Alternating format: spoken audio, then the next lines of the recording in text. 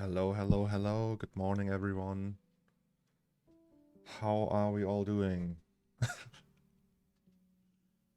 Oh, t-shirt check today, channel 5. You know channel 5, guys?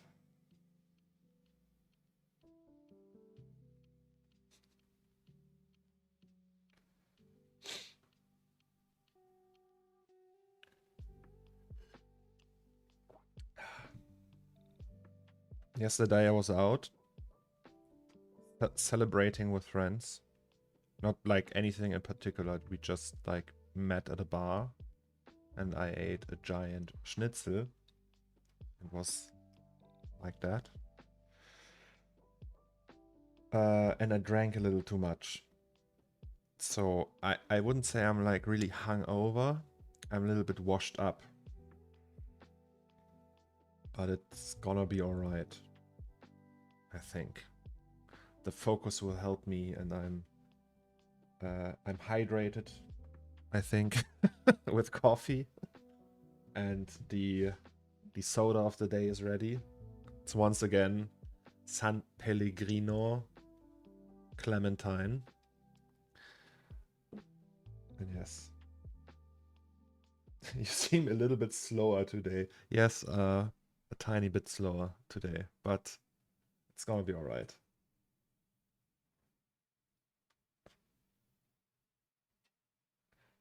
Look at you, here on time to work, yes.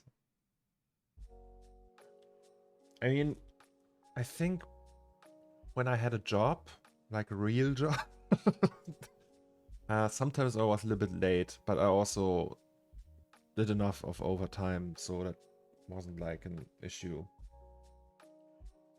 San Pellegrino is the perfect hangover soda. Is that, like, really? Is that just like... Do they say that? Or is that a fact? Are there electrolytes in there?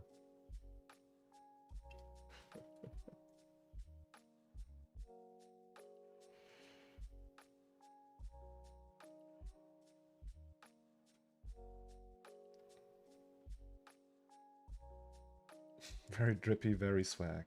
Thank you, guys. I have like something to tell you guys. In my opinion, it's a fact, I guess. Okay. So yesterday we supposedly finished the side walls of the machine. I think we still have to work on that because I still don't like it. It's annoying me, but yes, we have to touch that again. Heyo, I am SYF. I am Sif. How are you today?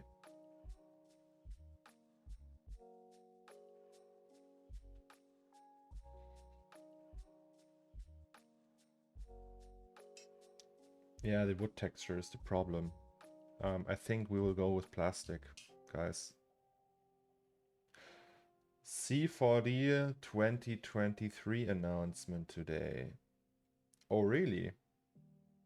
Oh, I heard that. Yeah, somebody told me that. I don't know. Yeah.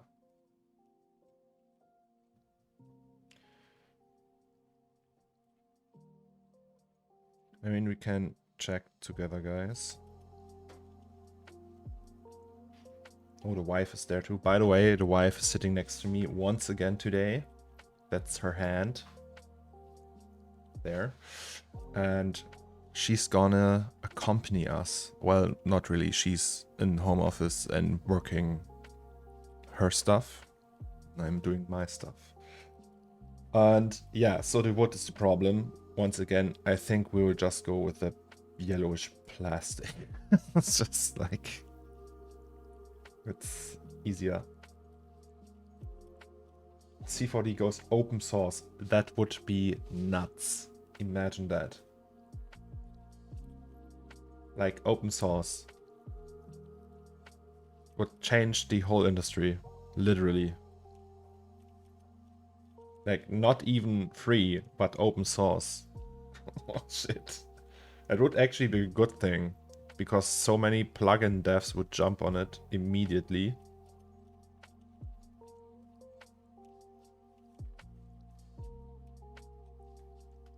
But I doubt that they will do that, like, because the mother company is Nemetschek, and C4D is a moneymaker, so why would they do that? Nice. San Pellegrino as is. All right. Can we still make Blender jokes? I mean, we can do that all day long if you like it, but I won't say that Blender is bad. Blender is actually probably pretty good. Okay, let's just dive in, right? Let's dive in and start the day. Really productive today. I will just tune down the music a little bit. Can you still hear the music, guys? Probably.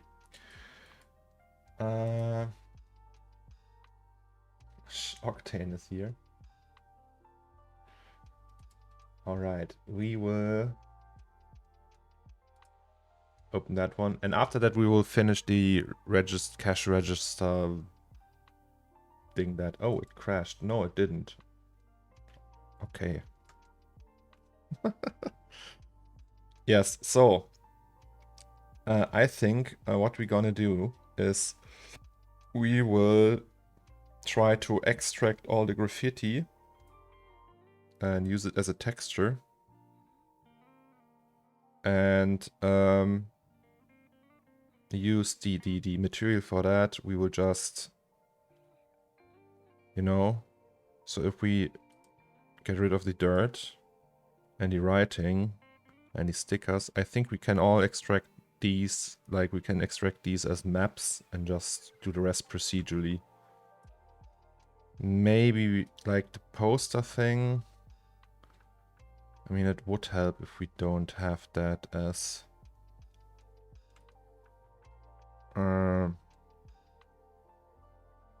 if we don't do that in Octane, if you just export it like that. Yeah. Like, I don't know, we will just dig around with it, right? So let's just export them. Export textures. I think that's a thing that should be quite easily fixed. Stickers, let's go with the writing first. Wait, so if we check mask, oh, it looks like that. Oh, that's not good. If we check mask here. Oh, okay. So it's different masks. Let's see. I think we can export the mask to file. And if we go to the CORNERSTORE and then to the slot machine and to output, we just name it writing mask 01.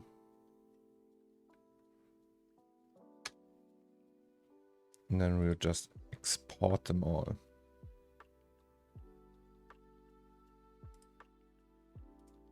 Oh, it's a bitmap.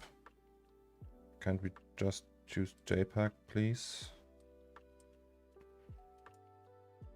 Wait, then we'll just do that instead.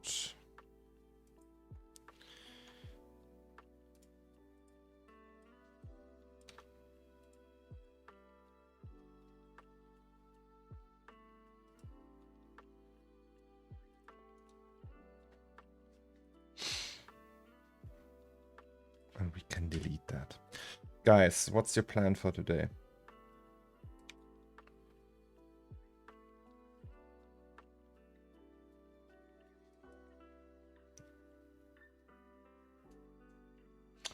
Does it take long to learn Substance, or can you instantly start doing something decent?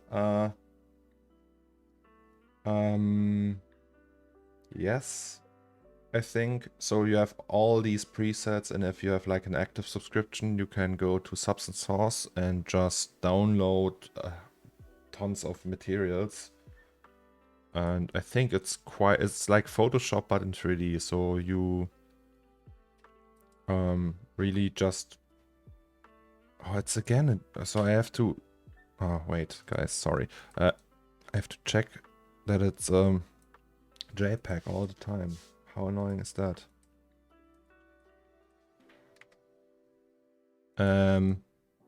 But yes, it's fairly easy to learn, in my opinion.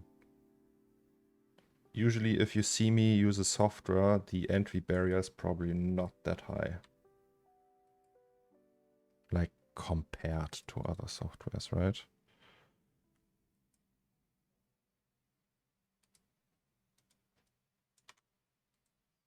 Once again, don't forget that. Good morning, farm folks. Good morning, Mr. Morse. Morsepang. Oh, I also still have coffee.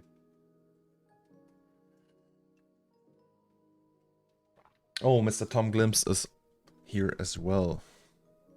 Everyone say hello to Mr. Tom Glimpse.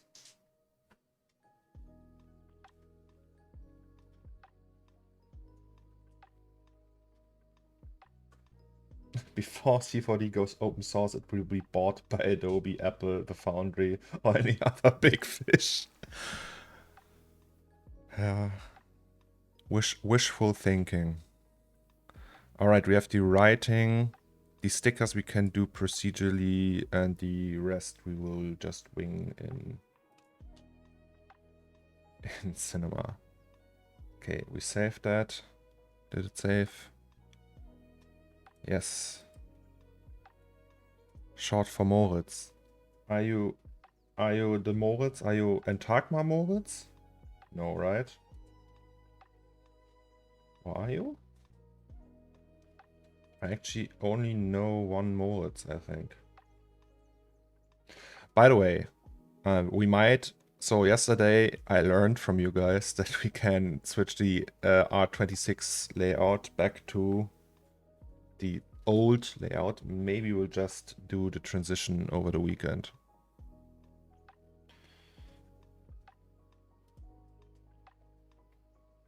The HTV. Oh, yes. Okay, now I remember. Sorry. Yes. Okay, now I know two Moritz. Wifi. It's the HTVK Moritz. Yes, I remember that conversation.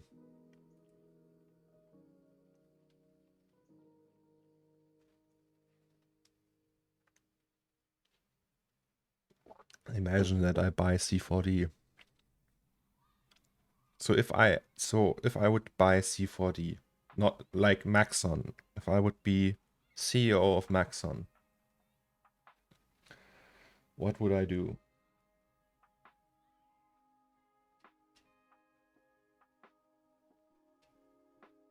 I don't know actually. I would probably...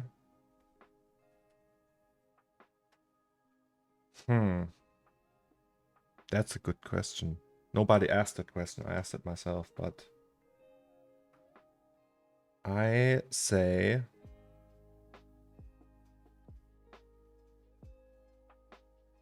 Oh, Zomax is just an anagram of Maxon. Almost. If you turn the Z. Maxon. The Z is the N. Then it makes sense. Oh my god. I would probably make a free version. I would run that company down to the ground. Probably. I would make a free version for students. And I would I don't know, make the smart object manager. Let them do that. Hey guys. Hey Maxon friends. Please do that. Alright, so the sites we had here, I think we already have to fire up the render engine. slot machine sides. I mean, we can already start with that.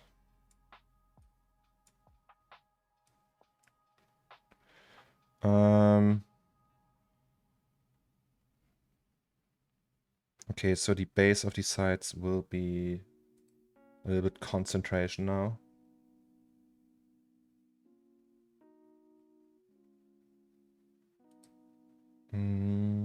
So we have the assets, we have the slot machine, we have the output. We need all of them. Then we copy all of that here. So now we have that is the we have the sides, but we don't want we want the gachapon material on that. So we'll just take that then, right, and put it here, but only on these sides. So this one and this one. Everything else will stay the same. So we still have this. The height we don't need. And then on top of there will be the graffiti. And we will just mix that. Let me think, how do we mix that? Could mix it in one material actually. Just go with this one. Okay, yesterday we learned you can just drag and drop everything in here. That makes it easier.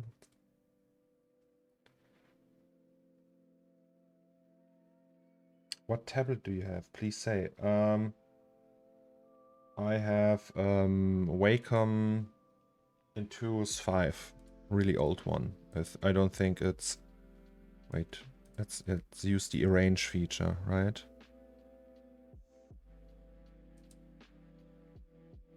Okay, it's already arranged. Yes, I have an Intuos 5.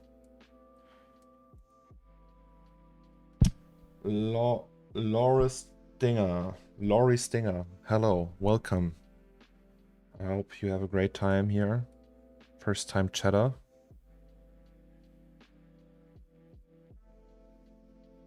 It's like 10 euro for students. A year ago it was completely free. You mean C4D? Okay, so if we do mix, this goes in here. Then we do mix.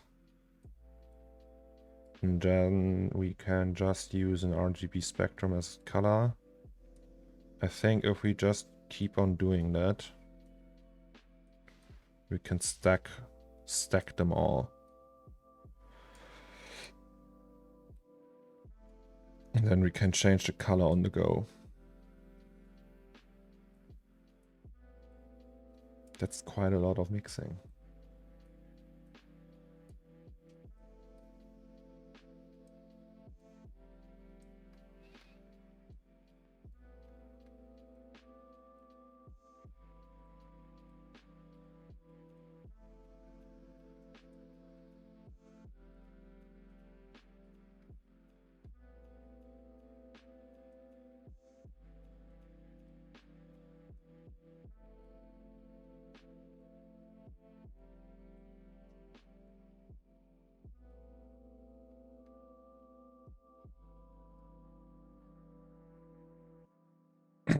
Well, that's quite cheap. I heard they had a test version C4D, and there was like the discussion that they so it's not like it was 90 days or something, and now it's 30 days. I don't know, something like that. Not 100% sure, but there was like a little outcry about this from like teachers. because I don't know, I think it's, how do you learn a software in 30 days?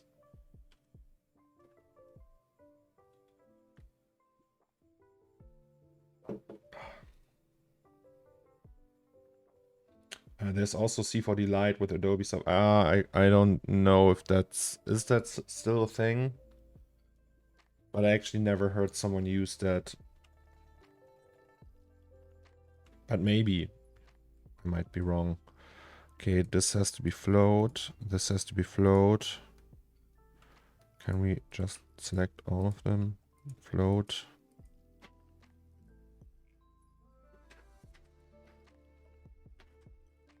Okay, so we have this for the poster and everything. And stickers we can do on top of that with just our sticker material.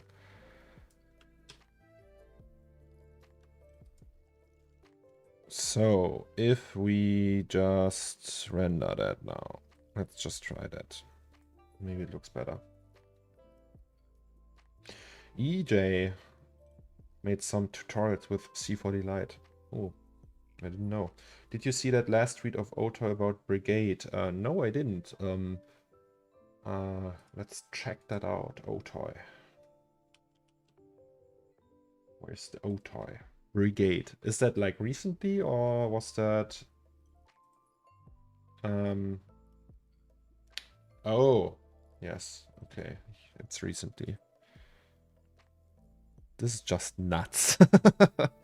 Spectral denoiser.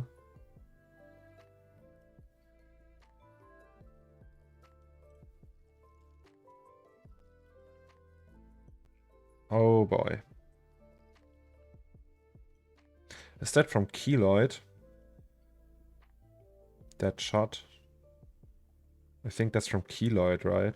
You remember Keloid?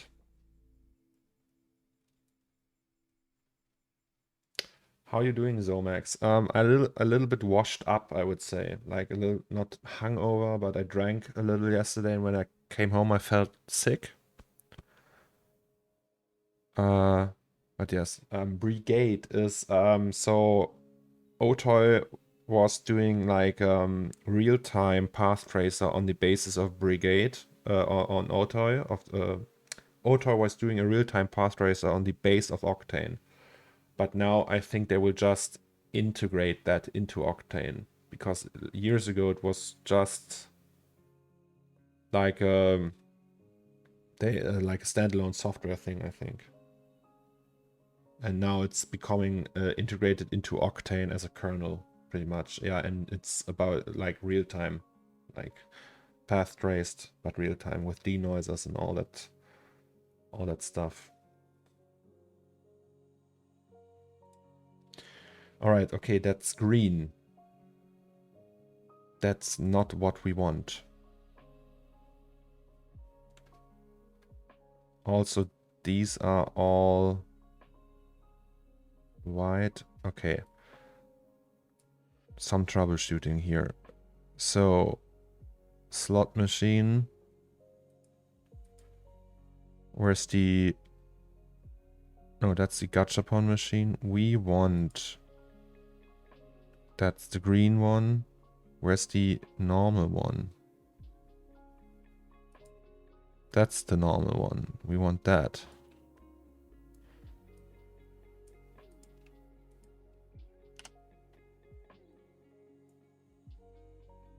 Yes. Then we want this one, but it's not showing up. How is that? Why is that? Let's do a little something like that. So we have this. Maybe it has to be... We would just pipe that in here.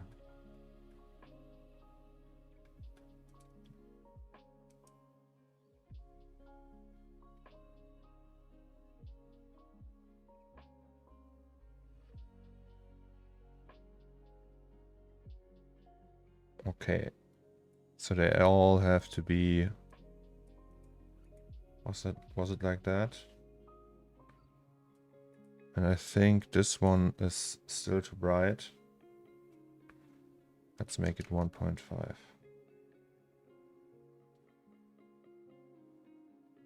All right. I think there's still like an issue with the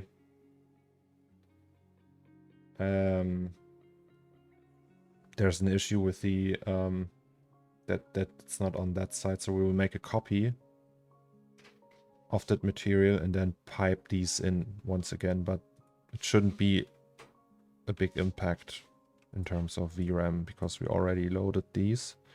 I think we all have to invert them all, and then they will show up here. We do it like that. Do we know at what time that Maxon announcement will be? Maybe we can like check it out together. I mean, it's today, right? All right, so okay, we see this is a problem. Well, it's not a problem really, but we have to. That's the gacha plastic 3.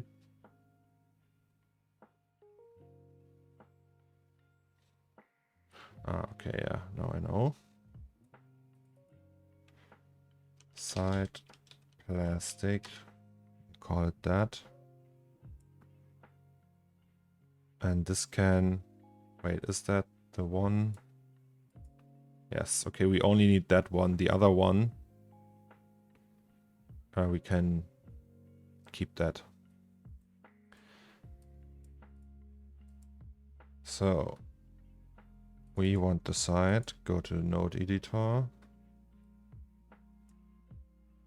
And we will just, what's that, by the way? So this is dirt, right? Yeah. We will just pipe the whole thing we got from here. Like that whole jazz. Oh, maybe first we should set some colors. I don't know.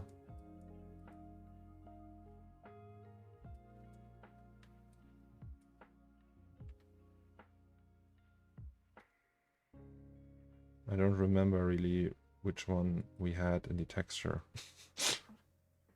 I think that one was dark.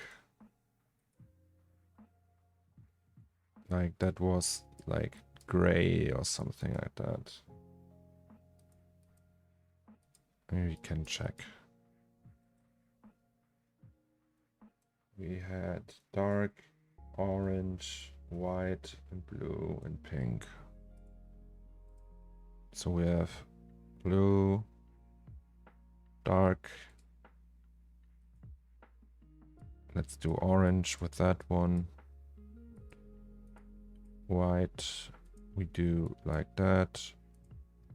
And here we do the pink. I don't know. Let's try that. I mean, we still can change it. And then we will just select them all. Copy them. And go to the side plastic.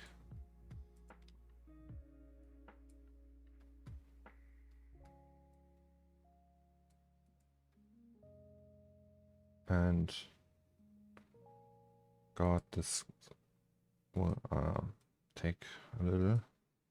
Let's do that. Then that.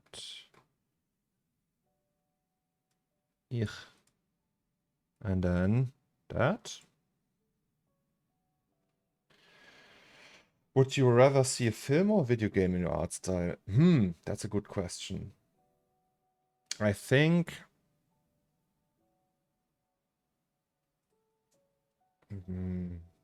I think a video game. Like a third-person RPG.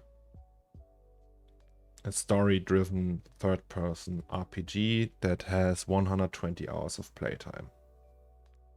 Yes, that would be nice. Do they all work? Let's go.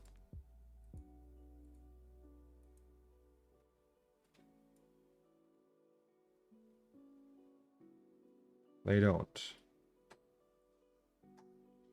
Why are they not working?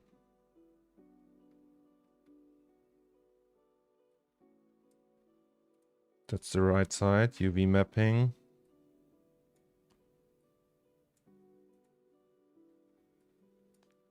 Is it the right side? Side plastic. Yes.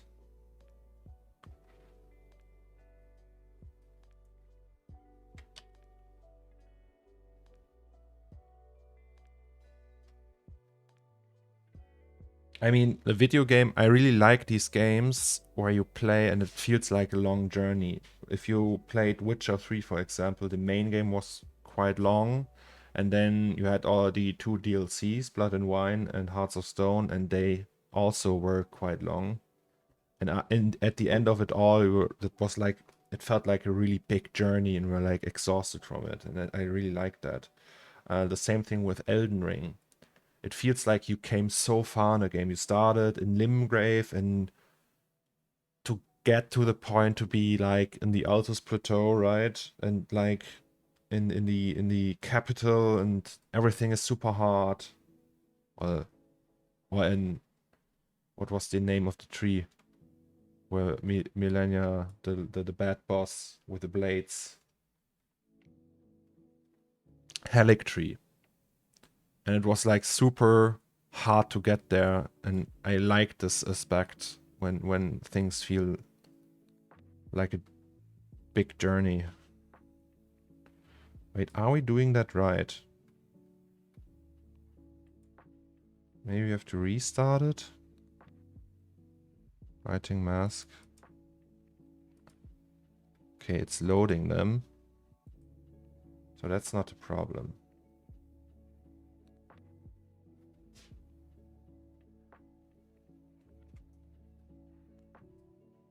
Something is off.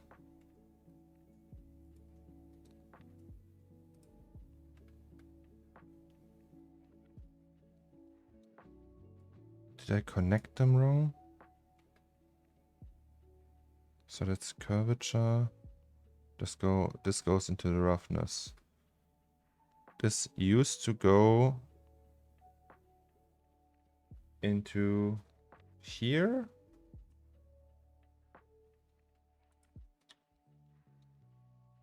So if we just solo this one, we don't see nothing. If we solo this one, we don't see nothing.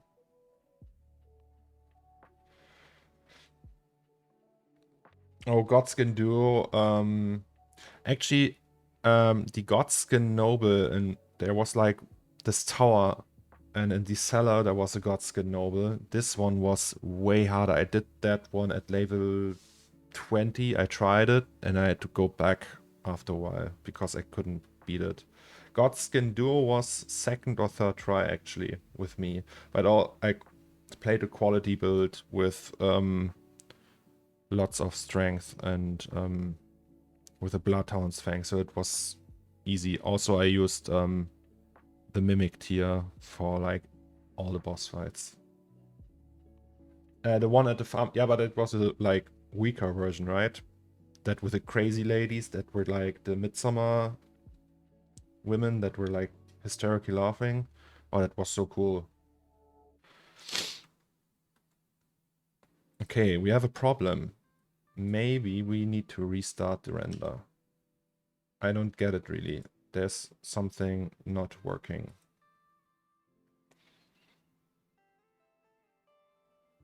I think the Godskin guys, they appeared quite often. The enemy in Elden Ring that was the worst, and I had to avoid for the most part, was the Crucible Knight. They were like randomly all over the place, and it's just a big nope for me. You know how Simon Stalenhag created his concept universe and Amazon picked it up and made a TV show? Maybe Delphi could get the same treatment in a few years. Well, that would be nice. The thing is, it's not like really... it's not like I have written stories or anything. It's just like a brain concept for now. There's no book or guideline or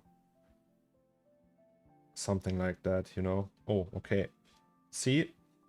It resolved itself.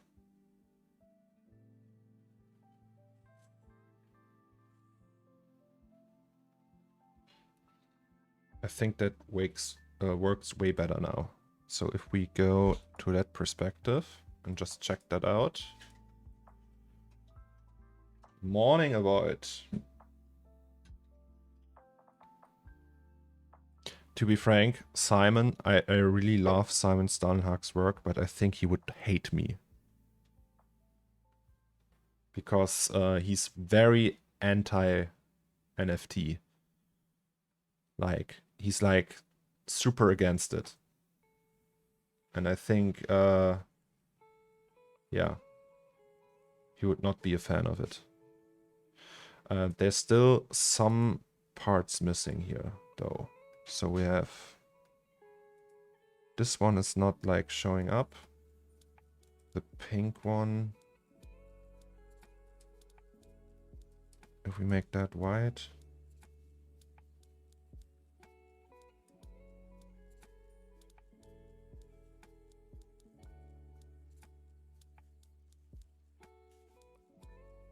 I mean, I get this perspective. A lot of these people that hate NFTs only know a part of it, and it's I think they hate these PFP projects where you pay like for like a profile picture thing, like apes and punks, and there's like a million derivatives of that, like copies of that, and they hate that scammy aspect. And I can understand that. I don't think they look at that from my perspective, that I sell really small editions and it's more for the art. I mean, if I want to do fast money, this is not the way to do it. So I'm still doing art.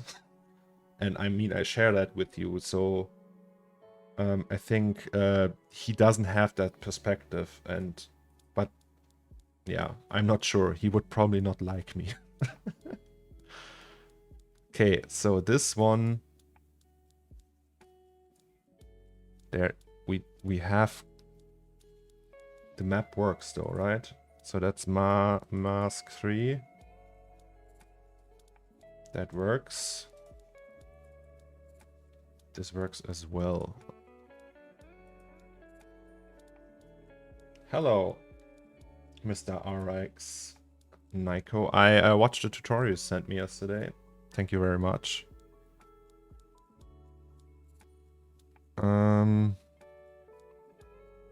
Yes. Okay, so this one, let's just do that a little brighter still.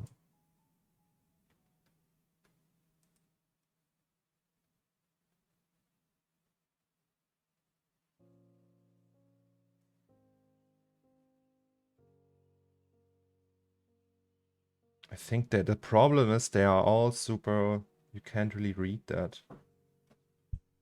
Let me check. So the white ones you can't really read. Maybe. Wait, maybe the projection is off? No, it wouldn't show up anyway. What if we just do them all really dark? Let's just try that.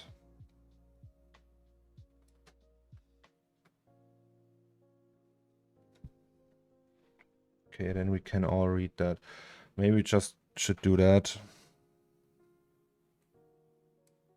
Like do a dark version of it.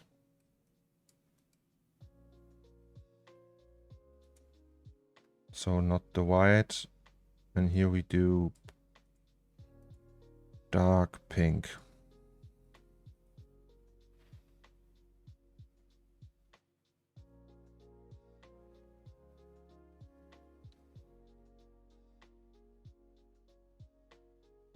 That works for me.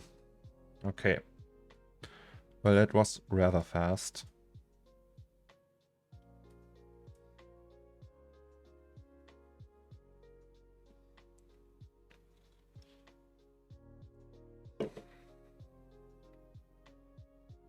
How's the situation about the gas and electricity where you live, man? Are you worried about it? So, yeah, I've read that on German Twitter, you can read that people get so in Germany it works like that. You like try to predict how much gas or electricity you use, and then they calculate a rate for that, and then you just pay that rate. And if it's too little at the end of the year, you have to pay extra, and if it's too much, they give you your money back. And because the gas prices are rising so rapidly, they adjusted that rate and told like the people, hey, you have to pay that rate now, and that rate is like 1,000% more, depending on where and how what like energy provider you have. So there's like people who paid $200 for gas, like for a house with a family of like 3, 4, 5 people, and now they have to pay over €1,000 a month according to that calculation. And some of them are like, well, I can't afford that. It's just like not going to work. I don't have that money. And so for me right now, we live in a place, electricity so far isn't a big issue. It will become one soon, I think. And gas, we don't have gas here. So we have central heating, so we don't have like a gas thing in our apartment. And I don't know, either it's like, I don't know the English word for that, Fernwärme, which means there's like the heat is coming through pipes from a distant factory. But yeah, it's gonna be an issue. And luckily I have a few savings, but still, it's not, I don't want to spend my money on gas. But yeah, I will still keep streaming for you guys, no matter what. Okay, I like that a lot more. It's not as distracting. So I think we can keep it like that. Maybe, just maybe, let's make these a little bit brighter still. So we can't, they're not like too much in the face. Yeah, that's perfect. We're gonna save that and then we're done. Stream is over. No, just kidding.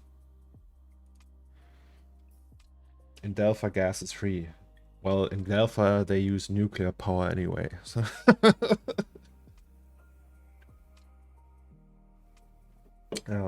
Raphael writes, sitting here with my 43090 is going to be an issue. Electricity already has gone up 30%, about 40 cents per kilowatt hour here. Yeah. I think we didn't get that yet, like the note from the supplier we're at. But yeah, for September, every employee in Germany gets a 300 euro bonus. So if you're like employed in Germany at a company or something like that, they will give you 300 euro. But this is not gonna help. It's like a drop on the hot stone, as we say here. All right, so we have this issue fixed. I hope So we don't have that. We will see tonight at the when we do the final rendering. Oh, battery is low for my mouse. That's not good.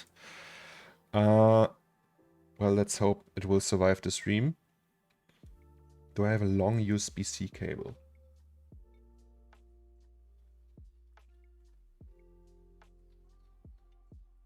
Well, we will find out. Hello, TSDN.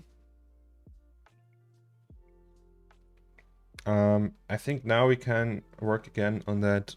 Let's switch C4Ds and work on that cache register. So if C4D 27 is gonna, or 2023 will be announced today, would it come out today?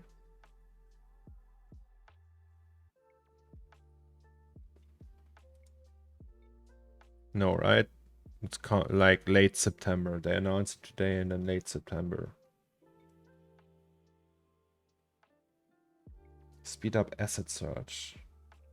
All right, whatever that is. So we do that. Then we do standard. Oh, so much better. And then we open the project. Kentucky Fried Raccoon got to go again, unfortunately. Have a nice day, Ariel. Thank you very much for being here. I hope you have a productive day. And I still love your name. It's the best. I don't think it would. They normally have an announcement and release date later, yeah. Well, we will see. Okay, we found out that let's maybe not do it like that. Let's maybe make them, I mean, we have to convert them anyway, right? Can we just search for body like that, and then access center, access. Yes, baby. And then I think I want to do that separately for all of them. Like if we just null all of them.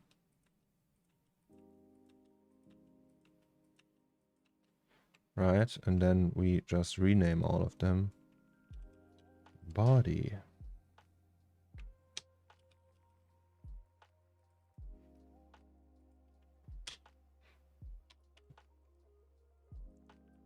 Oh, that's the wrong one. Is it that one? Yes.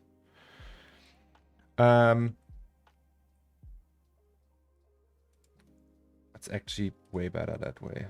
Maybe you can do the switch, guys. Would you prefer me staying on R24 or should I do the switch to 26?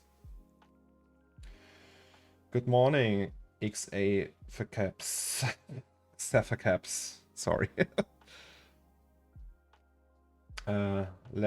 less 83 machines. You plan on moving this streaming to Discord to have channels and all that kind of stuff, or you plan keeping our Twitch like a more regular streaming? I don't know what you mean. I mean, I have a Discord and it also already has channels. You can join if you like.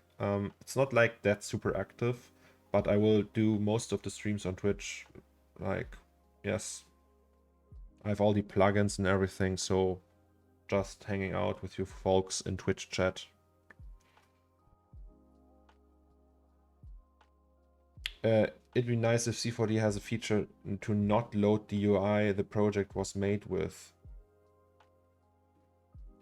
You noticed how you opened the project and switch back to UI. I mean, you can do the startup thing. You can go here, customize, save a startup layout, and then it will just use that as a startup. And every time I start C4D, it will be in that mode, but it will load the standard thing.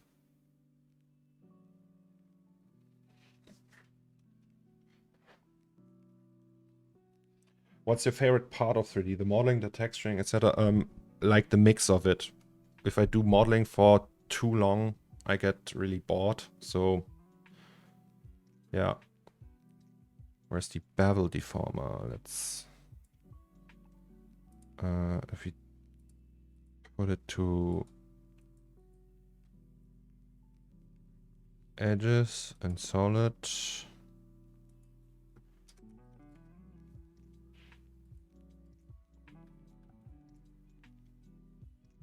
And then we do that.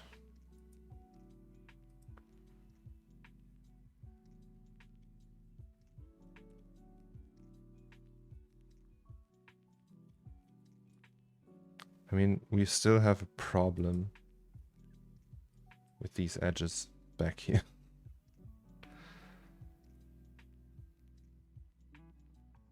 What if we do that thing from the, where's the asset browser? So we have the like asset browser, and then we had that chamfer thing. Right, we tried what the difference. Inputs, edges, and then we make 0.1. Is it the same thing actually?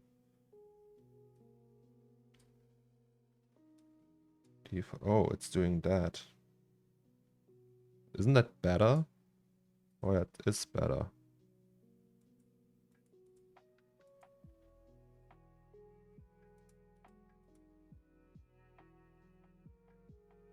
I mean, it's an n-gon, but still, right?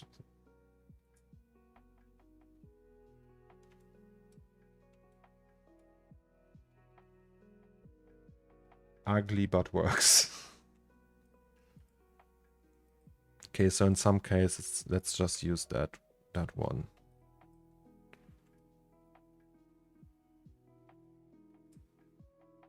And then we will just adjust. In the end, it's just a trial to get this working. Or does it matter if I put it on top? No.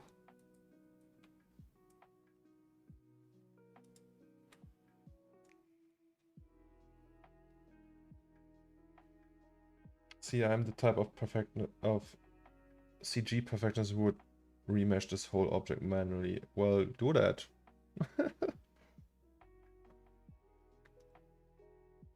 I think the orange is a bit better. What do you mean less?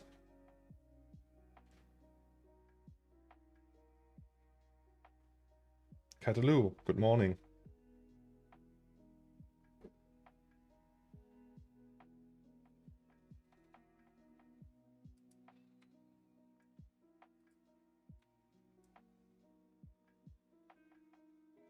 The orange one, that you mean? Like the weird asset browser. It's like a C node operator, I think. Yeah, it seems to work differently than the bevel default. I mean, would be weird if it's not working. If it works like exactly the same. I will just copy that to each and every one of them, and then we will just look if there's any issue, and then we will just go with that, convert it and remesh it, and unwrap it, and then call it a day. Okay, here we have one problem already. And it's that one. Is it that one though? No, it's not that one. It's that one. What's going on here? So we have 40. Let's do that, and then have a look.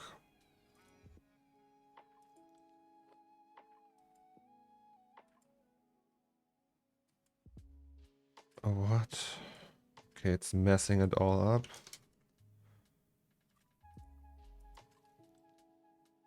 All right.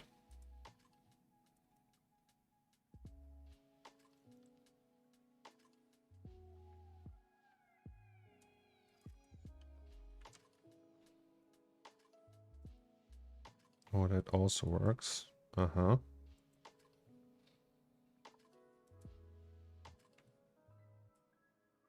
Can we do 300?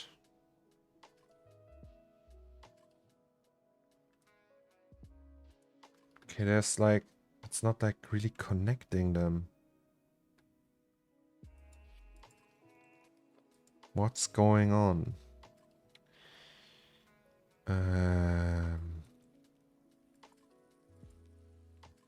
You see, guys? It's like strange. Oh, that's the wrong one, right? Sorry.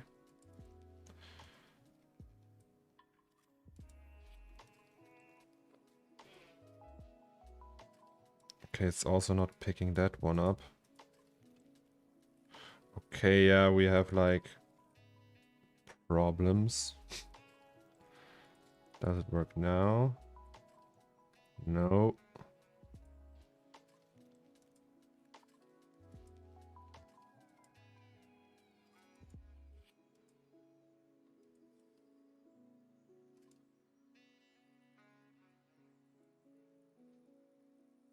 Oh god, I hate this.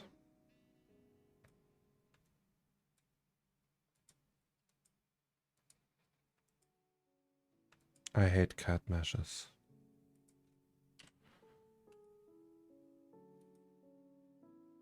Well, at least it looks decent now.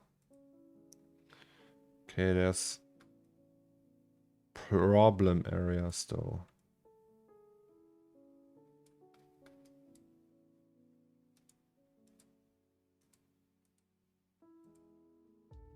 Like that one.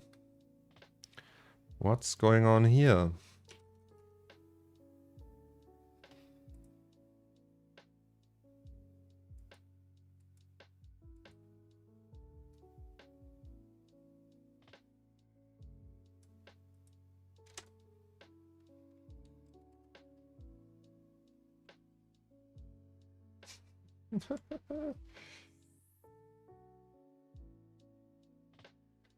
You want to don't want to do bevel in the material like with a round edges node. You actually prefer to model it. Yes, I never use that thing. I think I had like problems with that once, that it would just glitch out and stuff. I'm not a fan of using shader over geometry. I would usually go with geometry if I have a choice. Okay, this is not optimal. Like, really not. But I think, oh god, okay, this one we can't leave like that. And this one too. Okay, never mind. We'll just go over it again. Can we close that? Okay, that's not the one. Oh, okay, that's that one. Which one is it? This one.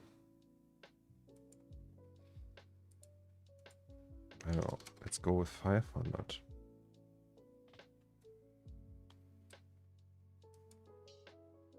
Okay, that usually fixes it. Crazy. If you just raise that.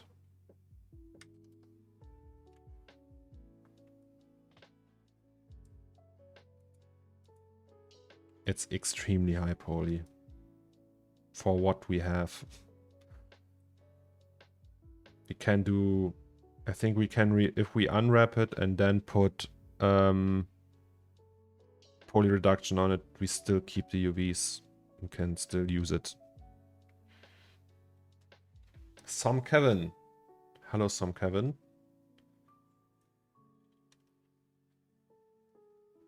What's the advantage of using new chamfer node instead of the deformer? I have no idea actually. It seems to operate differently. Yeah.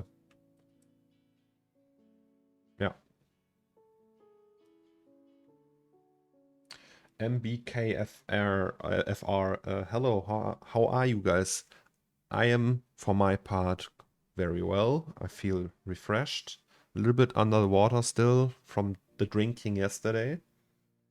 But so far, so good. I mean, we actually could... No, never mind.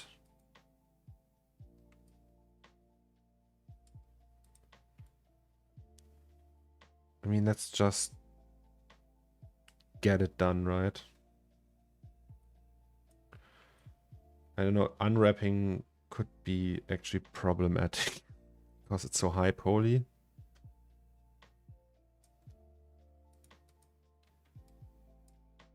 So we convert it. What if we just put in remesh? Okay, then we get all the remeshed bodies.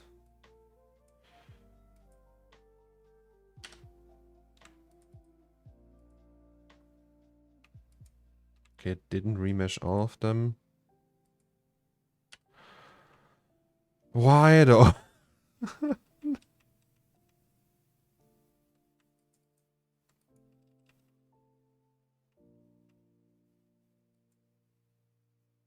I don't get it.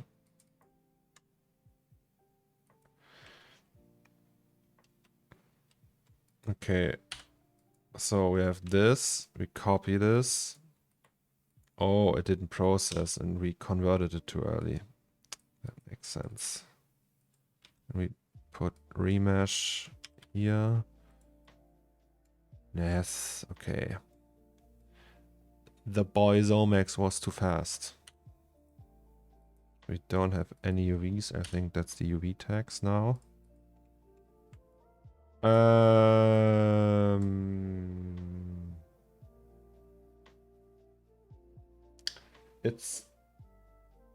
It's Tutti Frutti.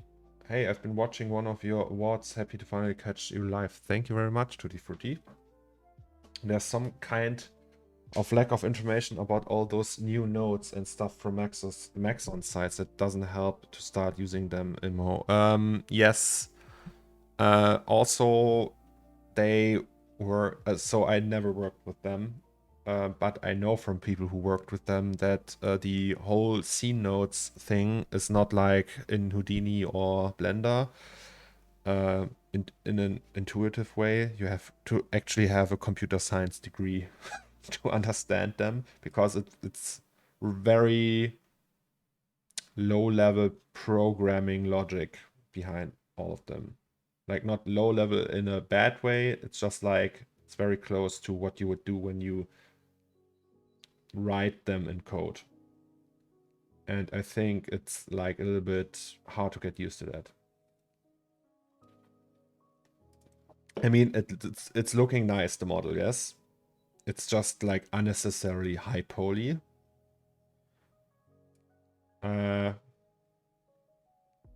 Yes, but we wanted to try that. So we will just try to unwrap it, I think. So we save that up, go back to 24, and then we will try unwrapping that. It's like super, but I mean, we all know the issue with CAD meshes, right? And now I showed you how difficult it is. Let's say it's a learning experience for all of us. All right, that's okay. Let's just, oh god, please don't hate me, Rhythm. I'm afraid it will be very bad. Read it. Read it. Read it. But at least we have loops now. That's something we don't have usually when we work with stuff like that. So we have some stuff like that. And we just do that.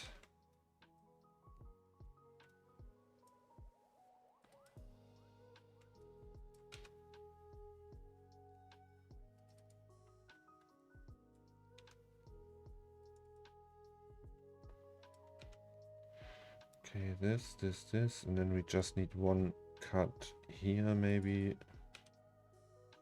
And then if we unwrap that. It should look like that. That's all right.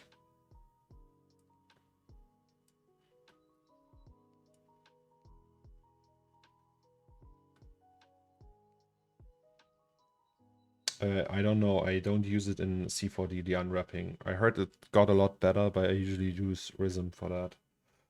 I don't think you even need to loop in Rhythm. You can just unwrap based on normal threshold. Yeah, I think you can.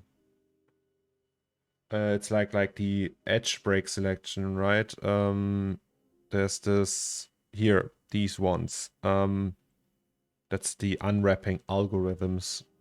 So you have an auto and unwrapper in here, but because it's more like in terms of cleanliness, it's just better to do it that way, I think. So I will just go the old school way. And yeah, but I hear you. It's sometimes I even use them if I have like organic models and stuff like that. Okay, so here we have our first, oh fuck me. So that's when I just lose interest in unwrapping and would just say, hey, okay, fuck that. I don't want to do it. Yeah, okay, it's not perfect. It's, yeah. Hey, forget what I said. Let's do the auto unwrapping. This is just... I hate my life. Which one is which though? Box. Mosaic. I think that's the one. Sharp edges, right?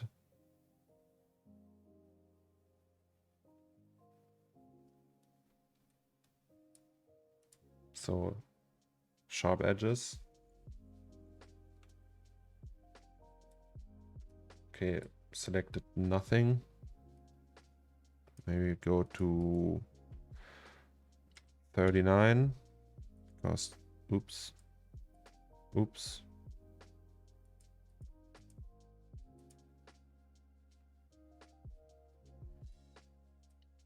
Okay, I guess. Not selecting anything.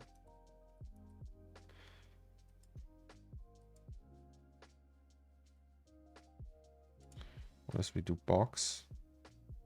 Yeah, it's doing crap like that.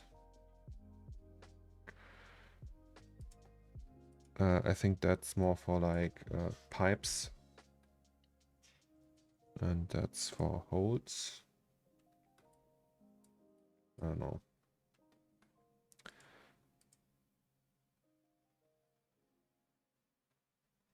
Oh, this one is taking a long time.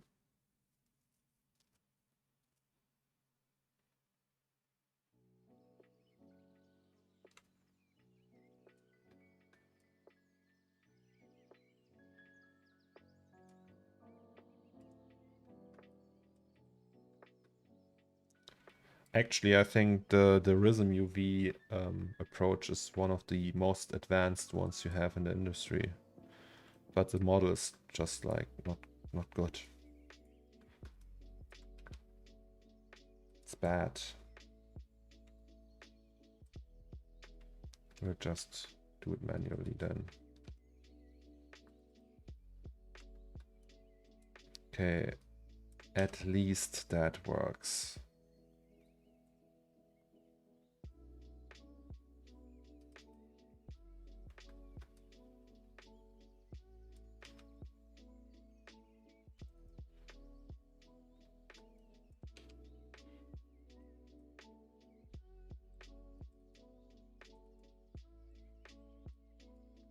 Then we have this thing.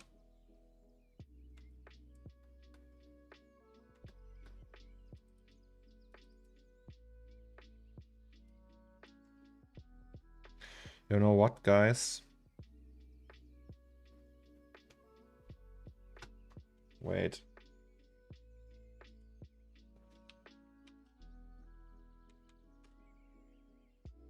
So that's the thing, right? It looks like that.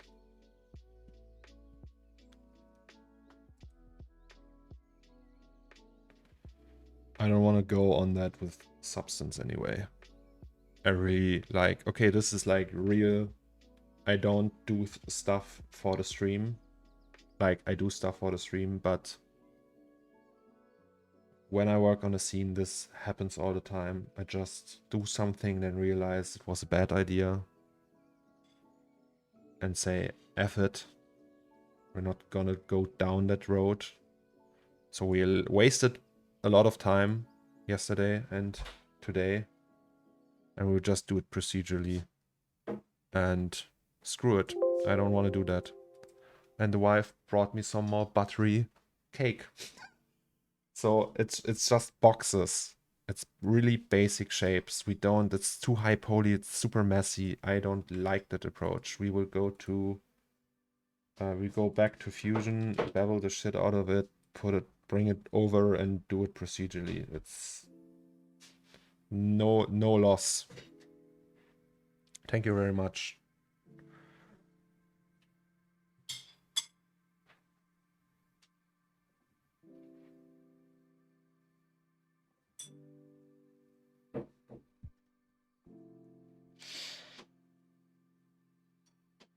The buttery cake will save our topology, yeah. Is that 52 Hz? Why is it always going to 52 Hz? So it's gachapon. Maybe you can just select the whole thing. I don't know, probably, right? Select the whole thing.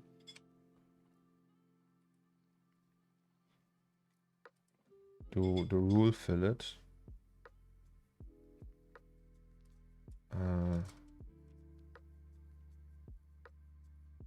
Hell yeah. Okay, that's too much. That's too much as well. That too. Okay, that's too little though. Then we just do one by one. Okay. That's fine. Oops. Okay, it's that one.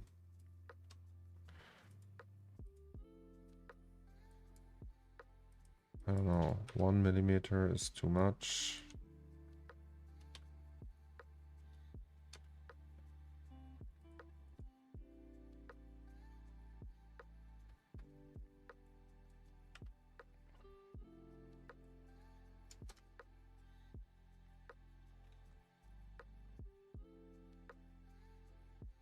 Oh.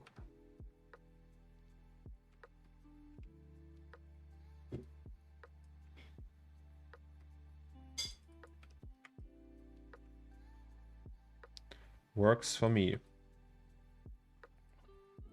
Can we do all of them now?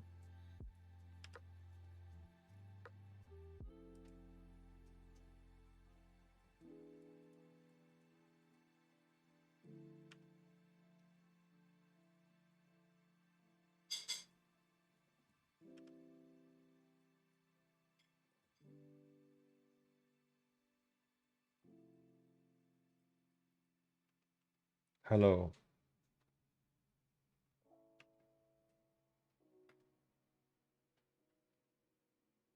Okay, this one is not ideal.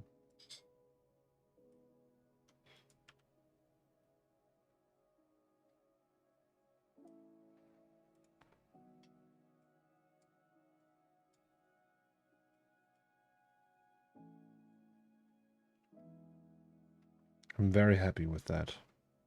I can live with that. Problem solved.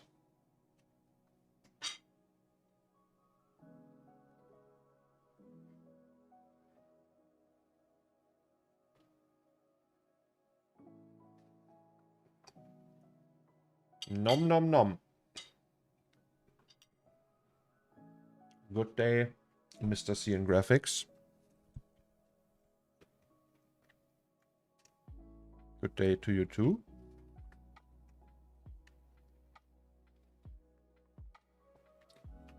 Yes, I mean, the mesh might be crap, but it looks good. Alright, so we go out and export that little bitch.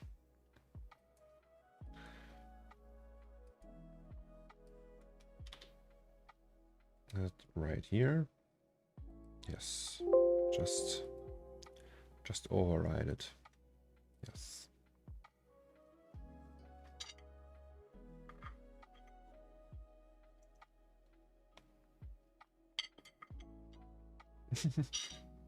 GM Young Corn. Thank you, Taron. I hope you're doing well. Thank you for being here. I'm sorry I'm eating.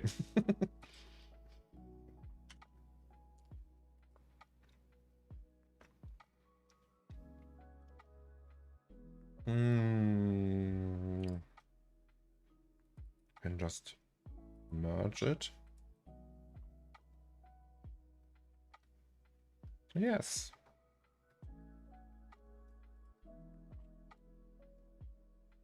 At least it looks good now.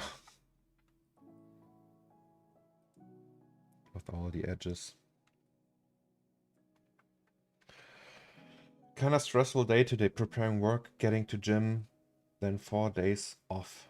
Oh, by the way, guys, good that you say it, CN Graphics. I also have a few days off soon. I will go to the Netherlands. I will visit Amsterdam.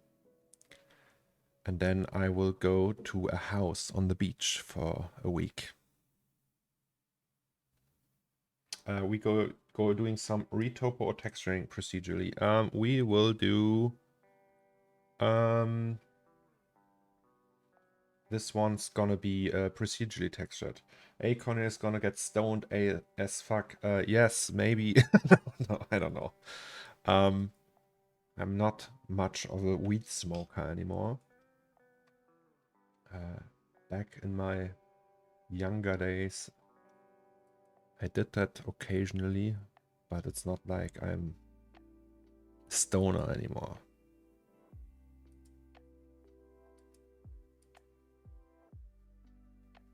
But yes, it's a little vacation with some friends. We're going to the beach.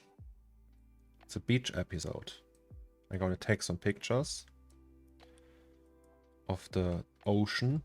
I'm gonna see the ocean again. I really like seeing the ocean. One of my favorite things.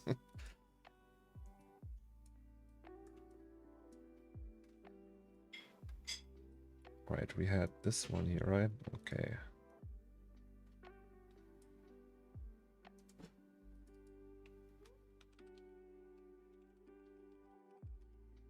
Can also put a layer here.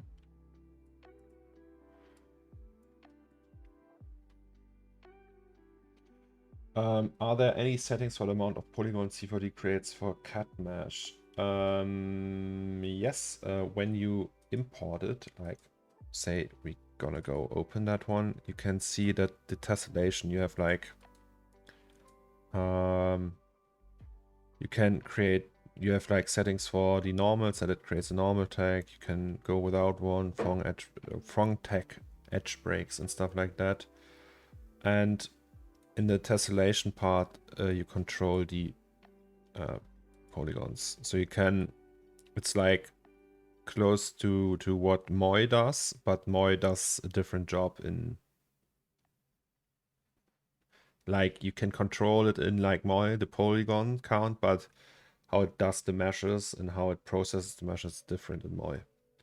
So you can say, you can lower this, for example, it will be more high poly, but you have also like these presets. I think high is like original. There's like no original because it's a step file, right? So it has to recreate these, but I think original is lower res than high for some reason. Do you have any experience using solid works? No, not at all.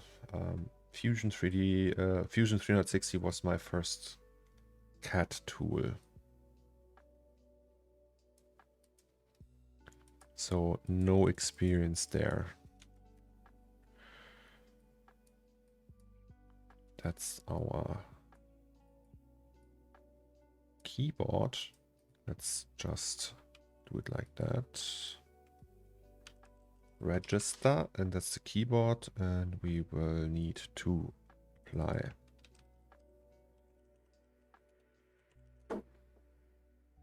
These ones again. Very nice.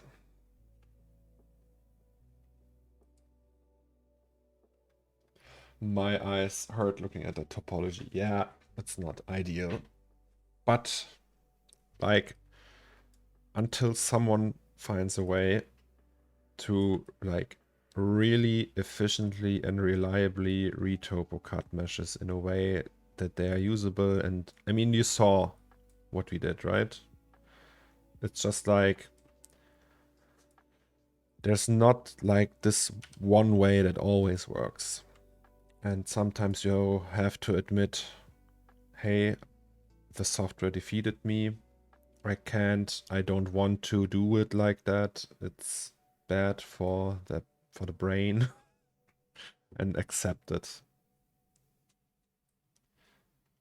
I usually don't give up that quickly, but I don't feel like doing that today. It's just, I don't know, it's not fun. I'm here to have fun and doing, like, fixing these problems, and yeah, I don't know. It just works like that. I mean, and if we look at it, right, it's a gray box. There's not much that Substance would do that we can't do procedurally. I mean, technically, Substance is like, it just maps procedurally generated stuff, and we would, like, it has a little bit more options. That's it.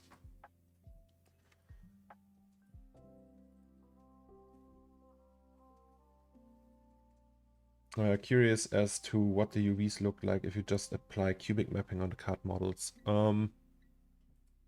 Actually, I think they come with UVs, and they are like that. And you could, like, repack them, actually. So if you just select all of them and go to Rhythm, hey, let's do that, right? Just for fun, we will try that out. Save that really quick. And I think if we select them, go to Rhythm, it can actually use them. Oh, by the way, guys, I resurfaced older plugin, and it still works with S24. I don't know if it works with 26, but with 24 it works.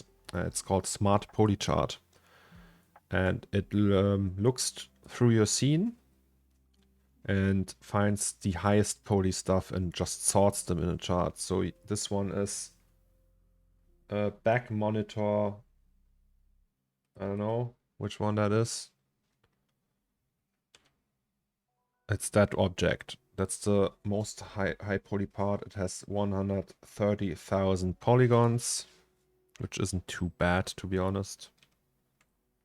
And it's the backside of that monitor. So, and it's free, the plugin, I think. So just get it. If you can't get it, maybe I can share it. But it's really useful. Oh, let's close that.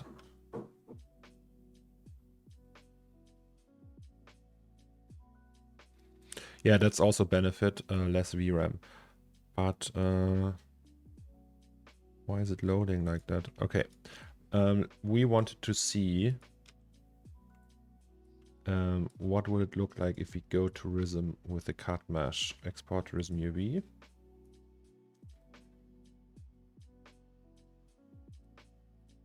I mean, the thing that no one sees as the most poly, yeah, that's true. We can also just decimate that in case. But 130,000 polygons for one object isn't that much, to be honest.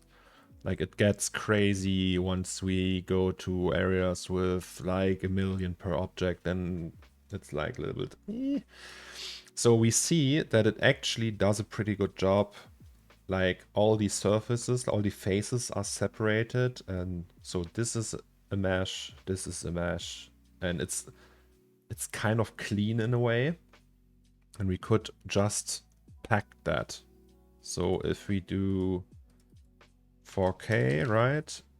And just do like little margin and a good accuracy and hope for the best. So it would look like that. Okay, I think you have to optimize it once because it's not stretched or anything. This can take a while. Yeah, okay. It's okay still. I once had a 73 million polygon Robert Downey Jr. head. Oh, okay, it's a 3D scan. Yeah. Oh, that's bad. I actually had a 3D model like in the company I worked last. We did a lot of car shows for BMW, and I had like a BMW car that had everything, like the car, the exterior, the engine, with every cable that is in the car, even the cable ties, just everything. And it took a whole day to open that. And the C4D file was several gigabytes in size, and it was a nightmare. Okay, so now we packed it, and you see, so I don't know, not optimal. What's happening here? Why is it like, okay, because of that thing. So obviously, as you can see, it can't handle that one.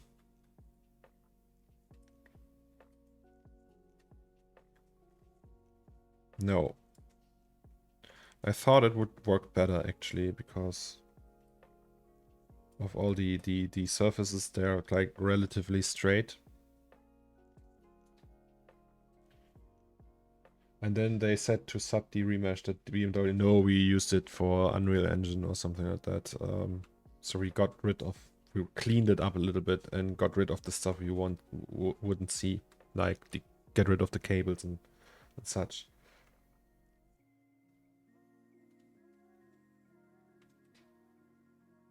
Looks like I won't work again today, and I will watch your stream, Mr.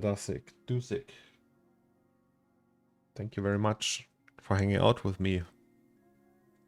Okay, so we checked that. Doesn't look great. And now we just go here. We have the keyboard. I think that's cool. So we have a keyboard for the cash register. So it looks like that. Maybe we can like really add cables back here. And the monitor. So we actually don't see the monitor anymore.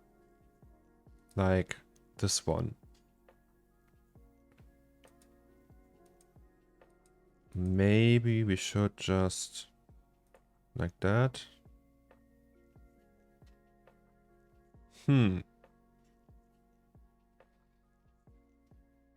But it works in our favor that this takes up so much space, because otherwise we had to fill that. I mean, we will still fill it. So maybe you can add a mat or something like that here. You know, like a thing. So it's not like on the bare table. And then like a tip jar or anything like that. Like here maybe.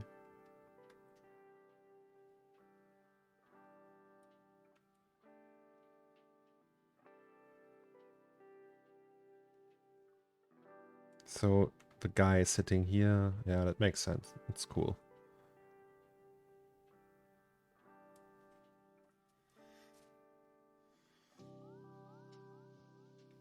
That's the best part at the moment, watching your stream while working on clients. So thank you very much, Sian. It's very kind.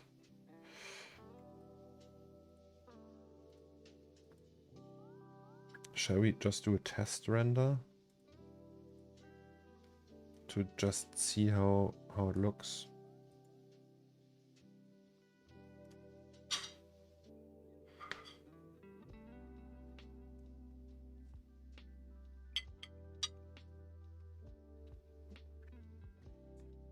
A reception bell.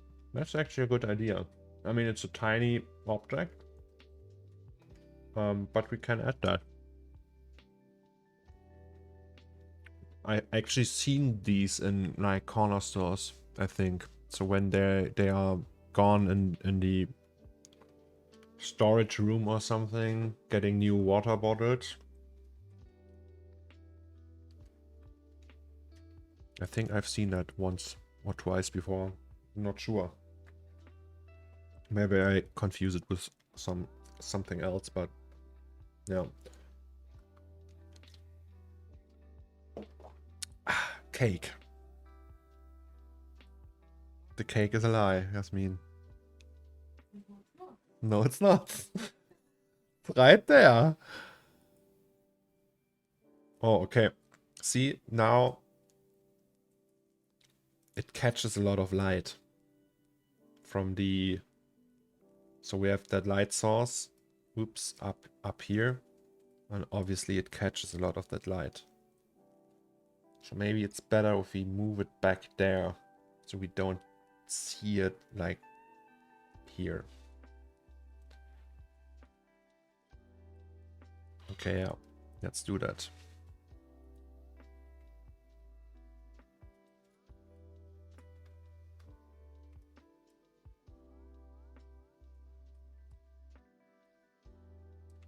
Like if we put it right next to the monitor, like say we get rid of that keyboard. And that monitor we move here. And the cash register will just be 90 degrees. Like that.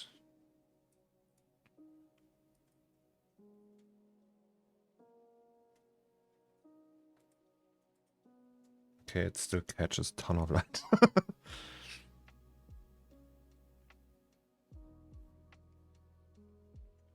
But still, I think it works better if we put it here.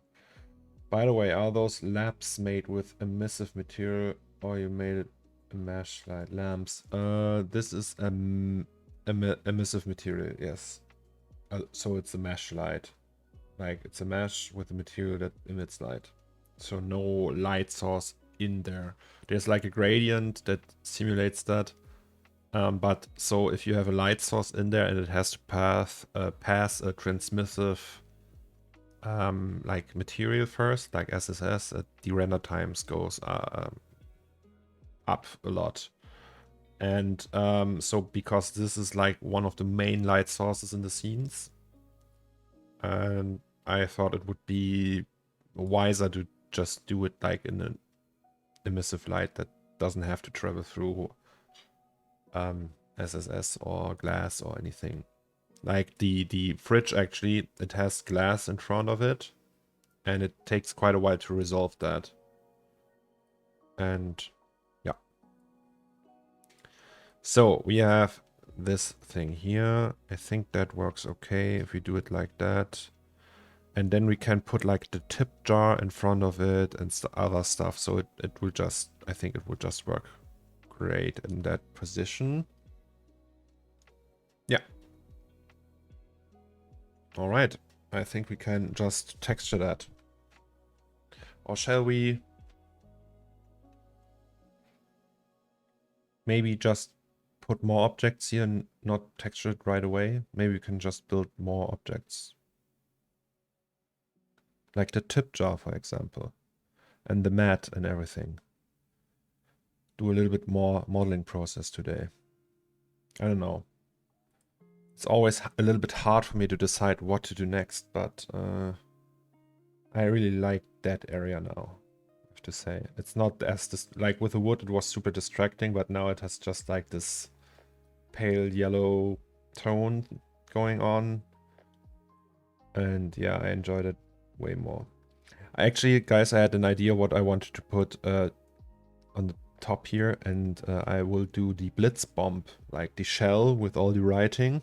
I do another version of that and put it here, so you can actually go to the corner store and buy a aerial bomb. Isn't that fun?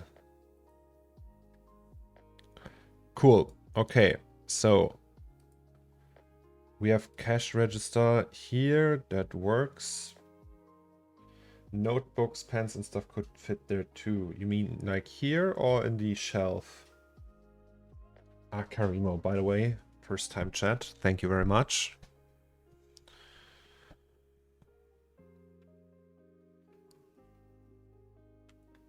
We could also, yeah, cable that stuff up. I mean, we need cables for that. On the table, notebooks. Yeah, we can. I can see that. Okay. Let's just do. Okay, the polygon is here. Let's just copy the coordinates for that. No. For that, and then that.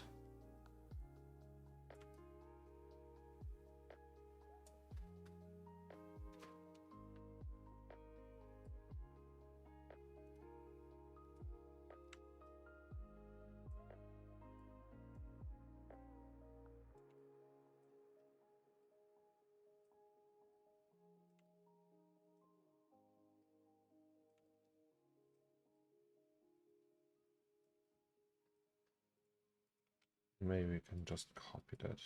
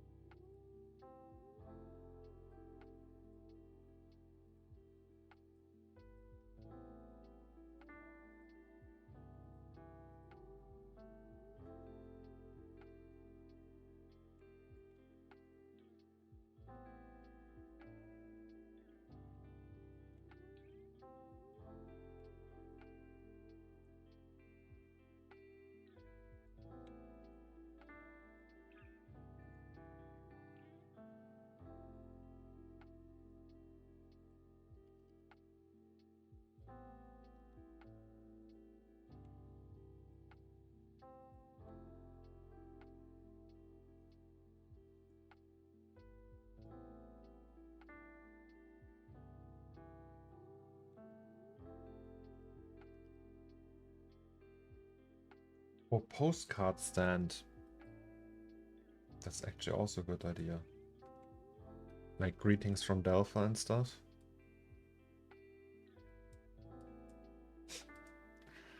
Greetings from Delphi. Yeah. Let's do that.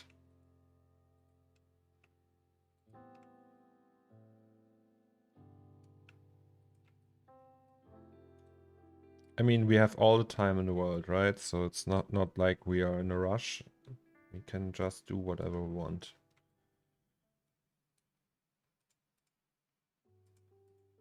So this looks like a big mouse pad now.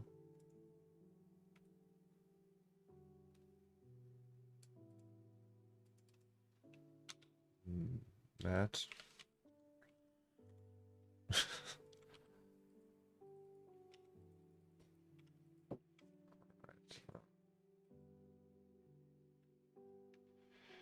Will there be Dell for a lottery ticket on the counter? Yes, that's also a good idea.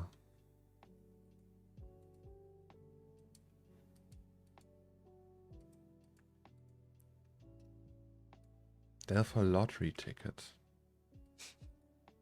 I like that.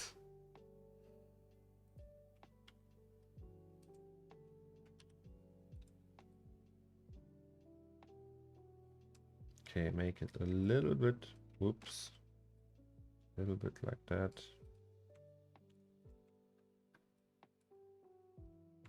Okay, then, hi all, Shorty is there.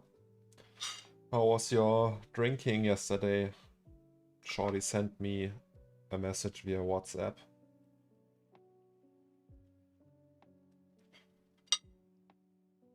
that he was drinking on his balcony.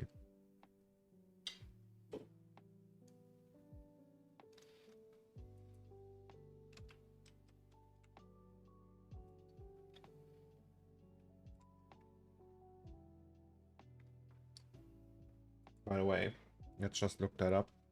Postcard. Stand. Oh, it looks like that.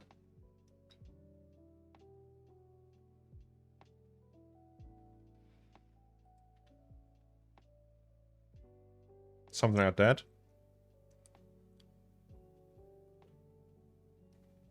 Or more like that. I think that's actually also fairly easy to build with just splines. Charity donation box, you always have one of those chained on the top of the counter. So where you can like put your like change in, like in McDonald's in Germany, if you go there, they have like a box and where you can put like your you know, your pocket change in there. Well, that's how they look without the postcards. It was very nice. We talked until midnight and a bit too much beer. Yeah, I had beer yesterday as well, and it was also a little bit too much, and I didn't feel right. So I'm a little bit under the weather now, but still productive.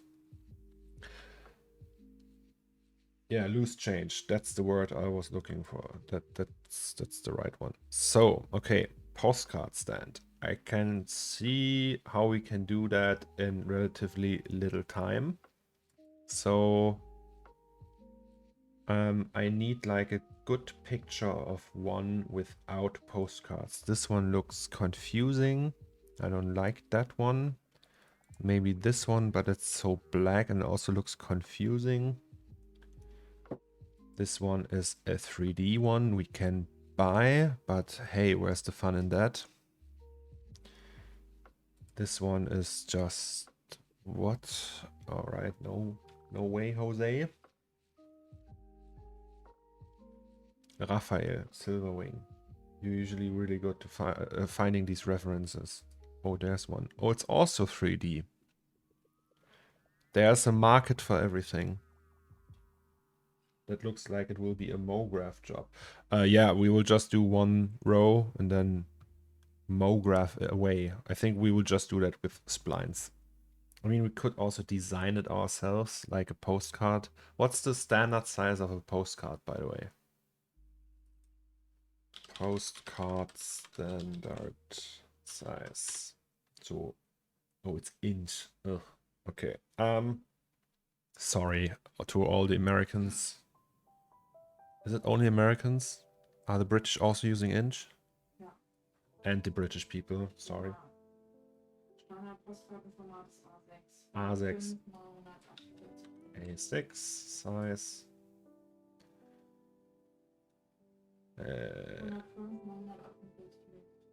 All right, that's the one. Let's just keep that tab open. Sorry. Woo. I mean, it's a postcard, so where shall we put it though? Something where we can like clearly see it, right? Obviously. So we have the cash register here. Maybe we can move that a little and put it here. I don't know, we can move it around. Nah, I'm from the UK, fuck the inch. I'm centimeter, millimeter.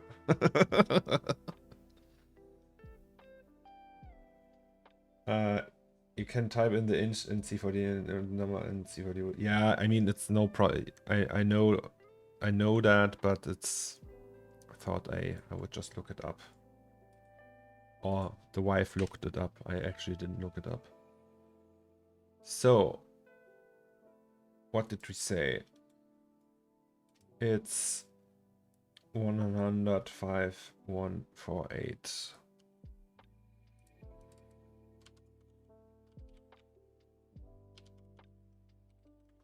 So that's a postcard. That's tiny.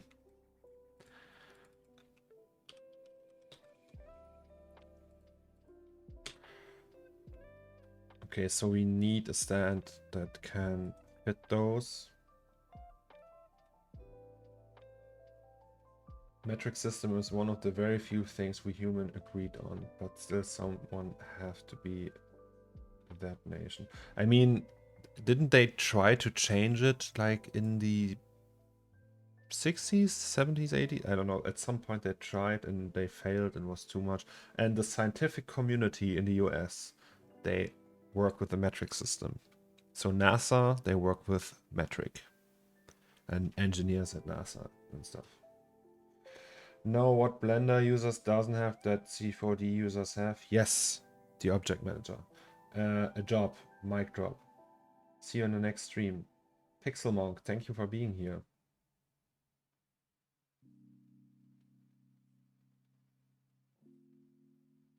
Oh, they tried. Well, okay, so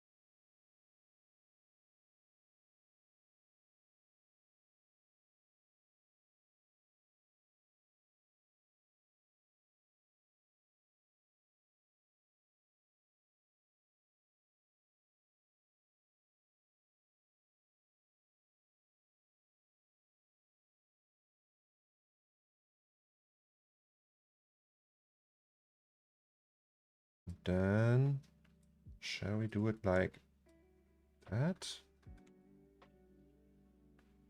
I mean, this way they just stand there, right?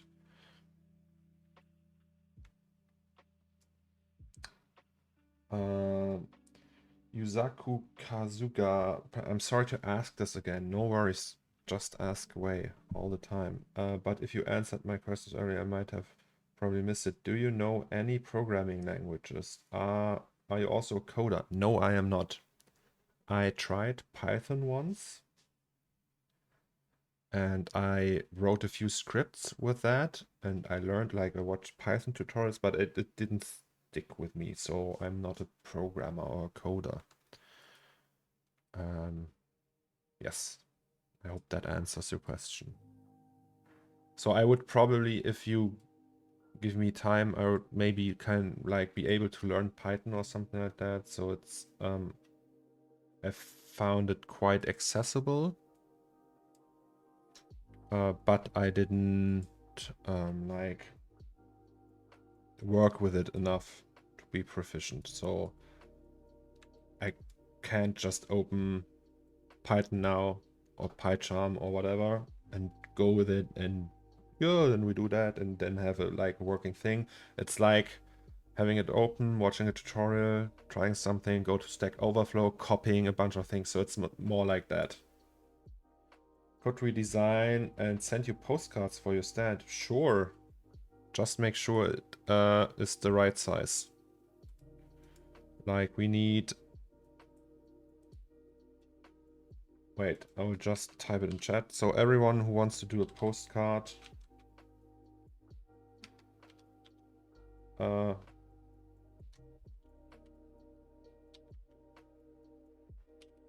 that's the measurements.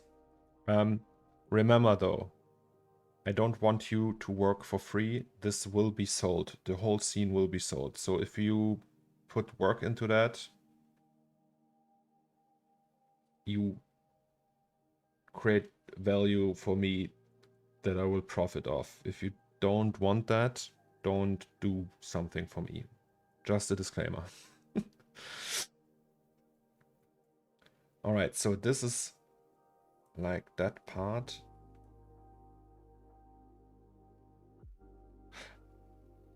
Actually, now we can also do the outside. So we cut here. Guys, working with splines is my favorite thing, to be honest. I love it. It's also like, I think the spline system in C4D, like just having splines, it's so superior. It feels so good.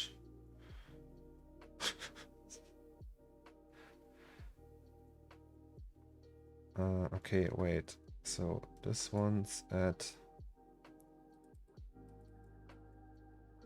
10. This one is at 10. Oh, then this one, yeah. This one is at -9.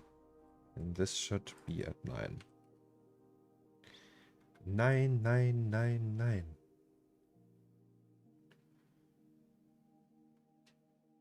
Alright. So you have this. It can hold all the cards. Maybe, just maybe. So we have the card here, right? That's the card. Maybe we can like move that forward. Yeah, I think that's good. Maybe it could slip through there. Okay, then we have to move that forward as well. Like that, maybe.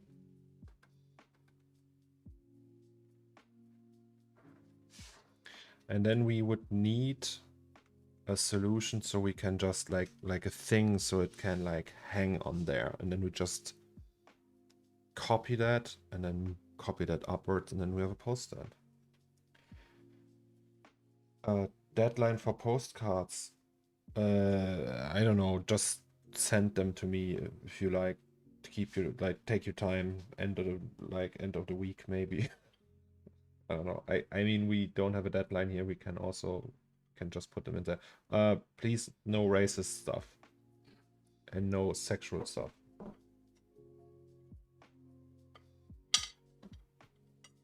Because of Twitch and everything and human decency. Also, I don't like racists. I have to mention that. Yeah, weird Twitter works.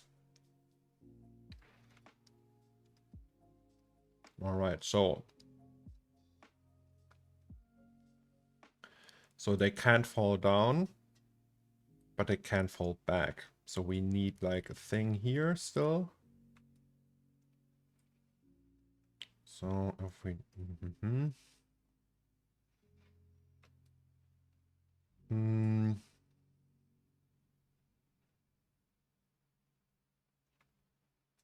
well, it's actually quite easy. Q once again. Oh, phenomenal. Q right here and another Q. Then no. Okay, never mind. Maybe like that.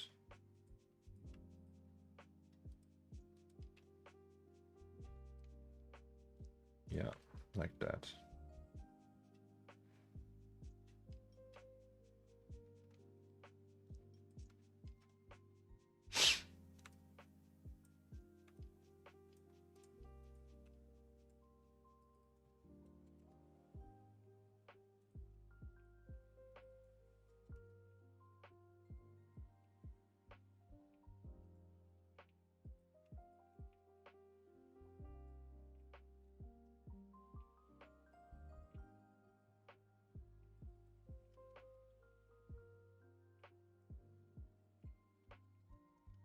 Hello, Inklear. Yes, very well. I hope you're good too. Morning, Miguel. No worries, you didn't miss anything. So, what we did today so far, just to catch up for everyone who was late. We figured out this part is still a little bit too distracting. We changed that into a plastic panel like that, and it's way better now. Then we worked on that cache register again, figured out, hey, that whole CAD remeshing thing doesn't work like we want to. It's a pain in the ass. I went to Fusion, beveled all the edges, and now we just do that procedurally once again. Then we built like a little mat thing. So like in the cache area, put the new cache register in there, made a few test renderings, and now we will build a postcard stand. And you can design the postcards if you like. Oh, Emad is here. Did you arrive in Iran safely? Happy Wednesday to you too. And Petite Pony Pulu, sorry for butchering your name. Thank you very much. I enjoyed quite a lot. I hope you guys enjoy it too. I plan on doing that for the foreseeable future. And it's giving me and my life purpose once again. Before I did the streaming, I was quite frustrated, but now I feel good again. And it's thanks to you. Arrived just fine. That's nice to hear, Imad. Thank you very much for letting me know. So, this one. These are at, let's do them at, no. 1, maybe 1.5. 1.5. So the height position is 1.3. 1.3. And these we can also change. They are 2.3. Let's do 2.8.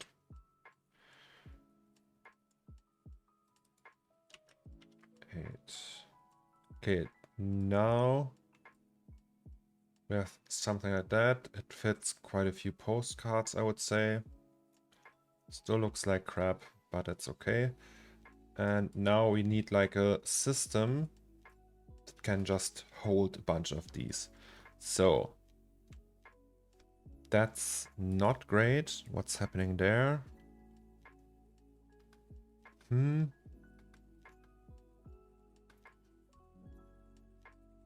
Well, we will see. Wait, when we chamfer everything. Okay, yeah, never mind. This will be alright. I think we do a polygon.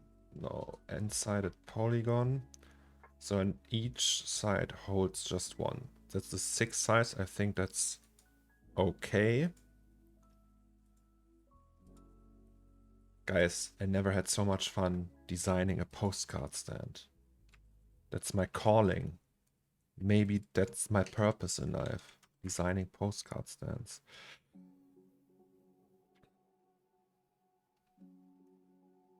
How did you build the wall texture? I downloaded a texture on textures.com, an 8K texture. It's a 3D scan texture, and then applied it to the wall. So I didn't build it myself. It's a 3D scan. I think 3D scans are... You can't recreate that because it's a scan, right? So someone went to a wall and 3D scanned it. It's fairly hard to mimic that in with like procedural stuff. And so when I can, I choose stuff like that. 3D scans are often very high quality.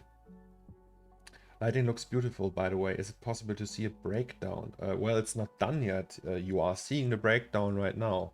So we can go through all the iterations so far. So this is where we started, kind of. Then did that. Moved the stuff around a little. Yeah, and that's where we are today. Like, we are a little bit further than that, but tonight, like, if you go to my Twitter site page, you can see an update. Every day I work on the piece. I will post it at the end of the day. That's the daily, so to speak. And then you can see the progress of the day. It's all reciprocated. You inspire everyone here and so many more. Thank you very much, Elias. Earlier this year, a famous art critic, Jerry Saltz, commented about one of my pieces I minted on Super and said it's just a meh postcard magnet art. It kinda... Oh, that's not so mean. I mean, why would he say that? I mean, as an art critic, I suppose that is kind of his job, but still, like, would stick with me too if somebody calls my work meh. Like, at least word it in a way that doesn't hurt that much. Because I'm having sad vibes now just talking about postcards and stuff. Oh, I'm sorry. I hope we didn't like remind you of that stuff. I don't think your art is me, Katalu. I think we are all on a path and we all have to learn, even the best of us do, and I think some of us do it for more time than the other. I think it's totally fine in each state. Of course, there's people that are better than other people, but hey, that's just how life works, right? There's always a bigger fish. Are you applying some post work on each of these at the end of the day images? Yes, a little bit. I can show you that later if you like. It's just like a camera raw. So I put all that stuff in. Wait, no. Let's have a look now. So that's the post. PSD. We'll just open that. Is it a picture behind the door or 3D? It's 3D. It's from Megascans. But I think I will, like before that, I had this. I think I will go back to it. I like that a lot more, to be honest. All right, so this is the scene, right? Because we work in Asus, the stuff we get looks when we open it. So I render 32-bit EXRs. That's wrong. And when we open it, it looks like that, a little bit washed out. Then we have a smart object here, go in there, and then we copy that piece, the 32-bit image, into here, and then it looks right because we have two LUTs, one for the transfer, like one is Asus and one converts Asus to sRGB again. I think that's the one, right? Asus LUT 1, Asus LUT 2, I don't know what it does, but I have saved them. There's like a tutorial for that. So this is the smart object. Then we close that. And then we apply 3 filters. One is the lens correction for chromatic aberration. I don't know if you can really see that. Like, wait, if we... yeah, we can see that. The lens correction looks like that. It's always the same. We go to custom. We have the red cyan fringe and the blue yellow fringe. One is a negative value, one is a positive value. That's, in my opinion, the best chromatic aberration look-wise. Then we apply an unsharp mask. So this is just basic post-work. It has nothing to do with the post-work I will apply in the when it's final. But this is just for like the looks. And then we have a camera raw filter that's basically Lightroom in Photoshop. Loads a little bit. And if we open that, I mean, I don't know how many photographers are there. You have like all these options. You can push the shadows, you can push contrast, vibrance, you have a curve, you can do sharpening in here as well. You can do vignetting. That's what I did here, you know. Color grading, I did that a little bit, so it has this like turquoise kind of, so it took a little bit of the pink out. In the original we have like, it's a little bit like more reddish, and here we introduced a little bit more blue in the midtones, and I think a little bit more in the shadows, a little bit more orange, and in the highlights more like a greenish tint. Yeah, and then we save that. Yes. And then this is how it looks so far. Like the PSBs or PSDs for the final pieces can look quite elaborate, like with hundreds of layers and stuff. But recently I picked up Camera Raw and tried to use that more because it's more like a photographic workflow. Yeah. Well, wall texture looks really nice. Is it only normal map or displacement also? It's only normal map. Did you create all these assets or someone come from scratch, for example? No, the assets for this scene here are all created for that scene. So everything here in that scene I made myself. No, that monitor I didn't make myself. I think that's the one I bought. I made this one though, and I made this keyboard. I think the actual frame here for the screen, like the screen portion, I stole from Raphael, but other than that, everything is handmade. That's why we're sitting here for 6 days now and only make very little progress. All right, so now you guys know how the post work works, at least for now, and we get back to our lovely postcard stand. So we will just turn that. So we turn it. So, no, that doesn't work. We have to do this. Now we can put this here maybe, and then figure out how we attach it to this. To be honest, wait, I have an idea. genius.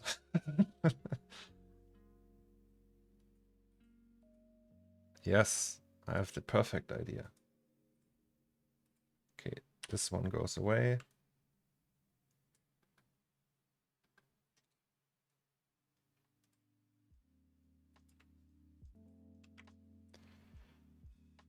Got ahead of farm folks. Thank you very much. See you later too. I hope. We can go like this and build like a hanging thing. So like a construction that we can just clip in from the top, you know?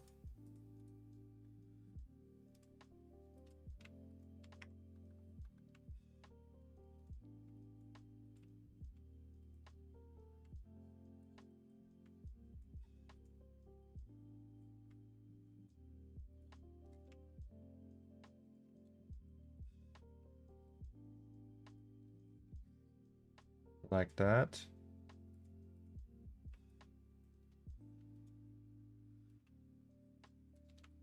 And then it just hangs there. Perfect stream, watch while I do my assignments. Might be the Omar. Thank you very much. Might be the Omar IA.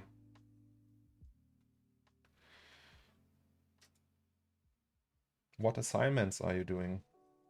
What is an assignment? Is it like homework? Or like a task in like in university or something like that? Let us know what is... Or let us know what your assignments are. I'm curious what you are working on. If you want, of course. You don't have to share that with us. Uni, I'm doing law. Oh! You are a future lawyer. That's cool.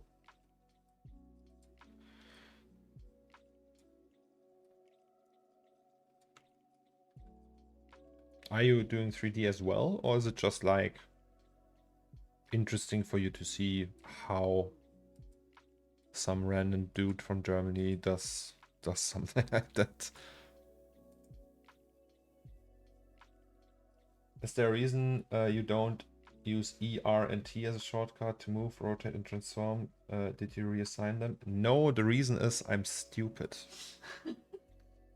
I don't know, it's just like muscle memory, and I learned that whole thing when I was 16, and now I'm 33, and it didn't, like, it's stuck with me. ERT, yeah, maybe I should remember that. So it's no, I don't have like a good explanation for that. It's just like stupidity. Interesting for me to watch. It's calming watching someone do something they enjoy. Thank you. It's nice of you to be like being here, and yes, I hope you enjoy the stream. All right, so postcard thing. That's cool, right? We can do it like that. Oh no, actually, oh, I did it the wrong way around. So you see, guys, but it works way better that way. I did it the wrong way around. I almost didn't notice.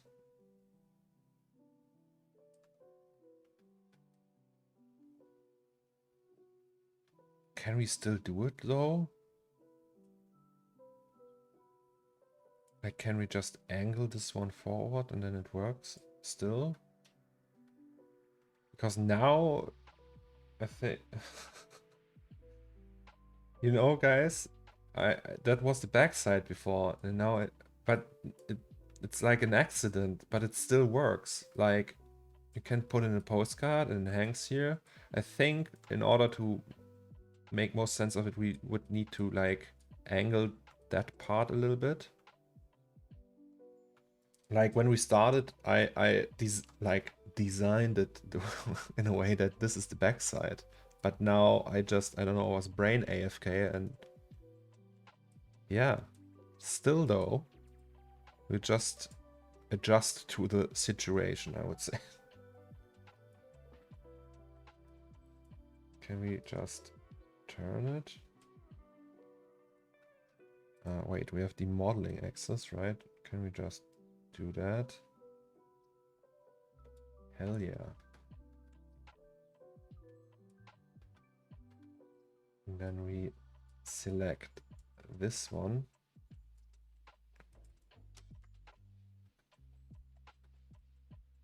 What did we select now?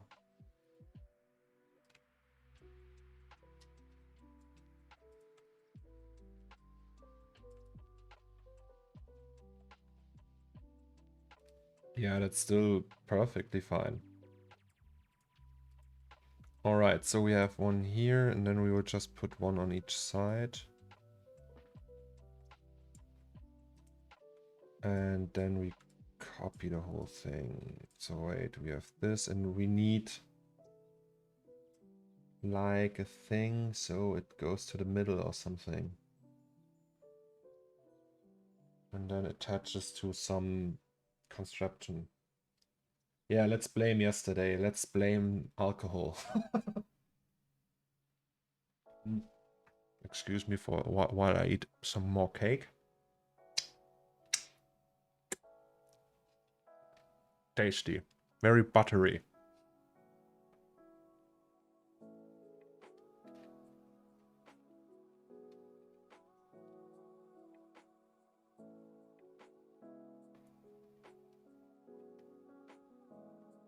It's very good.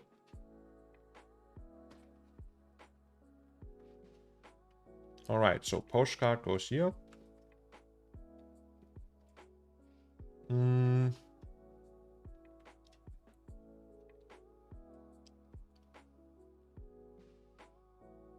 Okay, so this is solved. We have one here, and then this has to attach to some sort of stand, right? So right here they do it like that. They just have like prongs going there. I think that's boring though. I think what I would try. So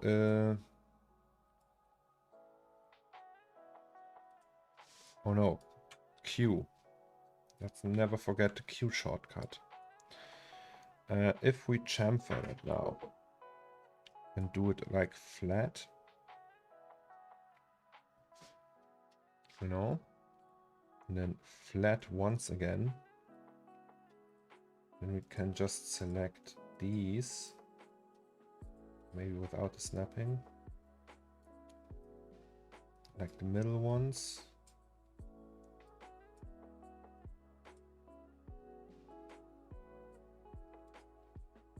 I don't know if that will work.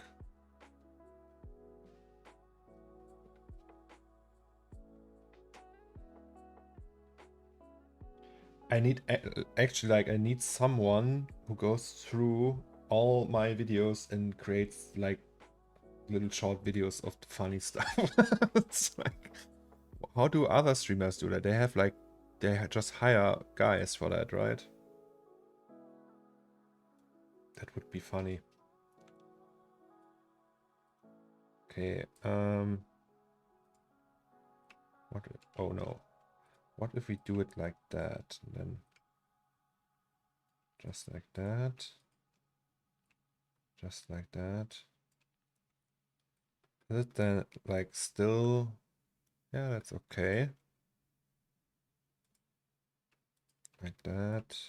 Oh, I think we'll get into problems though. Well, we can just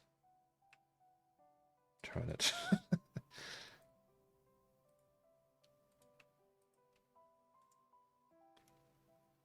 What? No. Not today. Oh. Oh.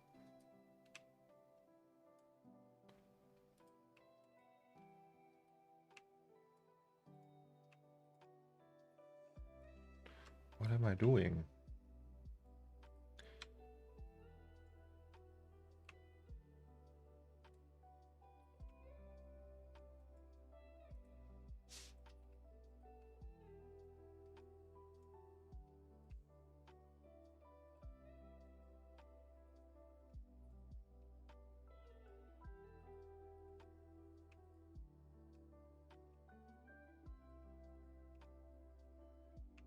Guys, you can't imagine how much I enjoy working with splines. It's criminal.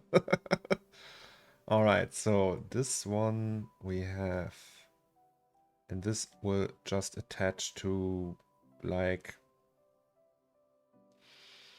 wait, so if we select all of them,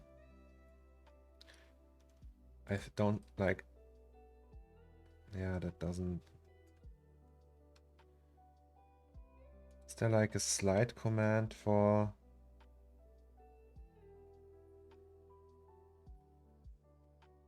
No, there's not, obviously.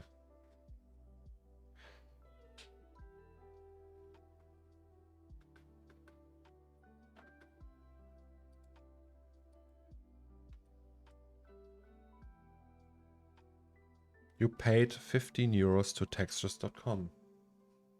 That means we can download textures again.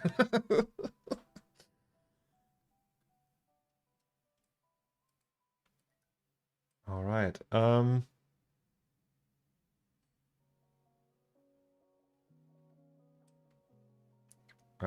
Let's just scale them down once more. I don't know.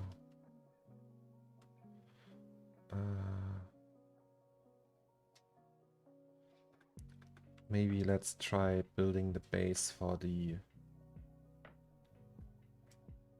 this actual stand. I don't know how big bases are for that.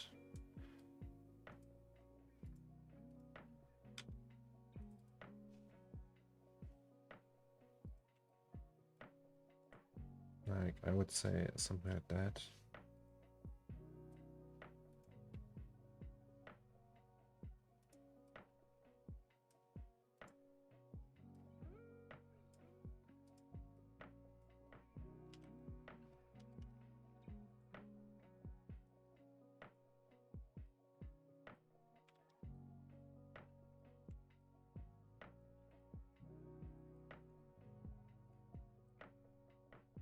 Really round.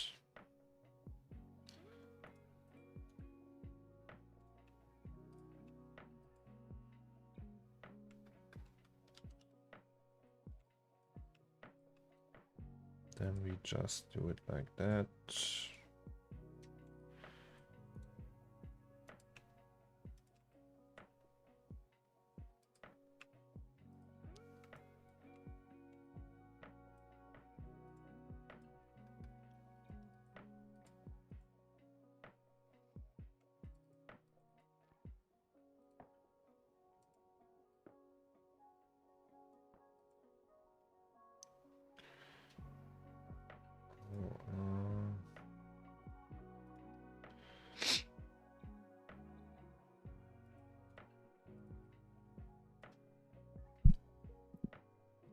Two and a half hours, so plenty of time to finish that up.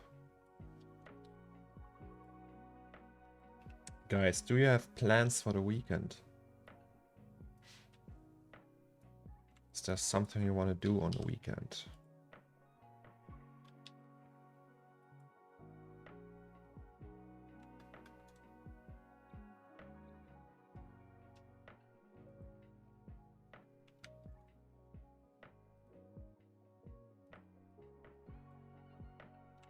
That's too big, right? So if you go, oh, it's more like that. Actually, like the whole bar thing, that's too big. Going to Bavaria tomorrow for a birthday party. Cool. Is the birthday like the person who has like who's getting older? Are they a 3D artist? If so, greetings from Mr. Zomax to them. Happy birthday. If not, do it anyway. So we do this, then we do this, and then we do this. Yeah.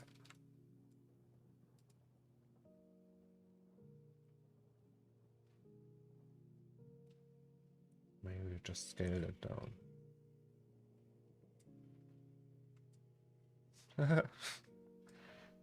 Sadly not, but we'll say it anyway. Thank you very much.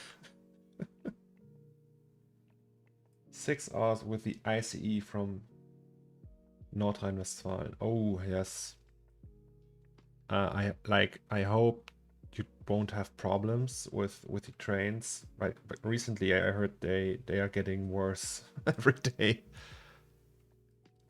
Or maybe it's just like people talking more about it, but it's you hear all these horror stories.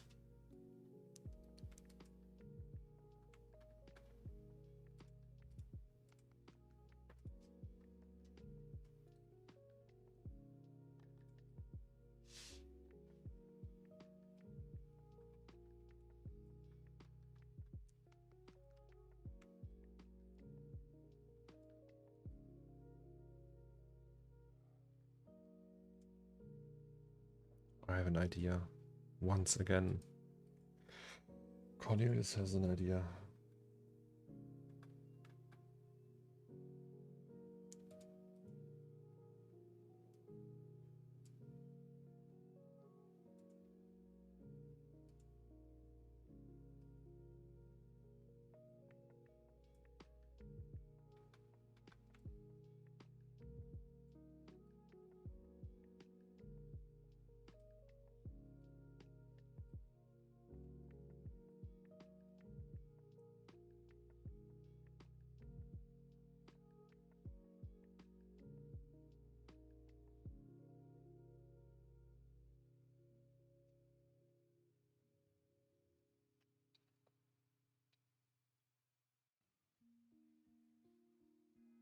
Well, good luck to you.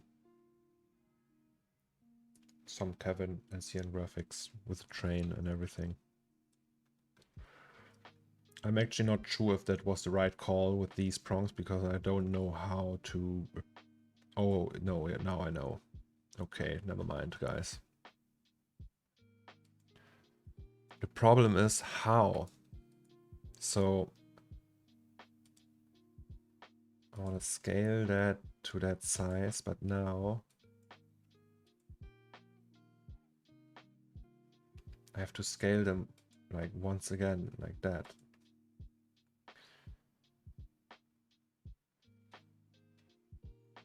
So we have to do that whole thing all over again.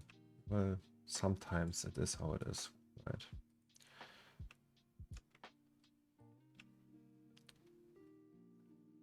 Boring.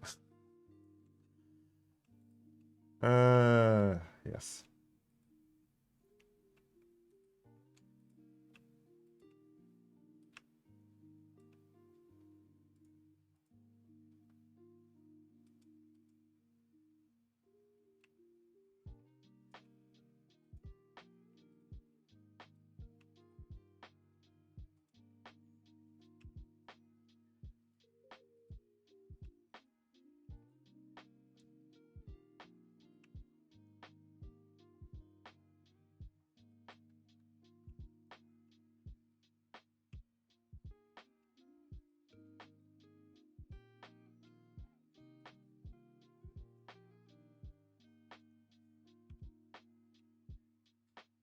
Now I use the shortcut R for rotate.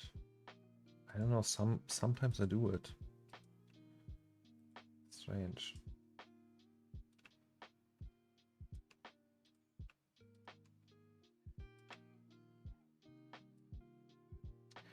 Hey, hope you're doing good. Was here all the time, but trapped in stupid video calls with people that get paid to run stupid video calls.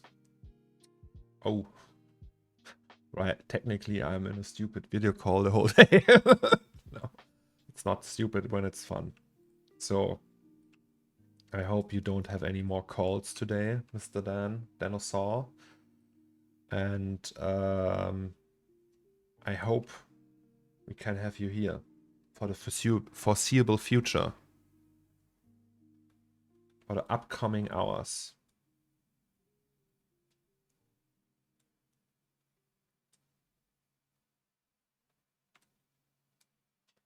Okay, so my plan now, I want to have like cuts here and then move them up so they are like a clamp kind of deal, right? But I don't know how to do that.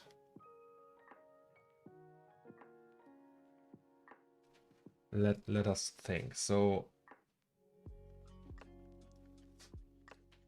we want to move them up. I think we should do that now. Oh yes, I have an idea. So these we move up. And then we move them like straight to that part. And then we do the cut. Right, like that. So these we have snapping, and then we just move them over, but leave them on the lower, on the bottom axis, like plane, you know? So they're not like really connecting with them because they're still on the y-axis, doesn't move pretty much. And then we will just move them all down. And then we have that clamp going on. I think we need to get rid of that. Also, if like the desk is getting fuller with food and things. Oh wait, no. Oh, okay, wait. The wife is offering help. Thank you very much, my dear. Oh, the mug too? Oh, there's the coffee. Cold coffee. I actually like cold coffee.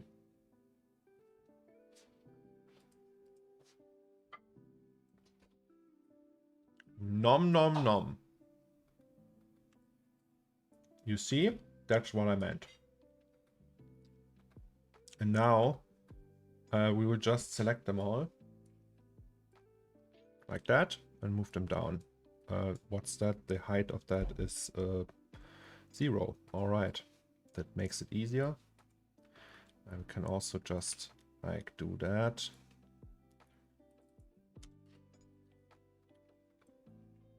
I mean, that's a little bit high. Maybe like that.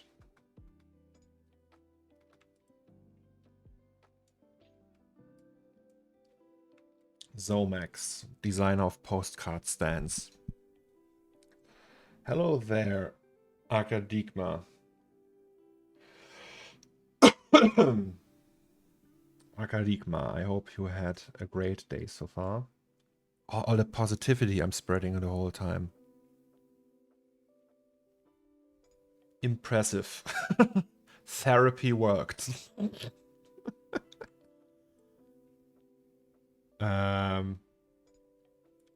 Yes.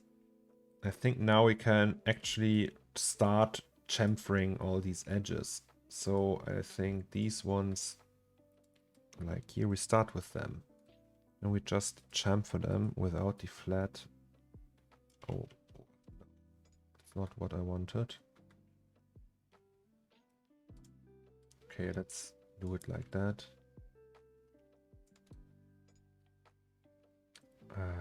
Chamfer.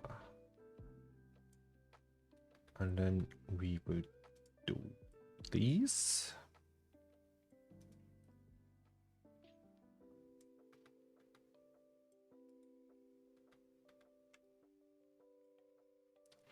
Hell yeah. I like that. Then we do these.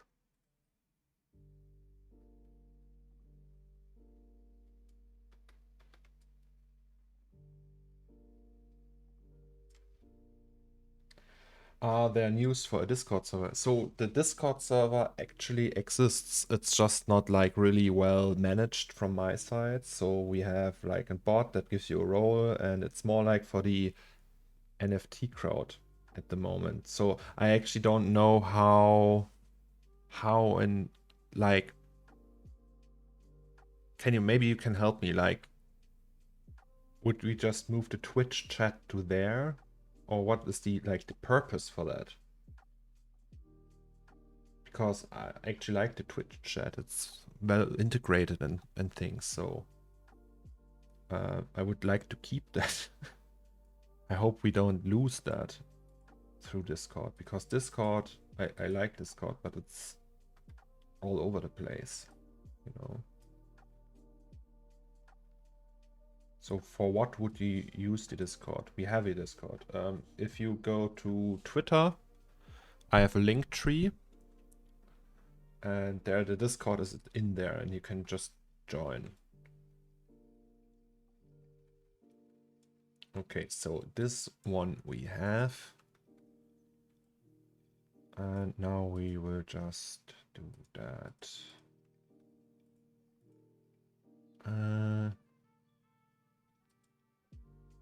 Like this one and this one, we chamfer aggressively, I would say. This one we chamfer aggressively as well. Well, maybe not as aggressive. This one will be chamfered equally.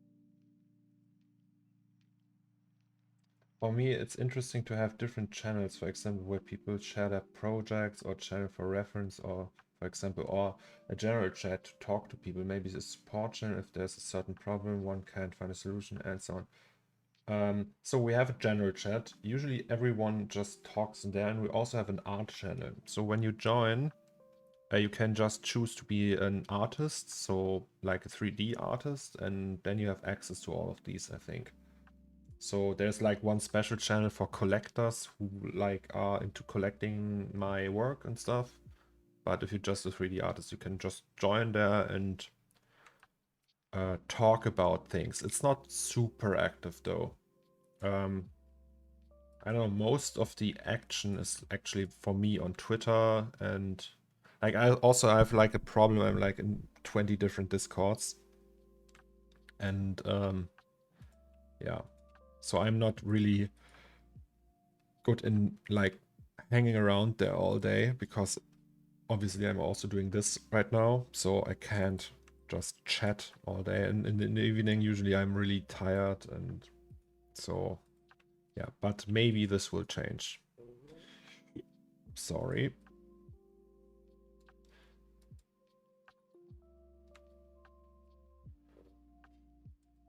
All right.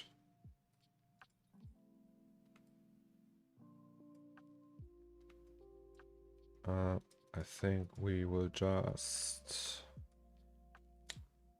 clone that radial and then go to no. There was that reset call. Okay. I know where the problem is. So we create a cloner. It's in the middle. Let's just maybe do that. And then we put it in there. And then we say radial.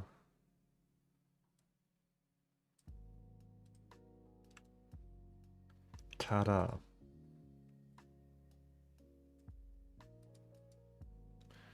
Then we null that, put that in here, and then we clone that once again.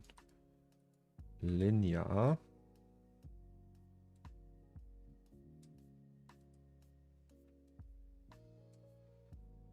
Can we do like a rotation offset?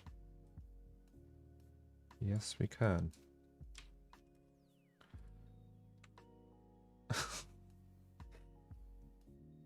Common Rocker. Hello. Well, that looks like a postcard thing, right? Oh, it's so confusing to look at. Okay, but I think, like, maybe we should put postcards in there. Like, if we create a null.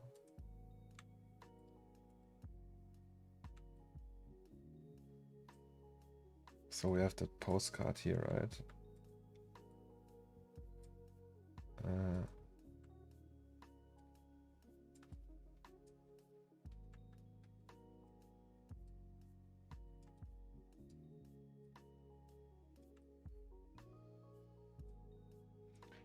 Raphael, question. How would you do a postcard? Would you give it thickness? It's probably better, right?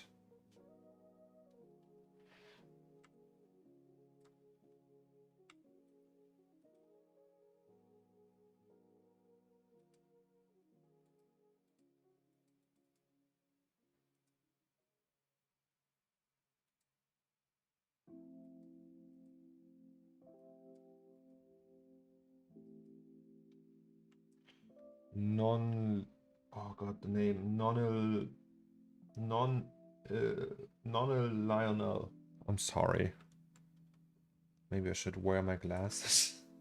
Hello to you. So the thing is, you could probably get away with doing it like that. Like in that, like, it's just a polyplane, right?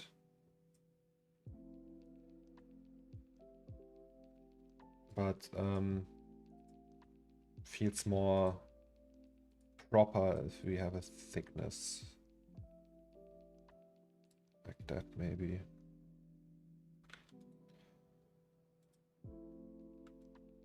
Yeah, it's better.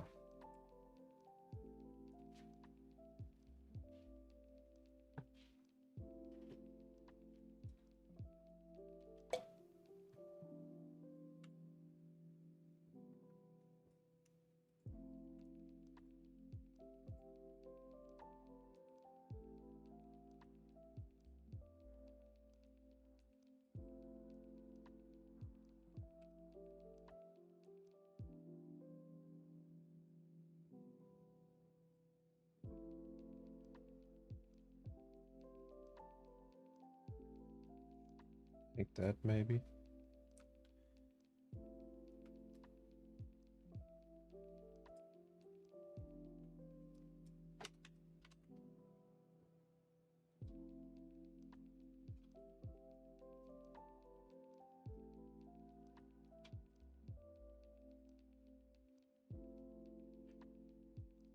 They actually can't fall out.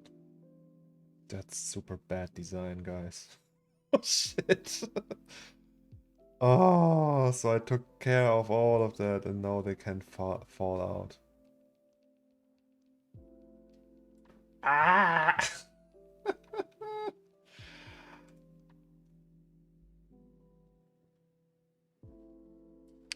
Yeah, well, that's how it is in Delphi, guys. It's just bad.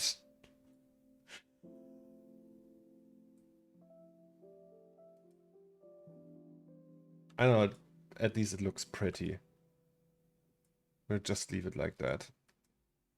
I don't care.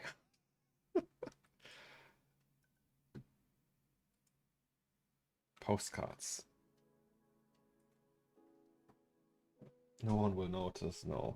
Well, you guys noticed now, but... TSDN also didn't notice. TDSN, I mean, sorry. And good morning, Gernch.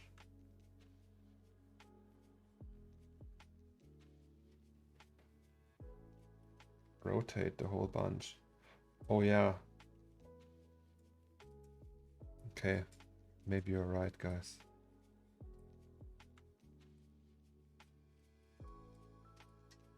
Oh fuck. Let's do it like that.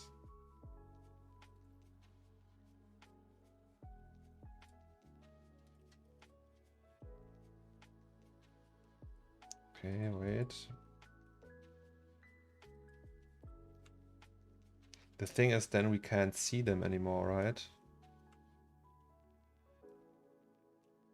Oh, well, we can, actually. Never mind.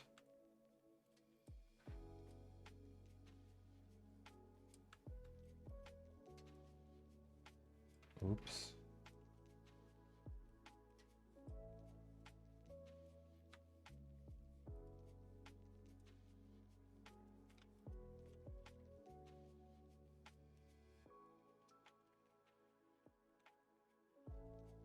That's all right.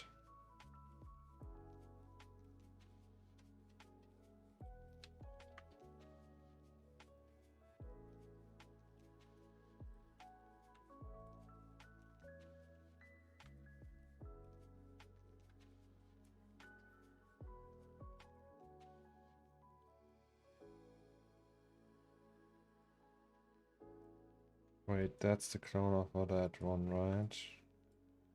If we would want variation.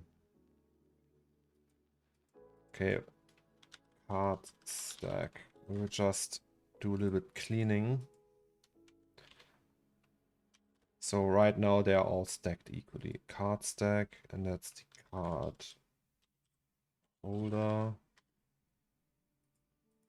And that's the, I don't know, frame.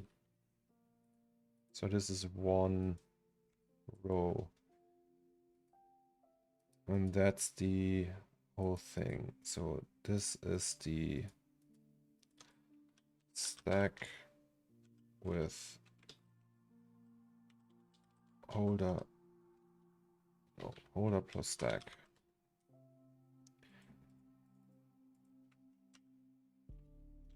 Zero, one, and we have 1, 2, 3, 4, 6, and we have 6. Wait, just rename them all.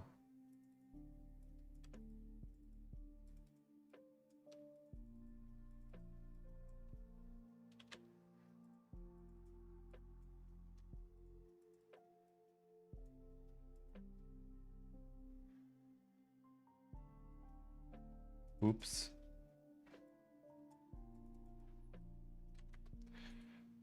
Okay, and now it will iterate through them because it's set to iterate. And some of them we can leave empty. Of course, they're set up in a way, so I have to manually do that. How annoying.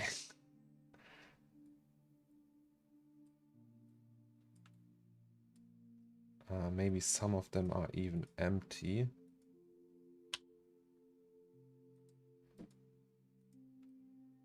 Or like angled differently. Like that.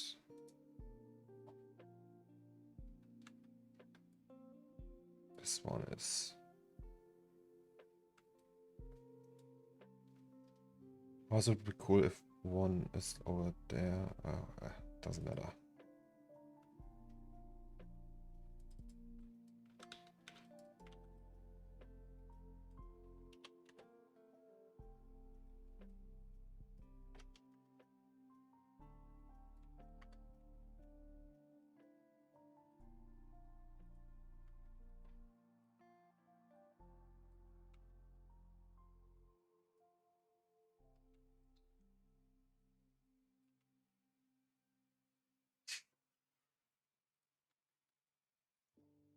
That's once again quite sloppy what I'm doing here.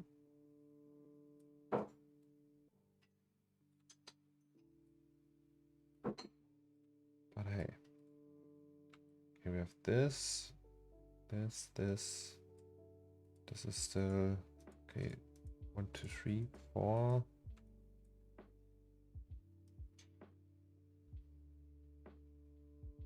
I don't know.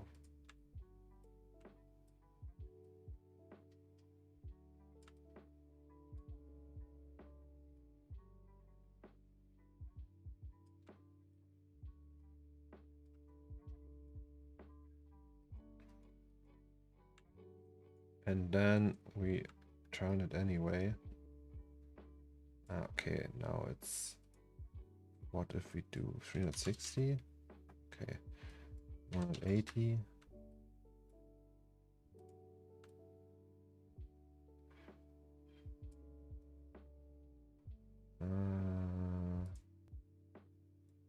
There's something to be like that.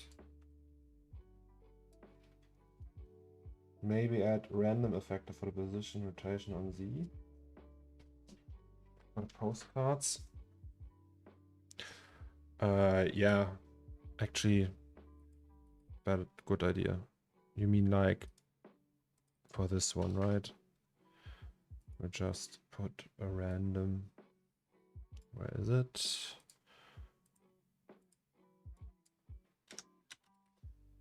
Like that. Yeah, that's better.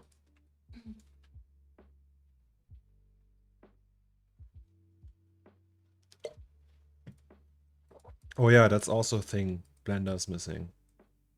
No graph. Is the news out there yet? Maxon.com. Raphael. Oh, that's a different Maxon. Shit, what?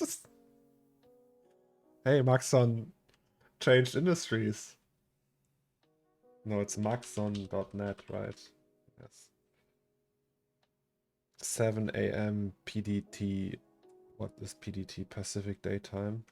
7 a.m. PDT to German time. 4 p.m. So it's 2 now, 2 more hours.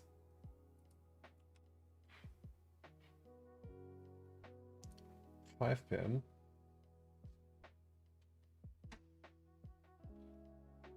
2 hours, 3 hours, somewhere around that time. Shall we watch that together? Is that like is there like a live stream, or do they just press a button and then it's there? Maybe I should set alarm. Let's set an alarm. We also have the Apple event. Yeah, I know. Maybe I mean, I don't need anything from Apple right now. Do we need something from Apple right now? She's shaking her head. Sad. Sad day. Okay, let's set an alarm. We have everything from Apple. That's everything we need from Apple we have. Let's set an alarm to 1 hour 50 minutes. So we know in time when to switch over to the Maxon side and have a look. All right, so this one is almost done. This we will just put in here, this as well. I think it would be cool if we have like a thing on the top that says like a, you know, like a sign that says, hey, postcards.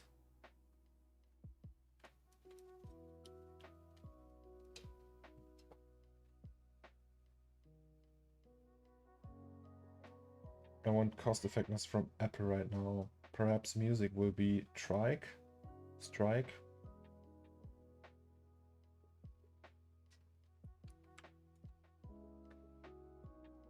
Hey, postcards, yes.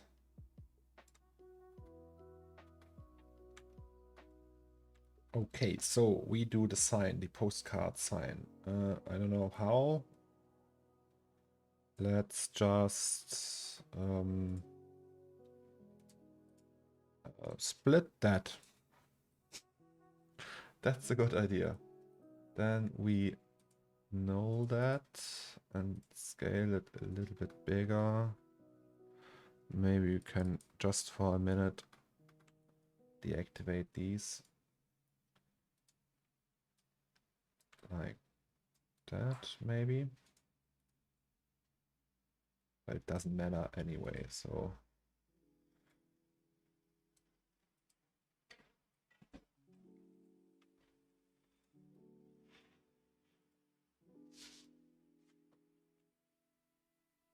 And then it has a sign on top. How does that work in the real world? Okay, this has no sign. Like, don't they have like usually like a thing on top where it's, yeah, like that. Greeting cards. Oh, like that one. So it's like a thing with a clamp or something. Okay. This is Maxon. Yeah.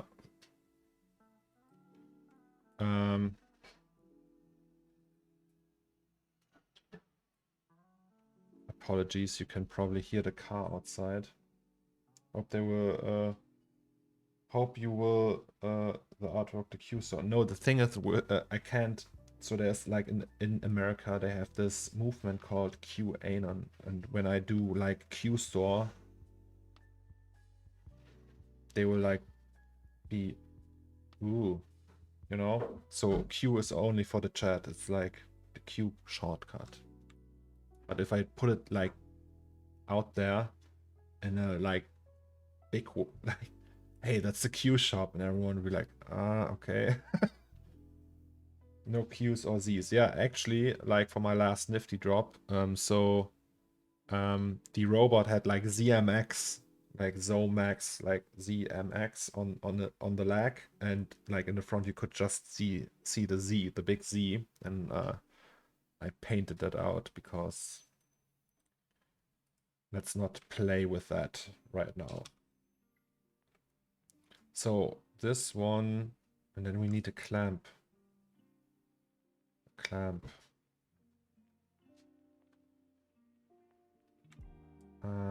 do you do a clamp? With a cube?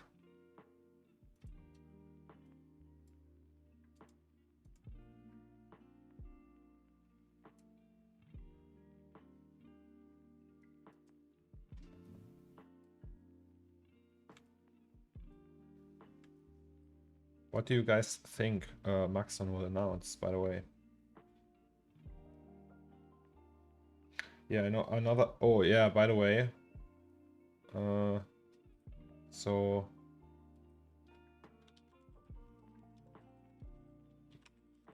There's like project that I did before the Russian invasion that have the Z.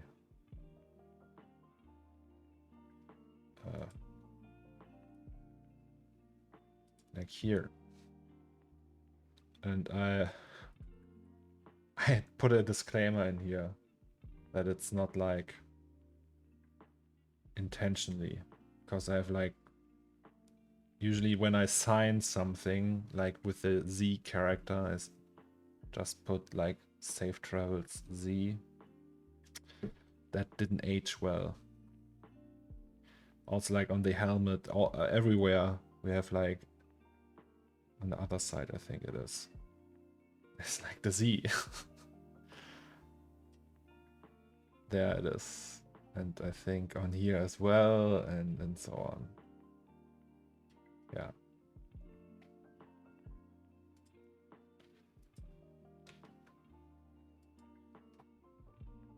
Magic Bullet looks enhanced edition 8K.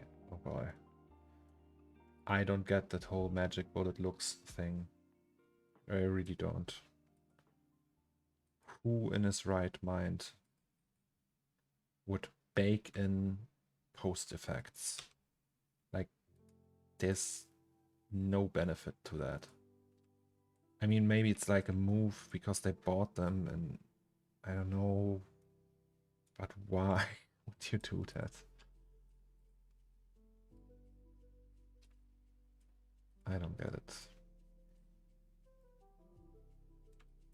All right, so this is the clamp. The clamp thingy.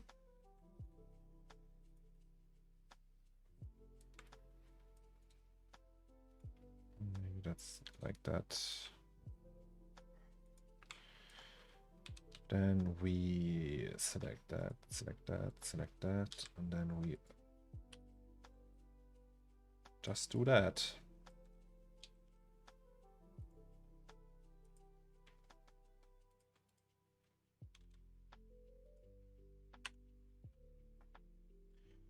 soft body set. Oh, yeah, maybe something like that, right? So they maybe introduce more dynamic tools. They have right now. Did they update the cloth? No, right? Or did they? They updated the sims for the for wires and cables, like spline dynamics, I would say maybe.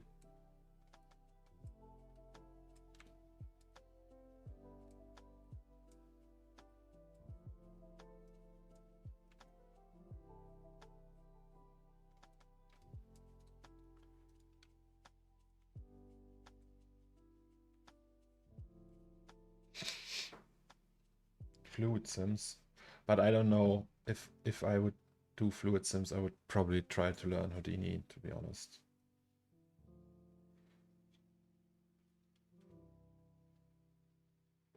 Is that the origin of the tooth? That piece I showed you on Behance? No. So the origin of the tooth is a podcast I had with Ash Thorpe and Maciej Kuchara in 2016 and a tattoo of my wife. So my wife has a tattoo on her arm. Can we show that? I don't know. Wait, we will do the cam, the big cam. No? There you can see it. That's a tooth, right, guys? Pay attention. All right. And so in 2016, 17, when I did 6088 AD, I had was like in a podcast, and it was around the same time I met her. And in the podcast, I told them about the project I'm working on, 6088 AD. And they, Ash said something along the line of, so that's what you do? You just sit at home and teeth grind away on the art stuff? And then I called myself the teeth grinding artist and put, so in 6088 AD, maybe I can show you that. There is like a bunch of teeth hidden there. Like if we go, okay, not here. Like on her suit, we have teeth. We have these bumps. Oh, here we have a tooth. And so I made that kind of my sign in a way. And then, yeah, it became my logo. Yeah, that's the origin of the tooth. And now I just use it everywhere because I really like it.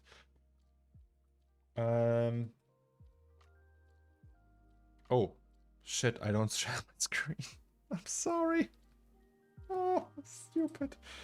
Yeah, well, let's do that again. Here's the tooth. And on the suit is the tooth. Yeah, I'm sorry. I forgot to change the screen to screen capture. Tell us a little bit about your student years, please. When I was in university, so I studied communication and design, but I actually just did 3D the whole time. So it was just doing 3D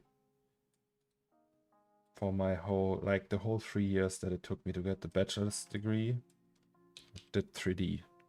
And I had like a professor who was okay with that. He saw that I was not like doing stupid things and like seemed to have a plan. Also, like the first year I spent, so not the first year, like the first year I only played World of Warcraft. That's all I did. And I had like periods where I just was in uni, like on campus for 1 day a week, and the rest of the time I played World of Warcraft. So yeah. Oh, Zomex, did you see the new Octane Spectral denoiser that was announced earlier today? You mean in the Brigade video? Yeah, we checked it out. earlier in the stream. It looked cool.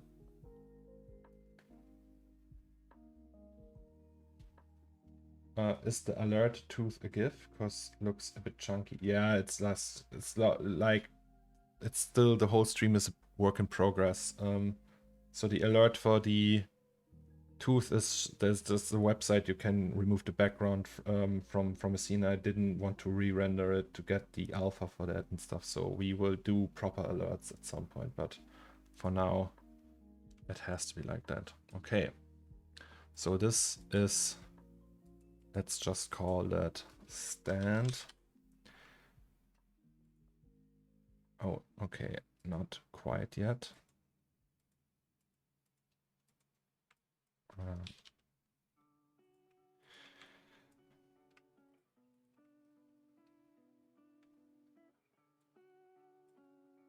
Even got the Gumroad file when I first started Octane, haha. Which you mean like 6088 AD?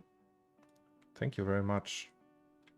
You probably paid for my rent with that for a while. Thank you. I appreciate it. I appreciate it.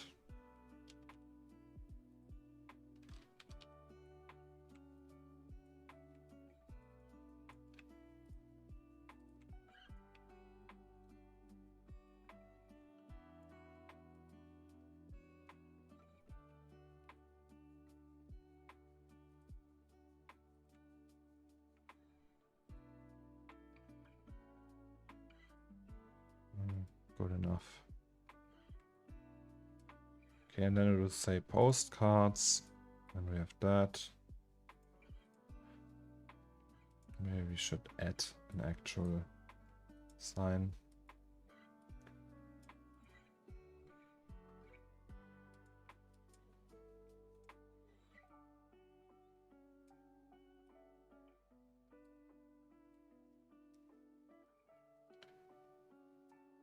Yeah, I'll be honest, I was struggling 3D back then. All I downloaded from you was the free imperfection and free range displacement. That's okay. Thank you, though.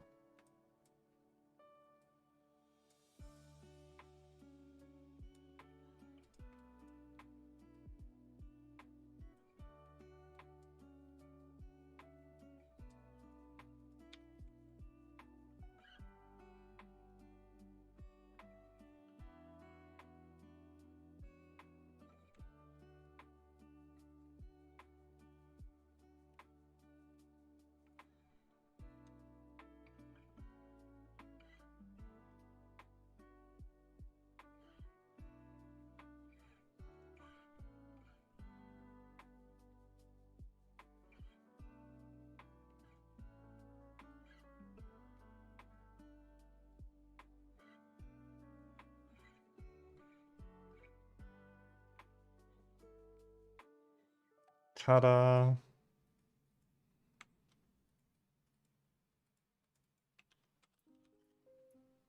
And these are card holders.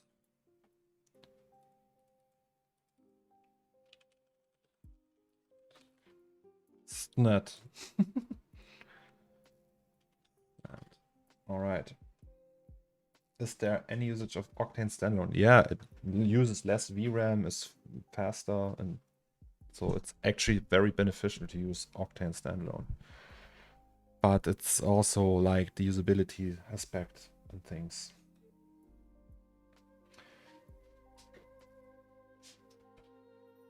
Shit ton of water droplet render out there, probably using your displacement.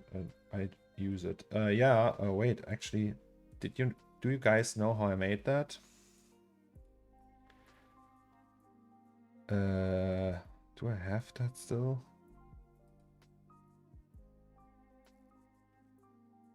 It's really old. Maybe here.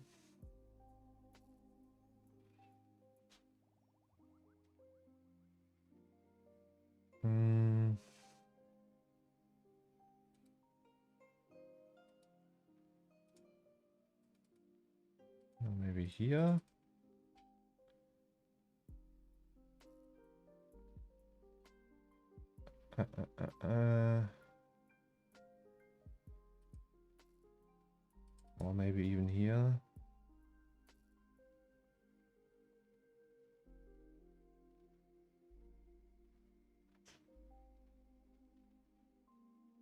No, not here. That's too old.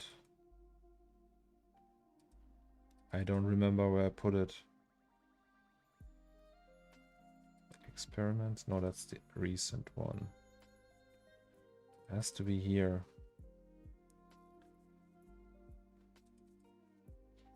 Free stuff, maybe? No. No. Droplets. Okay, no, that's just a tutorial on how I did that. I don't know. Maybe I find it at some point.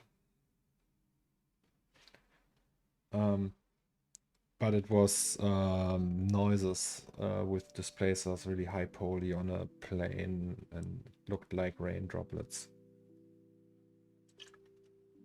I think today there are way more quality maps than that, but it was 8K and such and tileable, so yeah. So this works.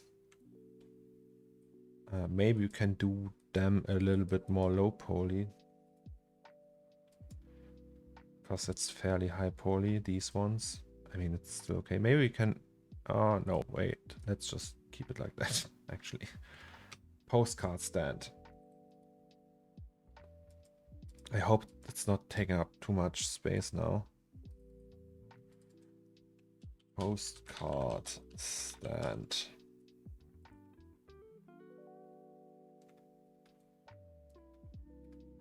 Oh, it's big. Okay, shit.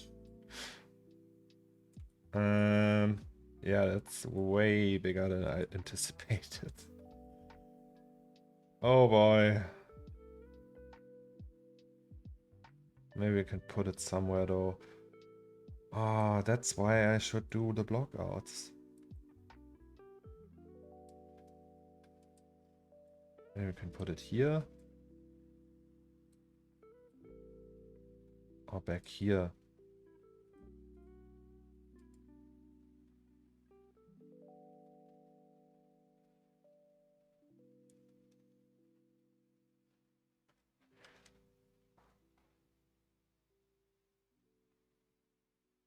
That's bad.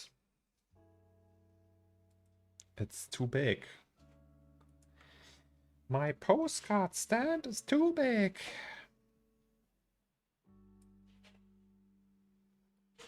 Meats. Hello. Yes, we're doing well. We're struggling a little bit with the postcard stand we just built because it's too big.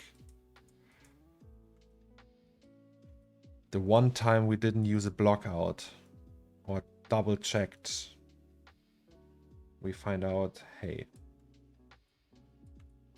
The thing is, I actually wanted to put something else here. Not a postcard stand. What if we put it... Okay, now I don't know where we're at. What if we put it... Can we maybe just for a second? Yes.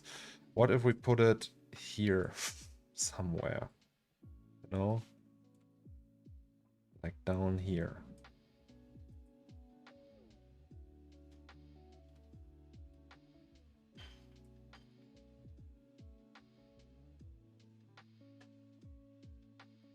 Without the cards. Yeah, I figured they still have space, right? So maybe if we... Can we scale it down without the cards, actually? Okay, let's go back to the drawing board. I didn't save it either, so if we would have crashed... Tears, guys, tears. Postcard stand. Postcard and scale it down, you say. I think that's a good idea because we have still like space and stuff. So we need to keep the cards though. So these we don't want to scale. Is there a way to maybe like give them a tag in C4D, like a, I don't know, like a protection tag or something, so that we can't scale them? Or do you guys know that? Is Raphael still in the chat? I head off to the gym now, doing some framer walk with, oh Jesus, with 122 kilograms. Well, have fun, I guess. So I think like scaling down isn't a problem, but the cards are a problem.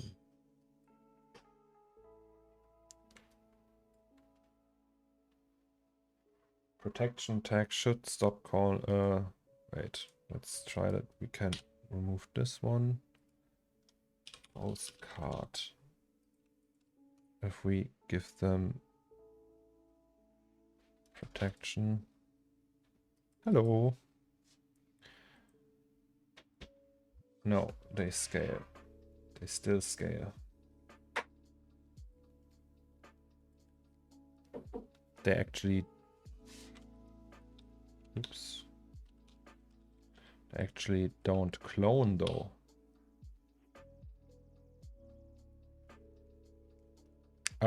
Well, we can also just accept our fate and have weirdly sized postcards. How about that?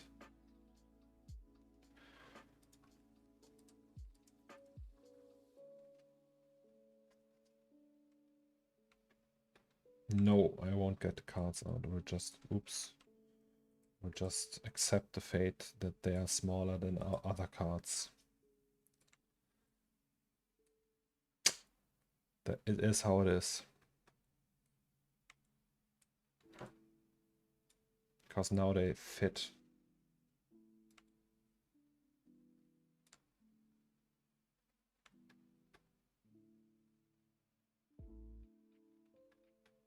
Yeah, I mean, we can scale them upwards now.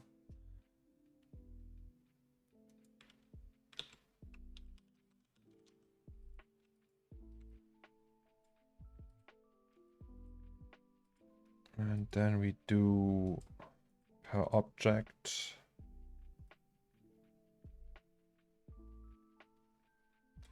Problem solved.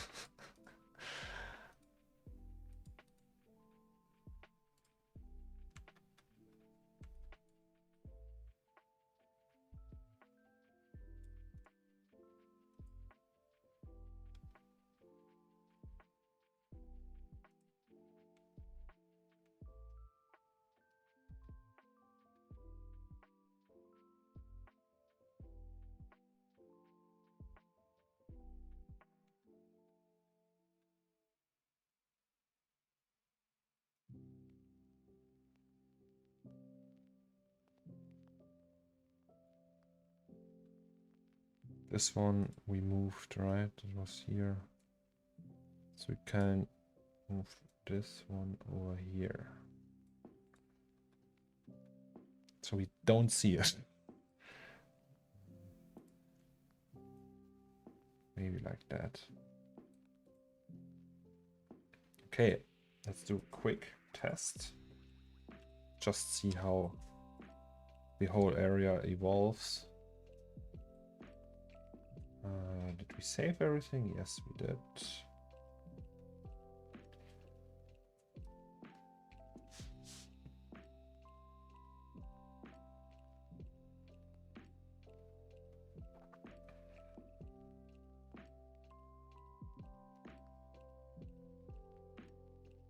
Also, we need to build a chair. We can use a chair I already made and fluff it up a little bit. Thank you very much, TSN.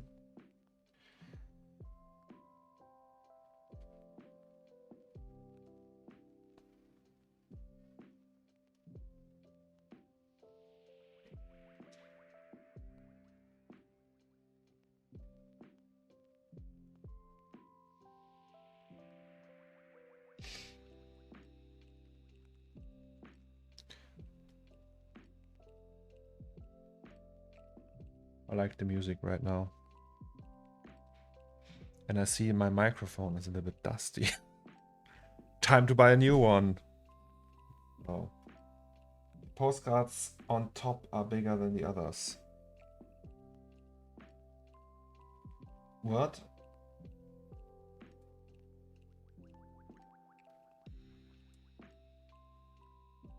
What do you mean? Oh, it's auto-saving.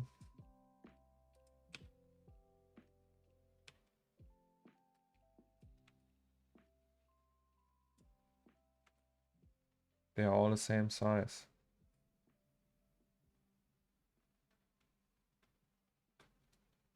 Or do you mean that one? This is just a sign, so it's not a postcard. What is the noise pass? Oh, it's the so adaptive sampling.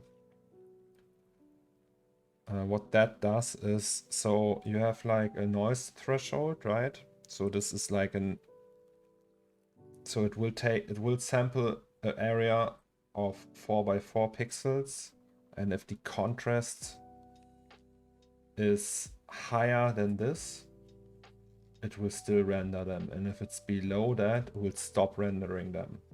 And like here on the top, you see it's turning green. That means it reached that threshold. And when that happens, it will just stop rendering these pixels and concentrate on the other ones. So that's like faster that way. So you can set like really high max sample values, and if you set this up correctly, you can have like, I don't know, 20,000 max samples, and will just still render fairly quickly because it reaches the threshold, and then just puts the energy in the areas where it's hard to resolve lighting or something like that, and puts more work power there, so it also renders fairly quickly. And that's the noise pass, and you can just estimate that with that. So gray means it still renders, green means it's done with that.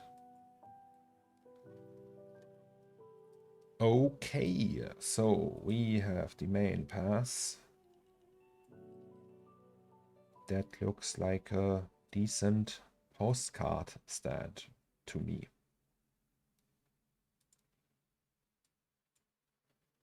We will see it from that angle though. I just want to check if I am happy with that.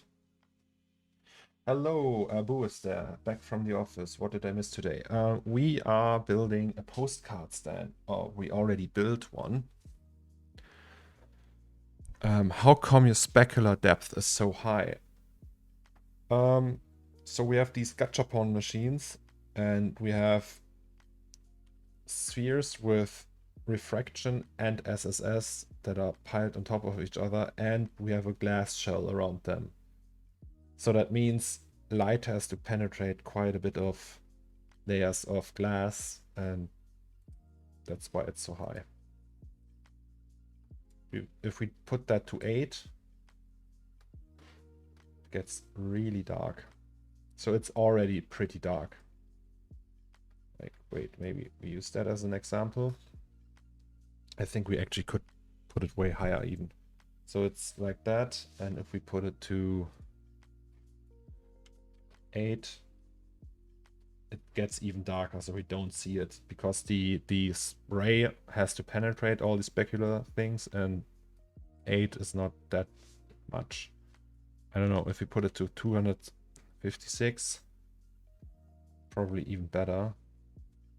Okay, no, 64 is quite okay.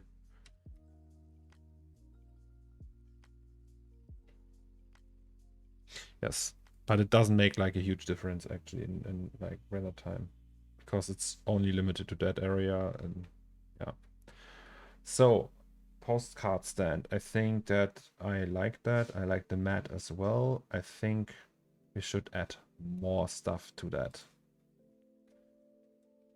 So we have I think I want a tip jar. I want like the sausage thing, or like, I don't know, gas station sausage machine.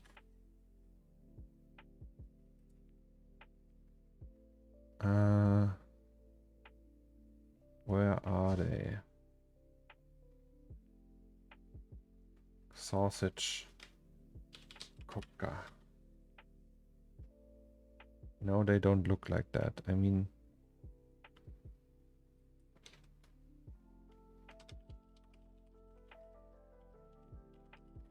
let's use German. This one, you know? Something like that. If you pump the CGI clamp as well, should it got even brighter, right? I don't think so. The CGI, we can try. Maybe you have the right nose there and it helps. But usually this one can be set really low, like even 5 wouldn't make a big difference, I think. Or like, let's test 50. Let's test 5000. So this is mainly for eliminating fireflies, like you can see here, like these bright pixels. The fireflies come, so if you have a ray that fires in one direction, like, so we have a pixel in the viewport, right? For that area, it fires until it hits the surface, and then it bounces randomly in one direction until it finds a light source. It does that like 6,500 times 2 to find the light source. And if it finds the light source only in one attempt, this or in 2 attempts, it makes like the estimate for that pixel a little bit uneven, so it will be way brighter. That's how these fireflies come. So if you have a light source in your scene that's really small and really hard to find for the rays, you have fireflies all over the place. And what you do is that you have the GI clamp really low. That means that the rays that are not finding or not finding any light sources are getting cancelled after some time. So it's just a cutoff. And that's what the GI clamp does pretty much. So if you have a ray that's going into one direction and into empty space for, I don't know, seconds, and it just takes a lot of time, and it can't find anything, it will be cancelled out. I think that's like, there's probably way more to it, but that's how I understand it. So if you put it like fairly low, that's enough to kill the fireflies. So as you can see now, we don't have any fireflies in here.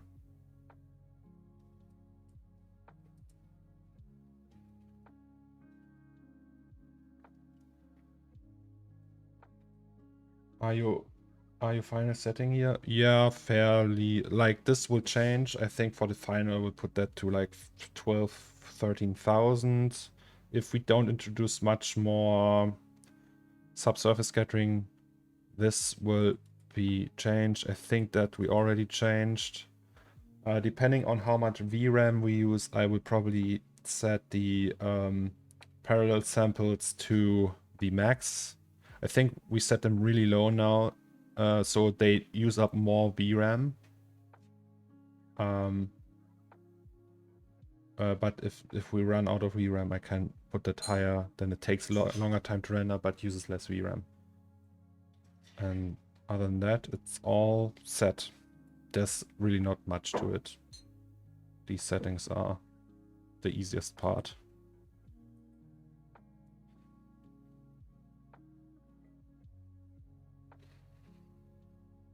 Slushy machine. Yeah, the slush machine would be cool, but I'm afraid of the slush. Other way around. More parallel samples is faster, but higher VRAM, I thought. Is that so? Is it more or less? I thought it was like one parallel sample is like super fast, but uses a lot of Raphael. Are you there? Can you just clarify that for us? Sorry that we treat you like the golden book of Octane, but you are the golden book of Octane. Yeah, I mean, the VRAM is 9 gigs. That's okay for the scene, I guess. Okay, well, then let's save it first. Put it all the way up. Okay, now it's 11.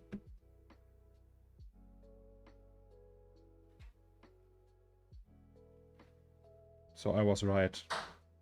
Now it's 11. And this is... No. The more parallelism, the more VRAM. One is very, very low. Okay. So this means it's faster, right? My bad. I changed it. So that means I don't have to render so long anymore. Doesn't it? Yeah, okay. That was the thing. I can live with higher VRAM. I mean, we can still put it down.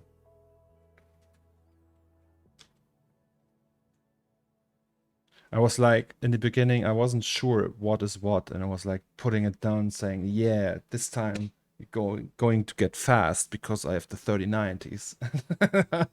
And I castrated myself pretty much. You were right, guys. I'm sorry. Yes.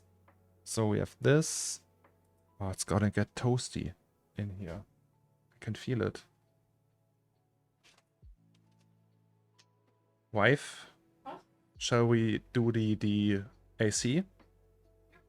The AC. What's static noise do? Wait, I can explain that. Static noise, I think that will produce a static noise pattern over the whole image and it won't change. It can look a little bit odd sometimes if you have like an animation and it's noisy.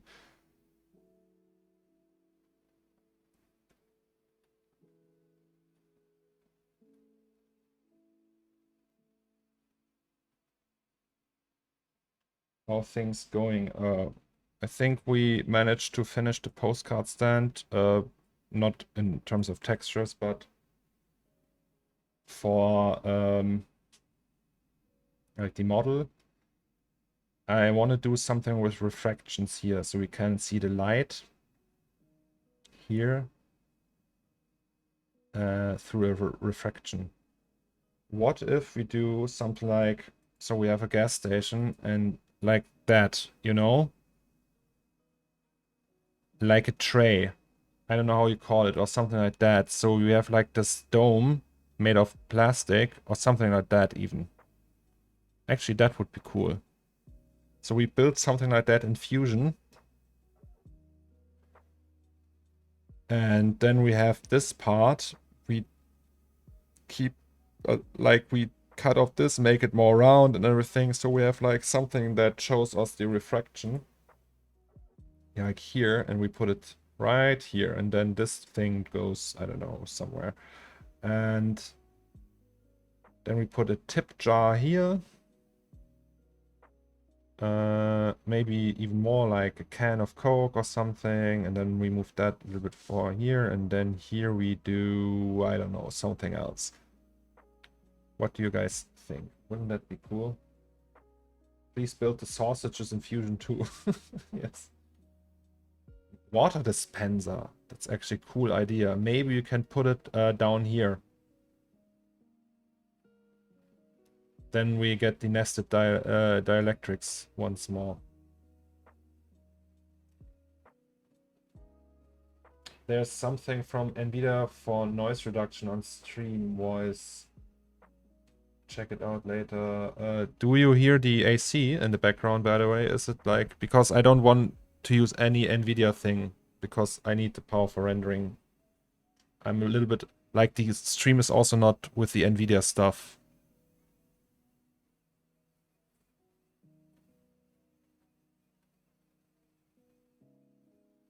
Oh, noise reduction. So you didn't mean like the audio noise. You meant like the NVIDIA optics denoiser. Okay, I was confused. Okay, we like that. This we like.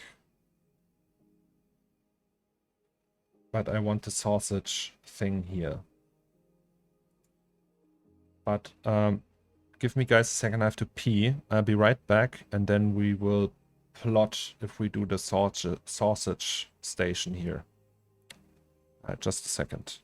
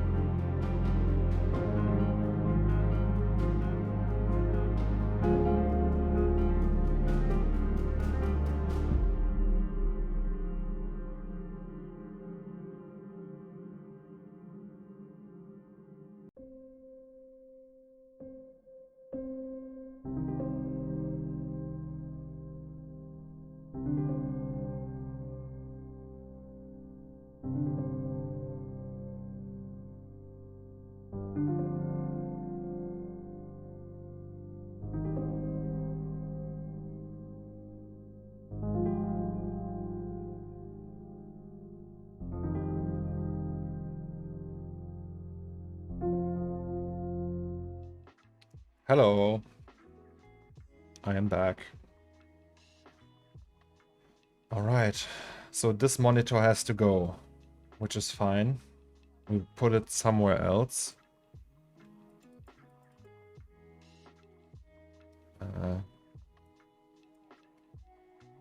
And I think we'll just reset here. Save it up. And then this is where the sausage machine goes.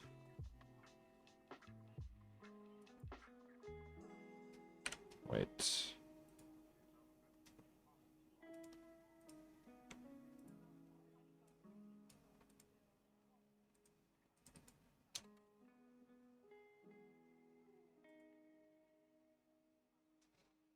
Oh, what did I miss?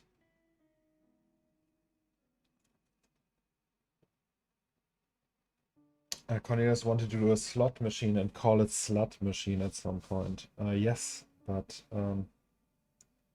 yes. Now we have the scum machine. Bro, your pause screen is so good. Thank you very much. It's my last animated short thing I did with the 2003 project, but we made like a version, Alex Rich and I, and he filmed it from a CRT screen.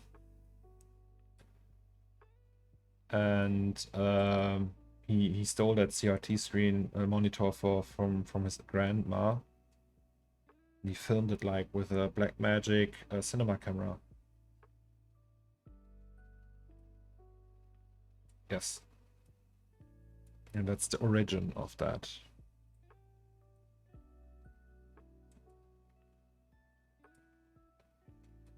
And the music is by the great Lukas Gutziel. I don't know if he's here today. I think he has a lot of meetings. I saw him yesterday. We were drinking.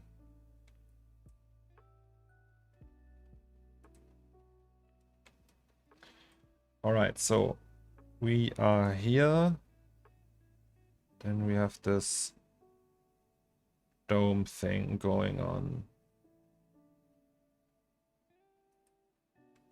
Alright, so in the end it will be, you see that stuff. We have postcard stand, the dome thing. We need to cable all of that up, like here, 2-3 cables from here, 1-2 cable from here. Cables. And then we have tip jar and, I don't know, chewing gum POS system here. And then we don't know what we do with that space, but we will figure that out. So that's a little big, right? This one. We could also just change it, make it smaller. So yeah, but we will see.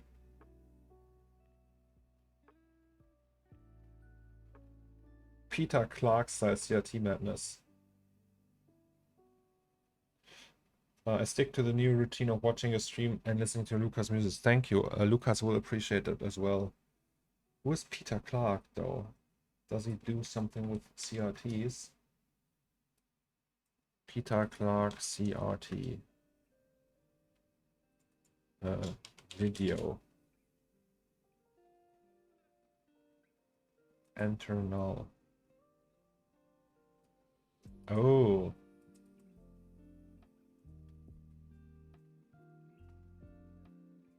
Well. Follow him. Oh, that looks so cool.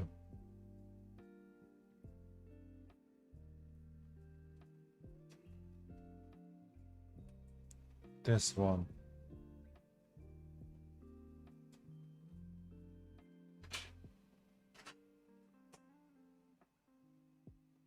I love that.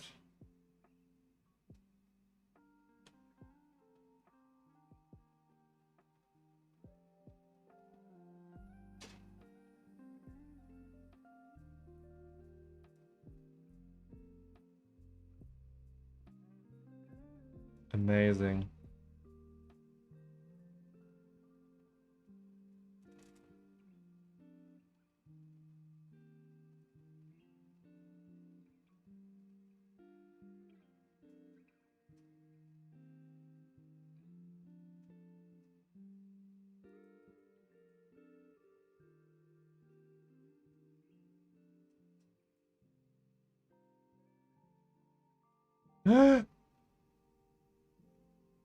Oh boy.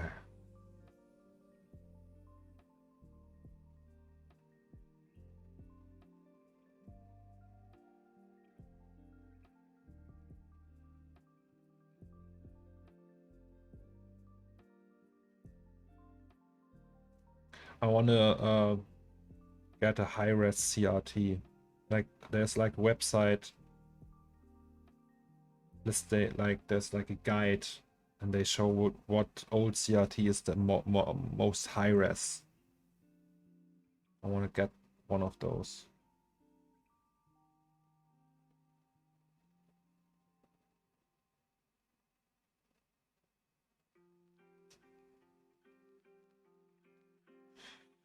Amazing. Amazing. All right, let's get back to the magic here.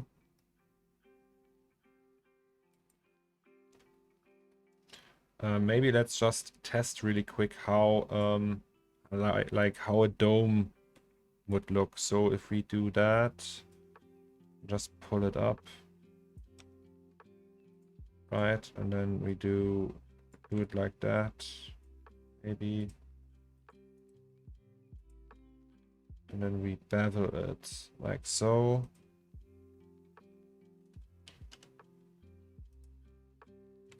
And then we just get rid of that part and that part. And then we select this. Okay. This. No, this. And this. Something like that. And then extrude it. Right. So it's not like, it doesn't have to look like that. It's quite big, obviously.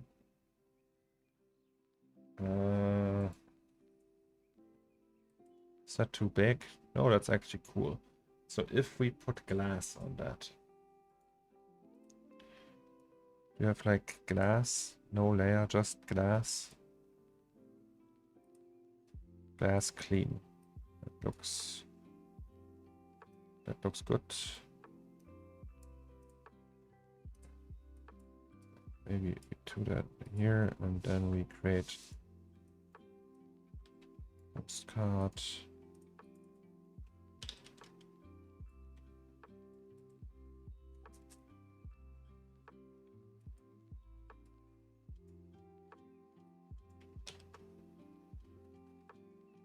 Oh, Tachyon Plus, I know.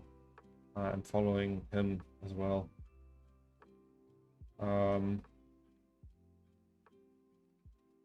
It's I wanted to check if they have like price list, but I don't know. It's probably really expensive for a toy like that.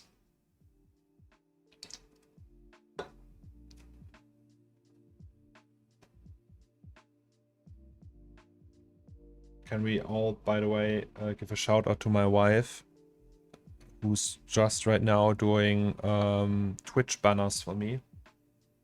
She's like in Photoshop right at this very moment doing the Twitch banners. And I think that's very kind of her. 1.5k for one of these? I think that's too expensive for me. I will just wiggle the SCART cable or the VGA cable. What I think, like, so you can pretty much get a good result if you have like a the dot shadow mask I made with the RGB points, and when you just multiply that with an actual image, it works good. The question now is, what happens when you have like a glitch going on the TV? What is like happening to the RGB things? Maybe you could like replicate glitching in a digital way and it would look just fine. At least that's like what I was thinking about. So you could just like do it all digitally, and because like there is David Fincher, as you might know, he says today you can emulate everything with enough work. So if you have a black, like the real deal would be, of course, to film a film with a black and white camera, but you can also use digital and just adjust post, and if you have put a lot of effort in there, it will just look fine without doing it the old school way. I think like the stuff we did with the 2003 animation with the CRT, it's really hard to get it like that with without like actually like filming it from the screen, but I didn't try it hard enough maybe. And my idea was that we maybe at some point I should just like try to do it in a digital manner. Would save time and money, and yeah. Also, like, you have more control over these glitches. I know, maybe if you just use like a displacement, like, you know, the After Effects effect displacement, you could just use that on that shadow mask. I don't know how these displacement, like the glitches, work. Maybe that's a way to do it, but I don't know. I will experiment with that at some point. So we have the sausage station here. So we would do it like that. Maybe it's a little bit tall. I have a raw render I just got from you. Time for some quick review. Can we maybe do that at a later date? If that's alright. Right now, I just want to do that. If that's okay. What do you think of the idea to put a neon sign on the wall next to the sausage stand? Yes, we will do a neon sign. It's actually planned. Maybe put it up here or, I don't know, somewhere here. In that area somewhere. Okay, do we like the refraction of that? Let's try it. So this is actually not clean, even though it says it's clean glass. So we make one and call it glass really clean. And put it to no layer. Is it that one now? Yes, and then don't do stuff like that. So it's really clean now.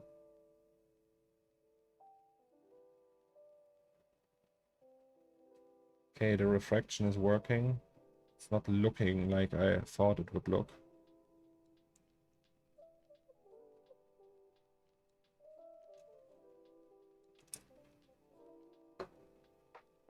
You can do it with FFmpeg.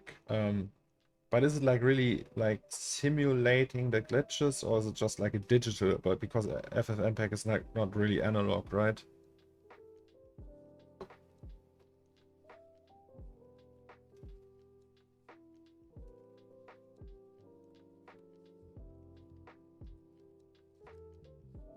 Maybe we can use droplets on that.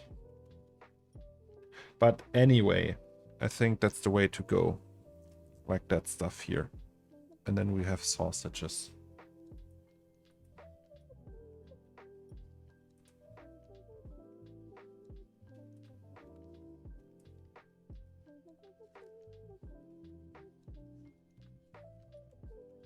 Or is it?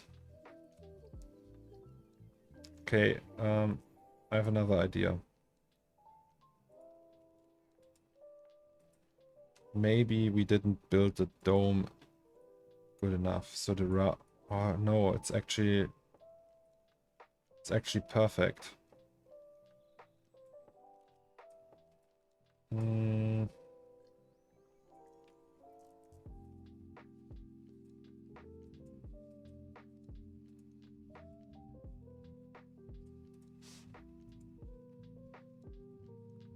Maybe it was too big.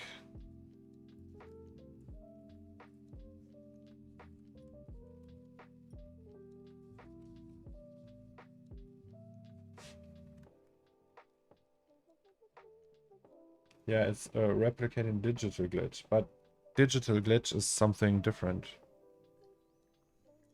Like analog glitch doesn't work like digital glitch, I think. Like digital glitch is like if you get like really sharp green lines and stuff, isn't it? And like the analog is like a electromagnetic thing happening to the CRT ray gun, electron gun thing. I don't know. Cathode ray tube is CRT, right? Yeah.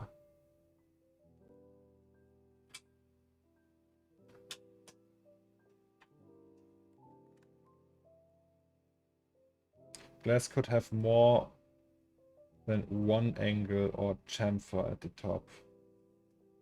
Well, we check it out. Wait, just give me a second.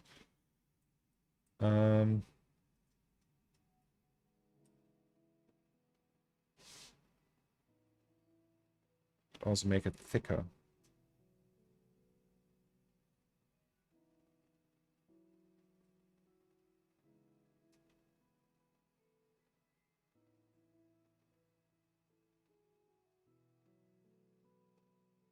Also, if we go here, then just roll that, just turn it a little. Like that. How does that look? To be honest, guys, I thought it would look more impressive. But wait.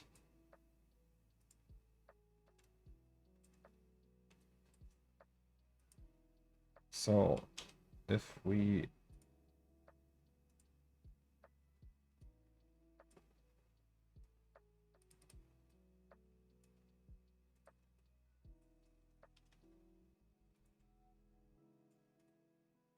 extrude it even more, but without caps, make it really thick.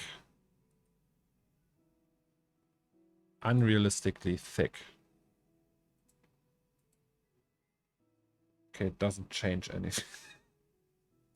Ah! Okay.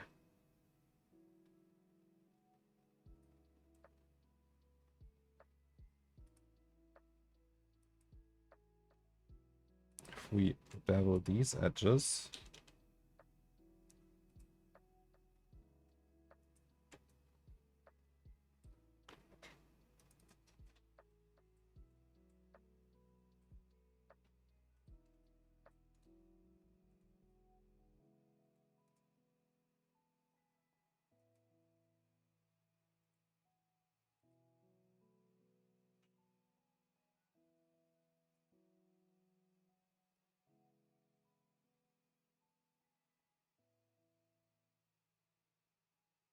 okay, actually I'm not liking it.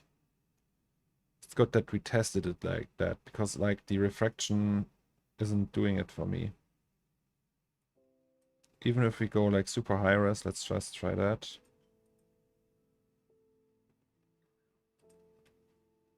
I thought for some reason the refraction would be like super like wonky. Or maybe, yeah, maybe we have to try it with like, I mean, it's just a basic glass material for now. So maybe it's also the material. So if we do octane noise in the bump,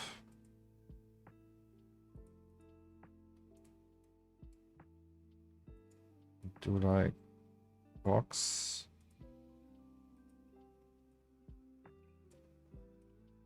No.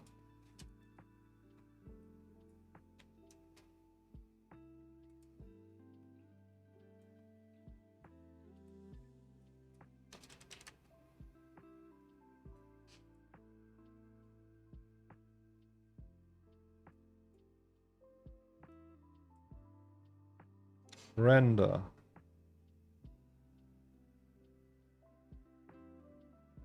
It's very slow. Okay.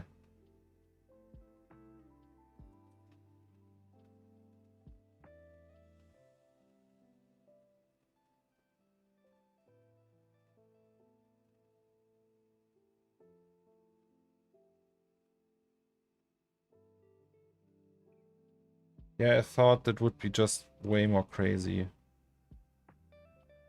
If we put this to... Okay, this has to be 1, and then put this to 15.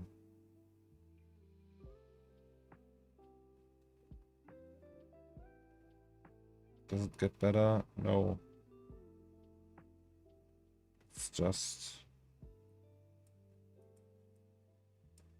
different. Oh, we're streaming for 4 hours already.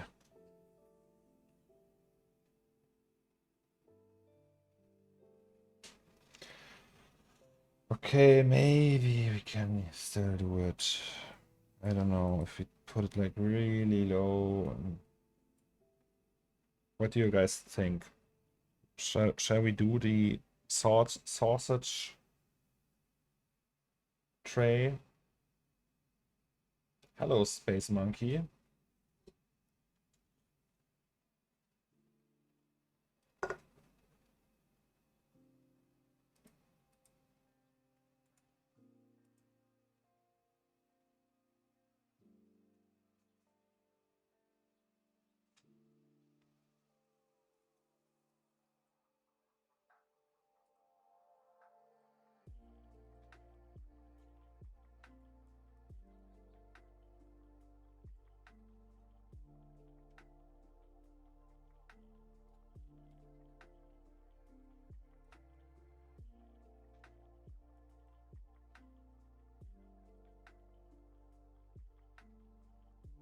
What's that? It's blueberries.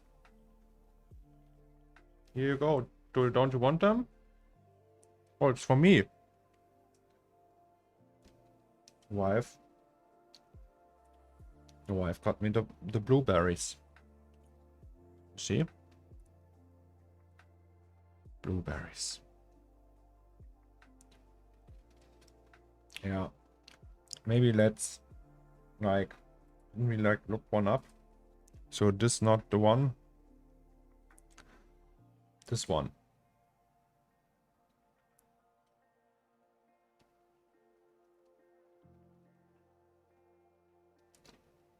You could have a play with a glass dispersion. Oh no. No, I don't think that's the answer. It would just increase the render time like crazy and create like colorful fringing. Oh shit, no, I dropped one. 5-second rule, 5-second rule. No, it broke. No, I can't eat that anymore. Shit. Okay. Need a place to put it.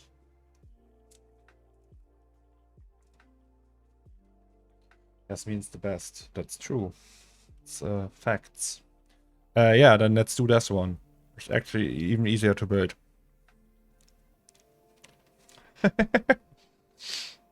We can build that in C4D. Let's build that. But this time we will block it out. So.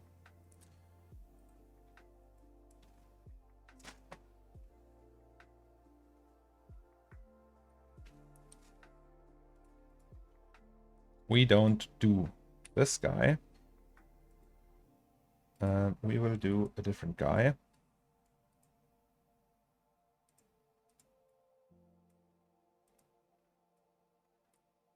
And put it like here, and then we have like the dome thing with the sausages will be amazing.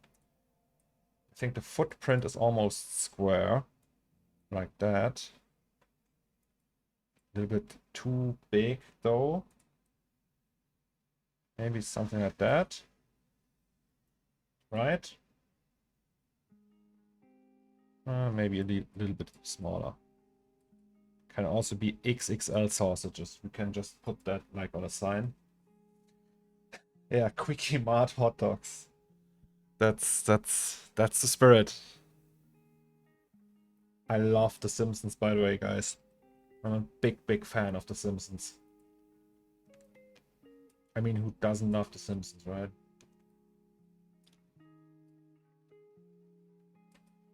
So we do it like that. But we will put it here in a way. Oh, by the way, I thought of like putting power strip like down here, like gluing it on there and running cables around there. I don't think we will fill much of that space though, because the sausages are bigger than any fictional universe. Truth. Okay, so this one, and then we let's just to have a feeling on how that would look.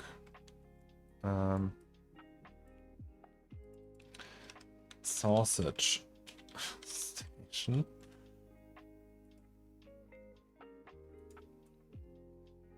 Like, so that's obviously too big. But we just reduce the segments here.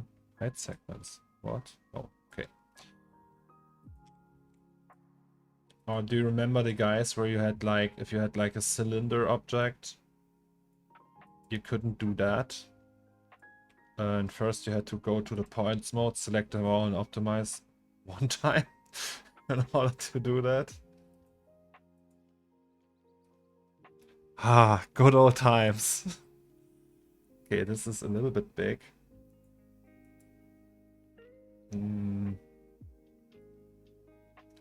Like that, maybe.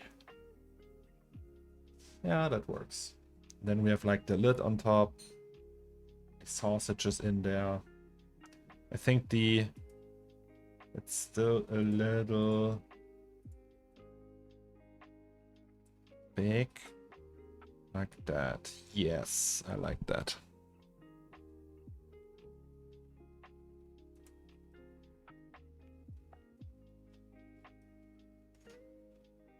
They bring it back in 27. Yeah. New feature. You have to optimize again.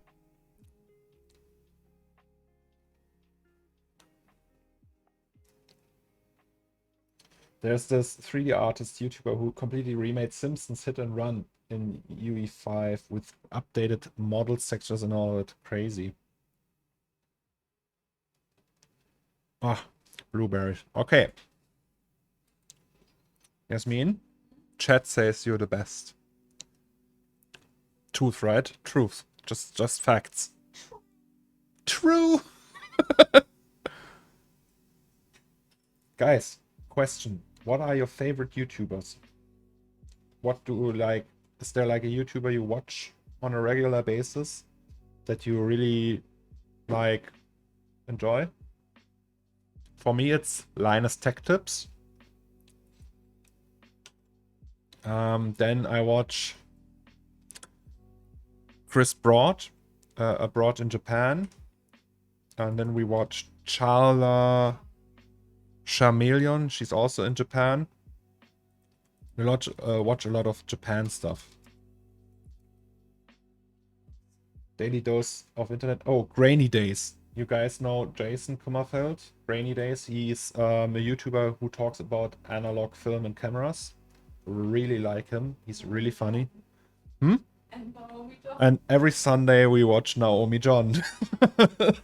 Oh, and what's the other? Not Simply Neological. The Sophia Nygaard. Vsauce, yeah, Vsauce. Like back in the day, like I only subscribed to the Michael Stevens Vsauce. He doesn't do much videos anymore, but still really like them. All right, so sausage machine. It's super easy to build, to be honest. Yeah. All right. I think we'll just start with the base.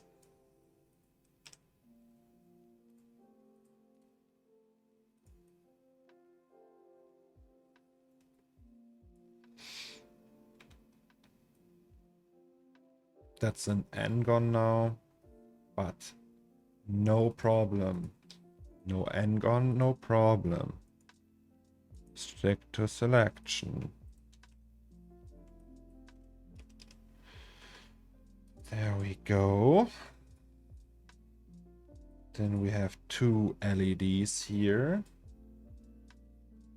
I mean, we can make it even more complicated than the original one. So this we do, and then we just separate that one. So we have one wheel here. And we do one LED here and one LED here.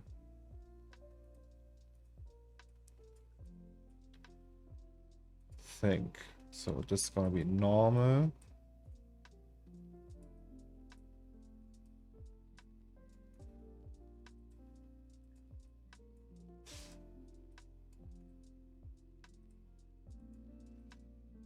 Like that.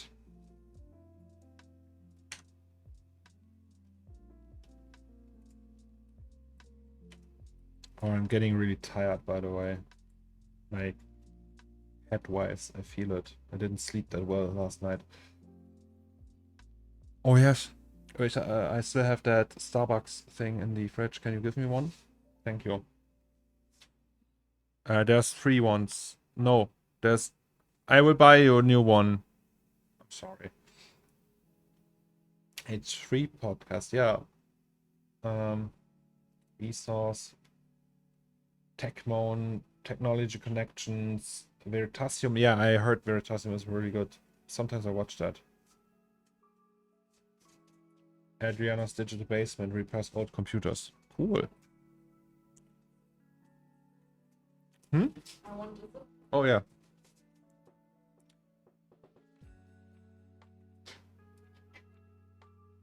Okay, so we do that. Thank you very much. Oh, yes.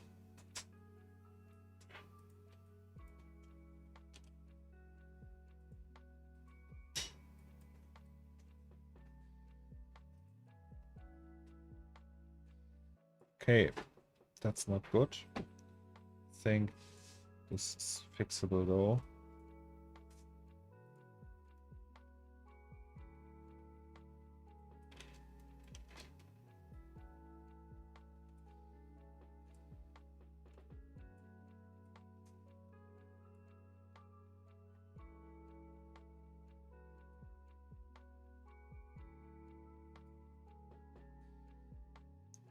Huh? Oh, okay, now I get it. Sorry. No, what? Okay, that doesn't make any sense.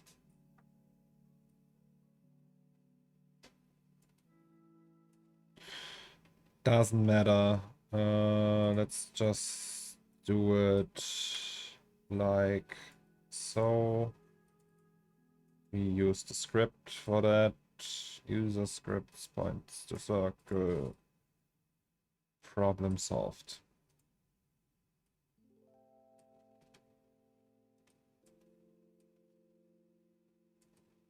So this is 2x4, 2.4. I mean, okay, these are the LEDs, right? So maybe we just don't do them as big. Maybe 1.65. Nope.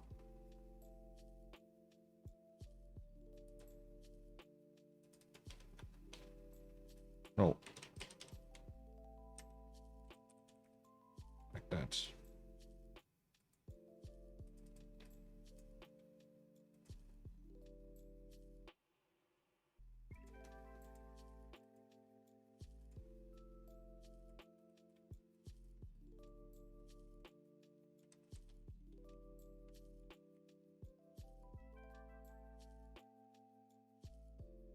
Okay, that doesn't seem to be correct.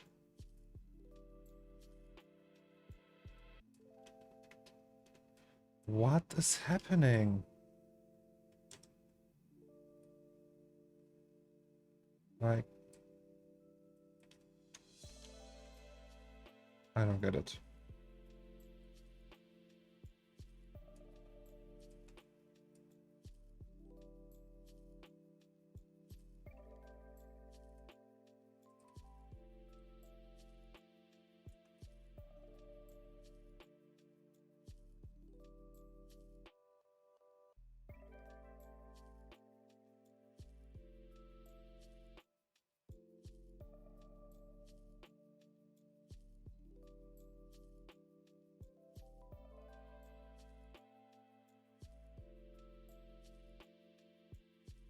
No, we do that.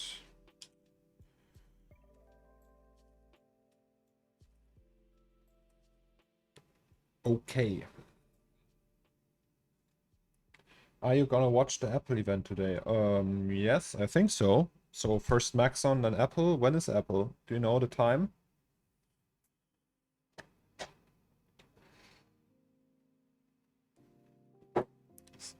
Like, Maxon is in half an hour.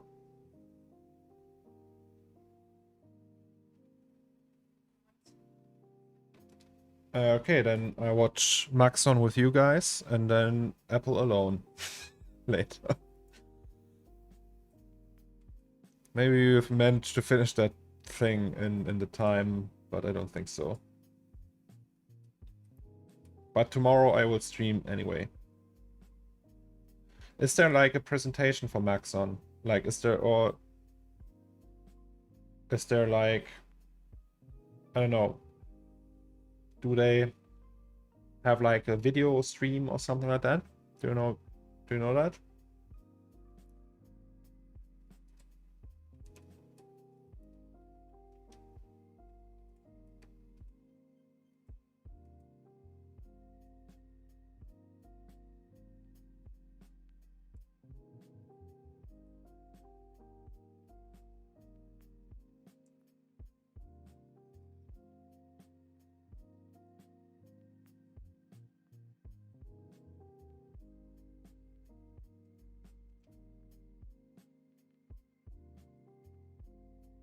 Yes, Newsfeed 4D will be announced today.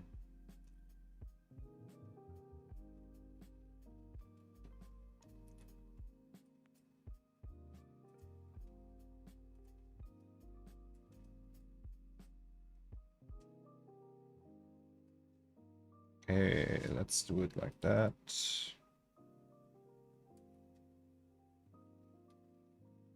Let's do the same for the LEDs. This one is all effed up. Sorry for my bad language, but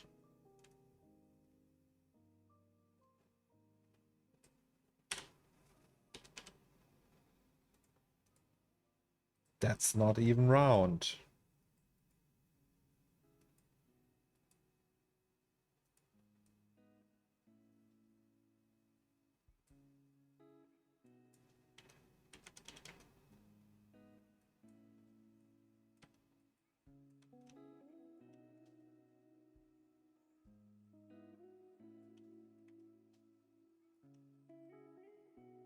So that's the thing. So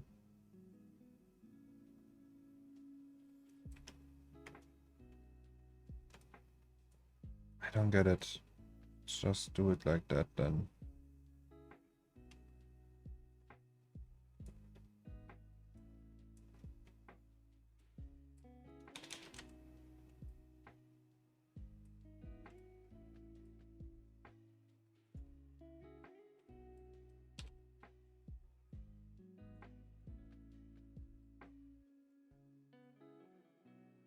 Maxon got bought by Autodesk. Imagine that. That was actually in 2013 or something. That was our biggest fear back then. Today, it's the biggest fear is that Adobe will buy it.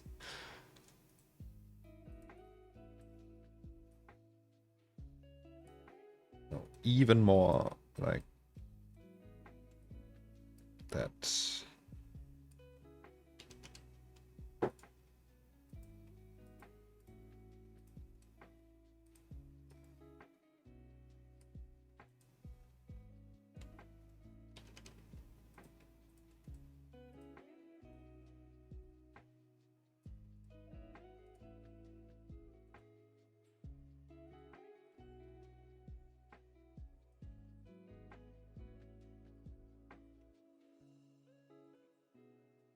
Okay, now we select this and this.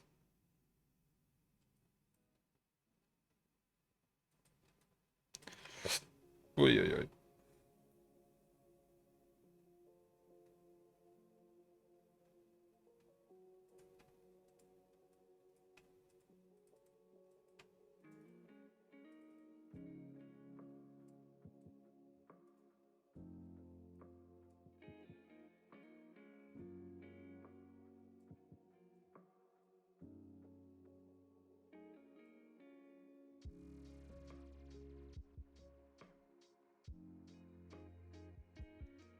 What is that?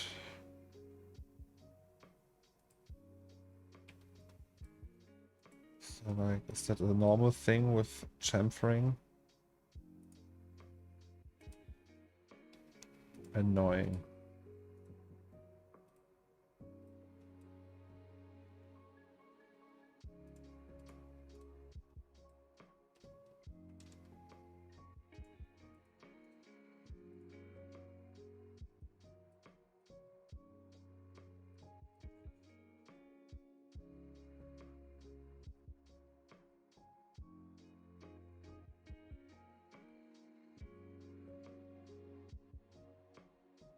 No, wait, that's wrong. What did I do here? So we want solid.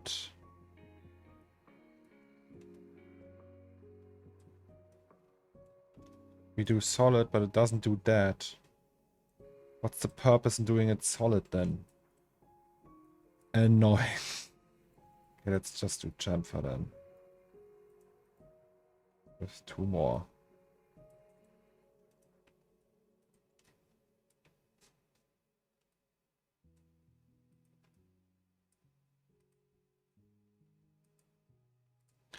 Okay, if we subdivide it now, that looks like a decent model.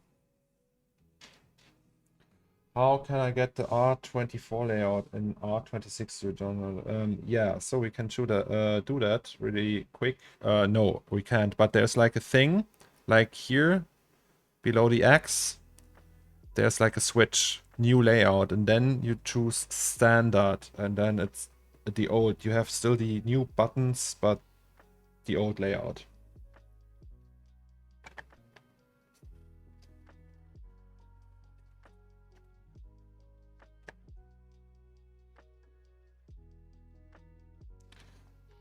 Okay, so sausage machine. That's where we are. We will build this baby now, then we'll build these. Then maybe that thing down here.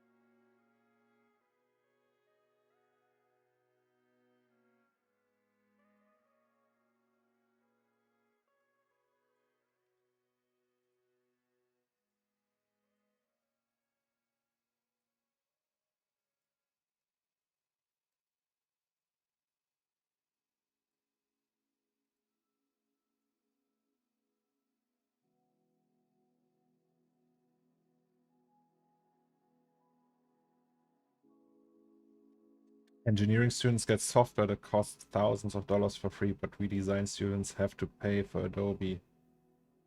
they get that for free actually? Wasn't it like a deal they have with the universities sometimes? So they just buy them in bulk? I don't know actually, it's just a curious question. Any tips for making a fluorescent light tube where it gets soft at the end and like you did the main 101? Or is it just as simple as model it realistically? So you can unwrap it and paint the ends and blur them. And there's a way you can do gradients now in Octane, like actual gradients. Okay, you could do that before, but now you have let me see. Like gradient generator. Yeah, that one. And it's better than the one before. I did the lamps with that, the lampion lamps in the shop. There's like a slight gradient in there, and I did it with that. Otherwise, if it's like just like really like like a neon light thing, I would just unwrap that because it's the spline. It's fairly easy to unwrap and then paint, like select half of it, make the backside so you don't see much light going to the wall behind it because it looks weird. I think in reality they do it as well, but I don't know, don't quote me on that. And then you have the ends that it just runs out like that. But Raphael recently even did like a super realistic tube thing, like neon tube.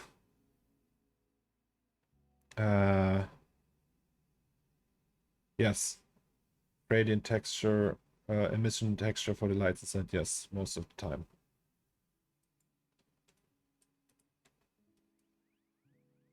Okay, here we will build lights. I don't know why I did that. I think it would have been also okay to don't do it like that. Like here, it's just like, right, like, ooh, Gastro groß. Well, they have so many.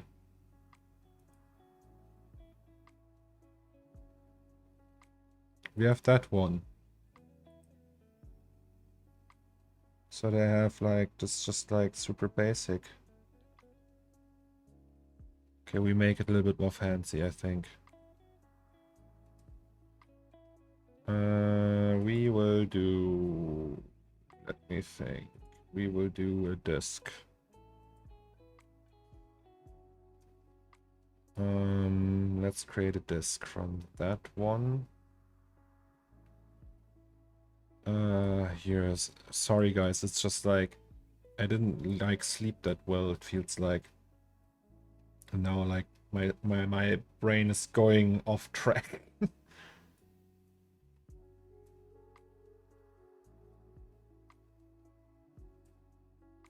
What is happening? Okay, now it works.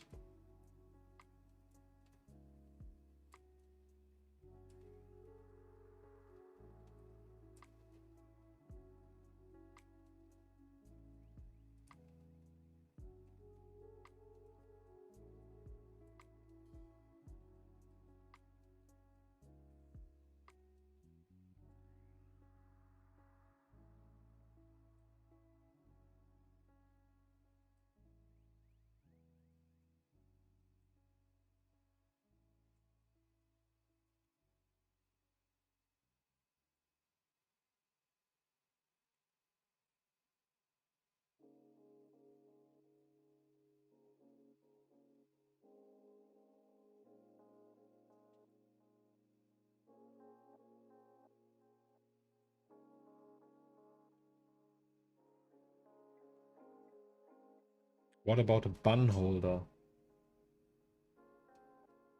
Like, Yeah, bun holder. But maybe we can like put a box next to it with the buns, so we don't have to integrate it into that one.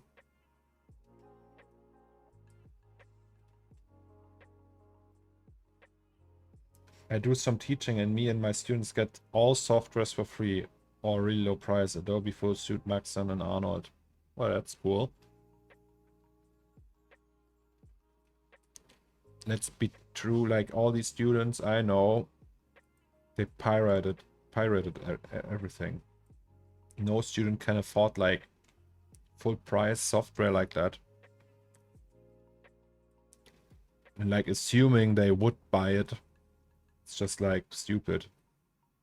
So either you give them for free, give it out for free, or they pirate it. It's just like that.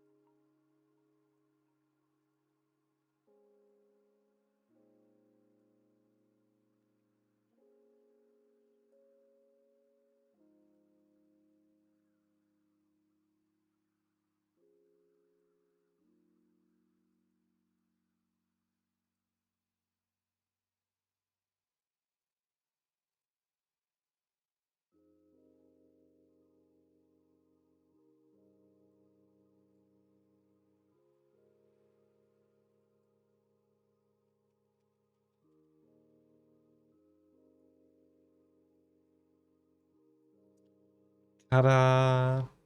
Sorry, guys. I don't know, I just didn't say anything for like 5 minutes. For all students here, check out. Oh, Shorty posted something. I trust you, Shorty. I trust that this is not porn. No, it's not porn. On the hub. Okay.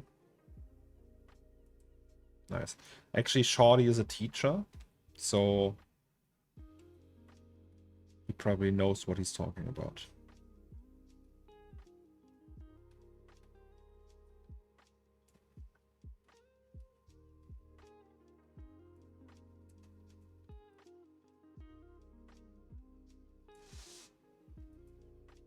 Okay, this is like so dumb.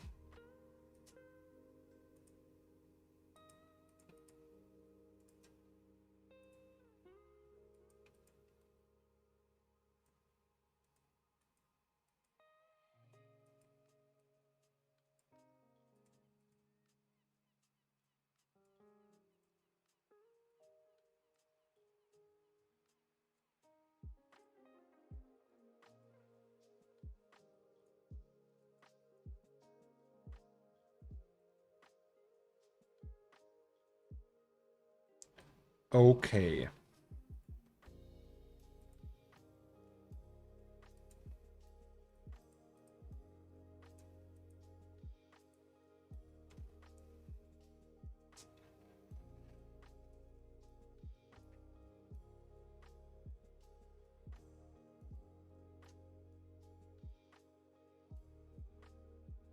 Gachapon.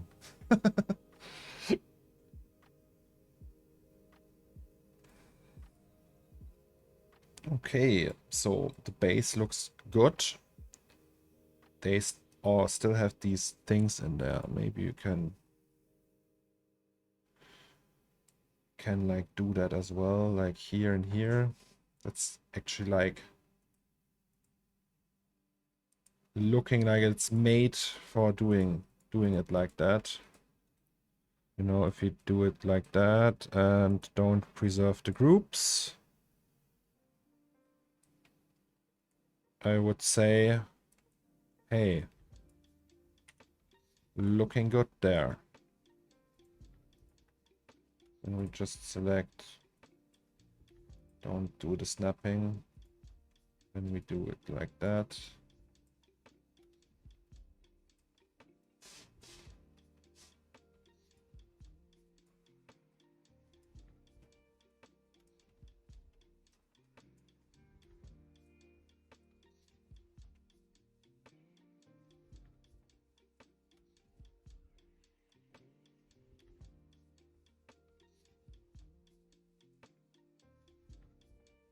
God, that looks awful.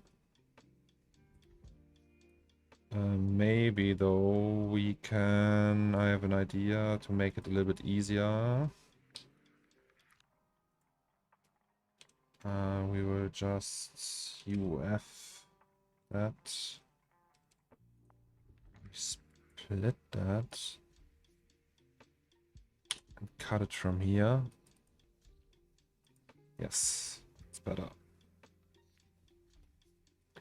Also, why are the normals always activated?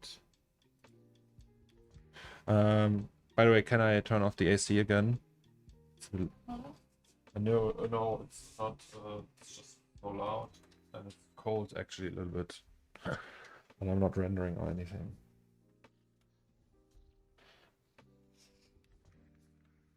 So, okay, sausage machine. By the way, is there a way to... No, never mind. So we will just manually clean all that crap up. Like that. Ooh. Oh, I forgot this one. Great. By the way, is there a way? So we do that. Is there a way to just n-gon that? No. No. No. No.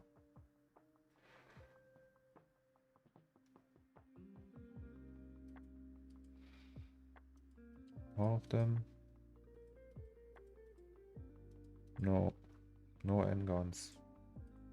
So we would just save some time. But it's fine. I'm not in a rush.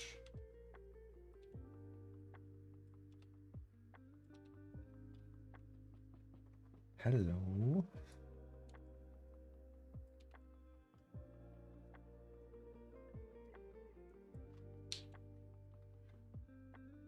I mean, guys, we can also just like work endless days on this scene and make it the best scene I ever made. And it's all being broadcast. Wouldn't that be cool? Like make it really crazy big. Like tons of details.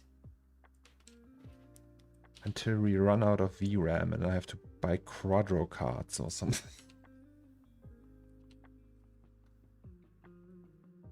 Maybe the 490 has more VRAM even. I doubt that. I think they only did that because of AMD. Because AMD had cards that had more VRAM. And they always do it in like because of a reaction. Oh, okay, here we are. So they all only react, they only increase VRAM if there's like competition having more.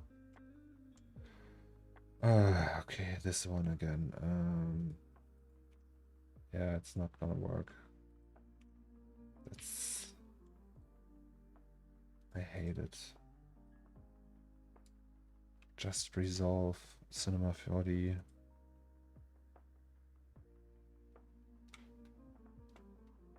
Better than nothing.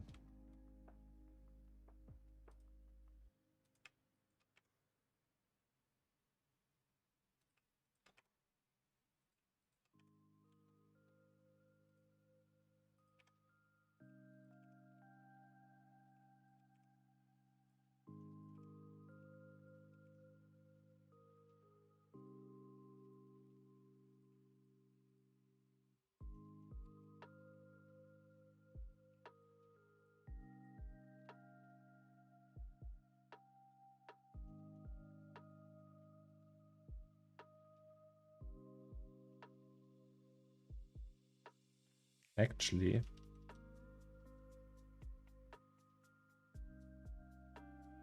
wait. Gonna save ourselves some time.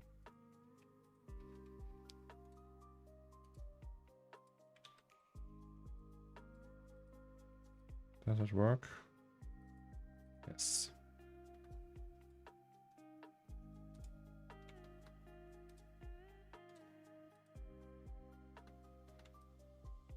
See, we already have a problem here. But we'll fix that later. Or do we do it now?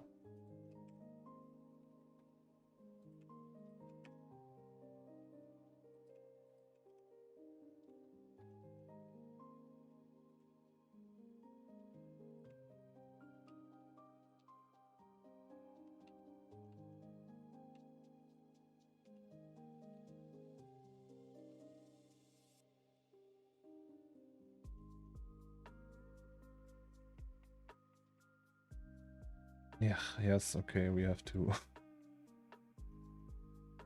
Oh, we have to solve them. Ooh, Jesus.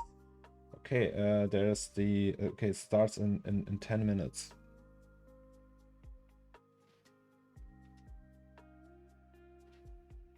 There are some leaks. 2023. Can we show that on stream? Leak C4D 2023. Yes.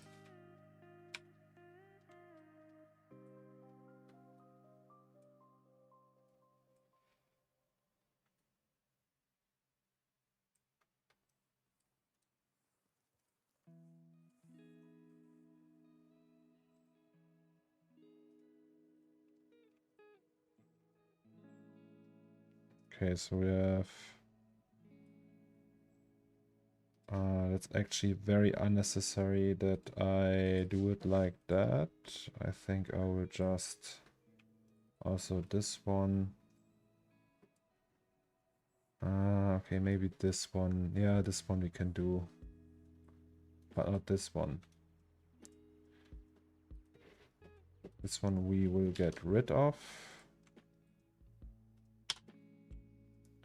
Because we can solve them like that. Oh man, SDS modeling, guys.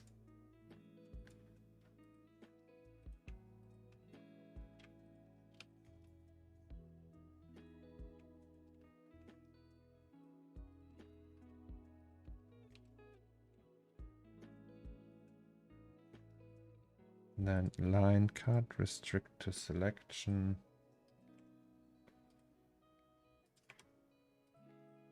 Neat. I mean, we still have poles, right? Here, that's a pole, that's a no-no, but it's okay if it's on a straight surface, so yay. Then it looks like that. We do it like that. Yeah. Better than nothing.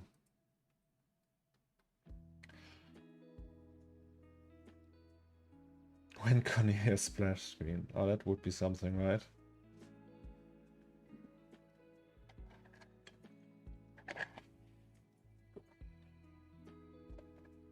What are you modeling?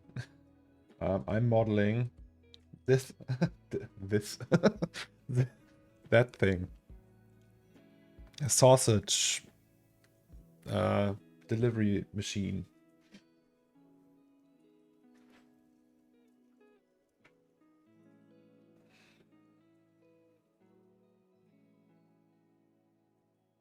So right now, like it's not like super accurate, but right now I'm, as you can see, I don't know, wait. We are having these little dents in here. I thought I would just try to do that in SDS modeling. It's obviously more work once again, because SDS modeling is always more work. But so far it looks okay. So we have resolved all of that. We need loops here, and then we do the same on that side, and then it's relatively clean. About me streaming, I have all the equipment here. I just need Cornelius to explain me how it's done. Well, do I have to do that? No, of course, I can explain to you all the time. It's actually quite easy. We have OBS, and then you just set it up with stuff. What was that again?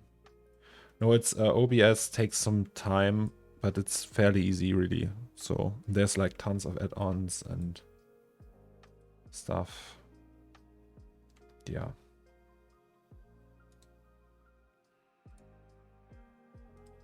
Do it like that, or maybe a little bit more slack. Okay, I have to keep my eyes peeled on the time.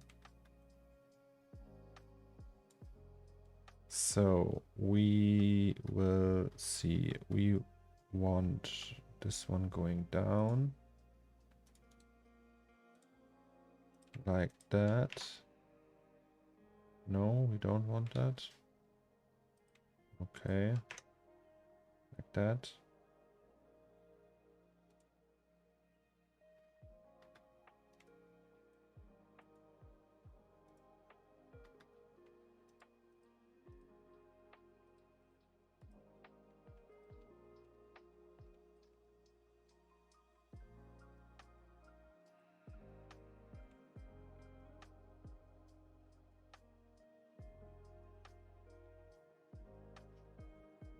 Raphael, let's have a call on the weekend. Do you have time on the weekend?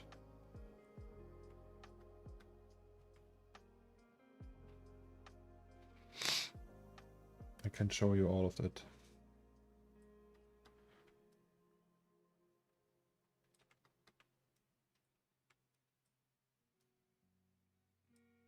Then we can rate each other.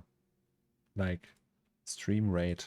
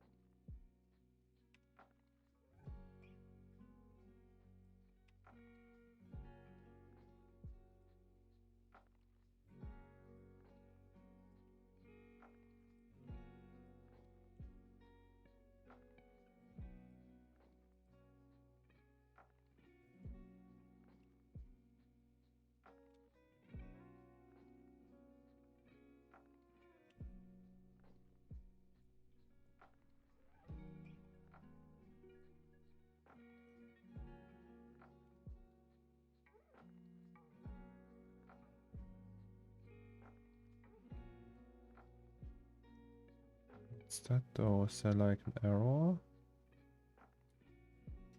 No, right? Looks okay. It's all quads.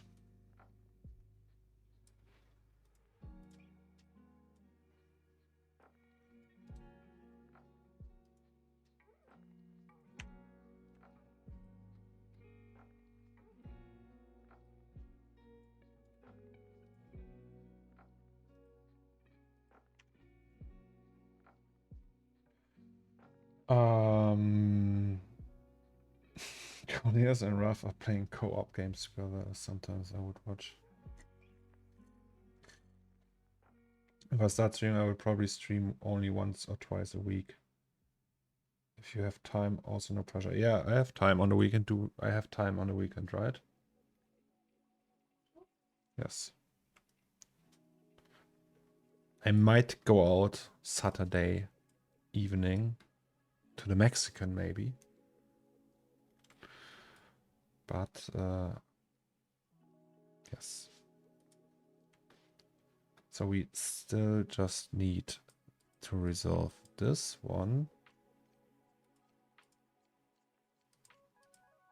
See, that why, so of course, probably in Blender, this is all fairly easy what I'm doing here, but like traditional, that's what I'm doing, traditional SDS modeling, like very clean SDS modeling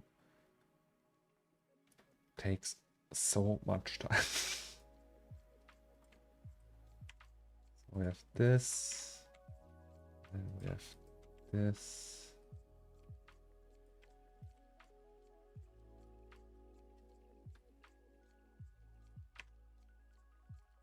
Mm-hmm.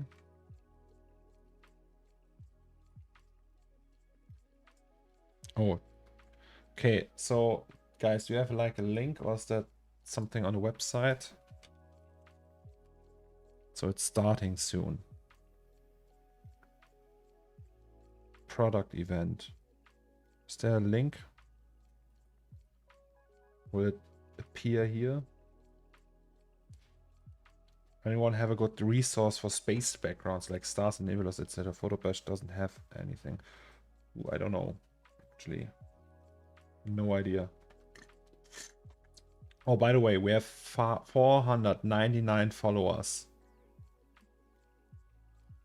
There's only one missing. No, did you unlock the Twitch partner? Not yet. So we're not partners anyway. Twitch partners. We will be affiliates first. So I think I have to apply for that. So there will probably a button for that. And then I press that.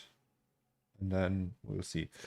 How do you find inspirations? Oh, I watch movies, listen to music, read stuff on Wikipedia, play games, other artists, like the stuff. So Raphael's building something new right now. No spoilers, but the stuff he's building right now, that's very inspiring, for example. So when I see that, I think to myself, should do something like that as well.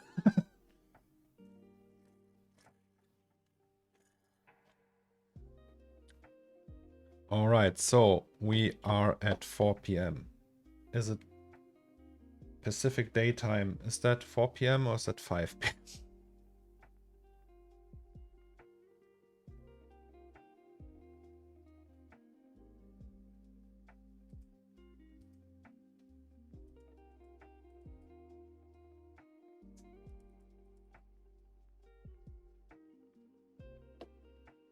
Products.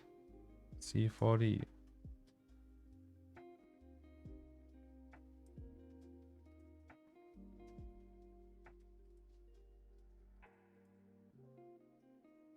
But where is the fall event? Give me a link. Give me a Twitch link. Give me a YouTube link.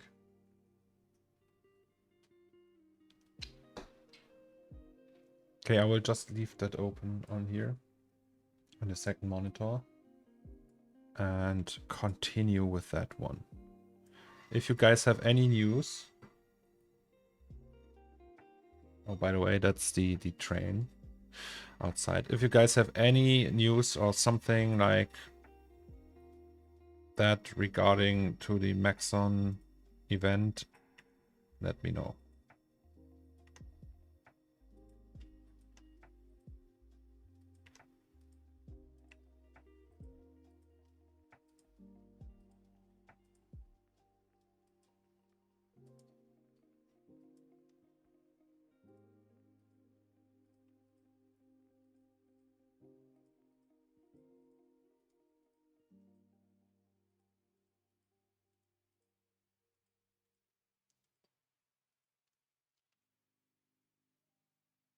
Nothing yet.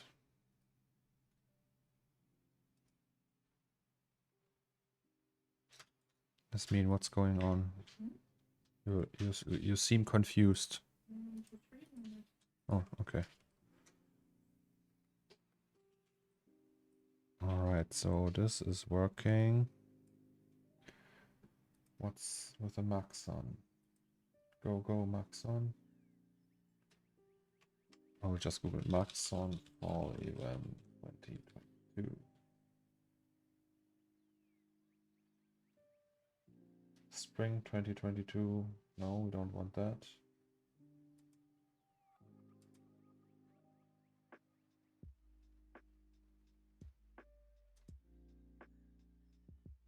Nobody got a link for me. Everyone is so quiet. They are all watching the stream.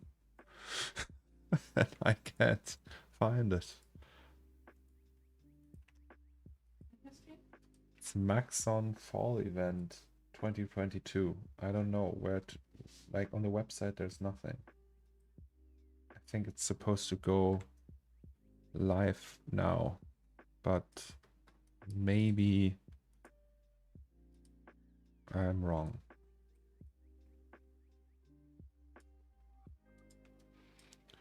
Okay, so we have that now. This seems to work. I think we can do some control cuts now. So if we just select the whole thing like that, and then just, for example, cut here, and then maybe, okay, well,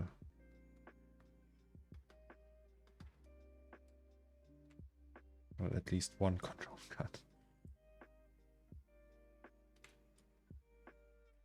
Okay, there's some error here. We can cut here. What's going on?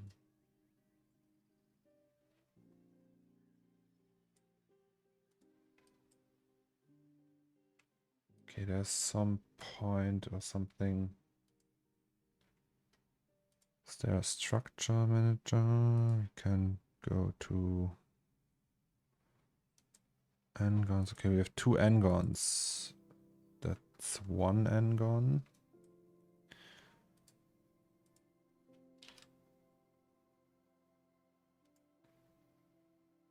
There's no link yet, so no worries. All right.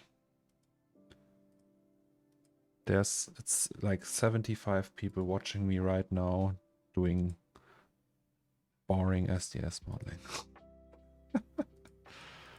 N-gons. Is that all the n-gons?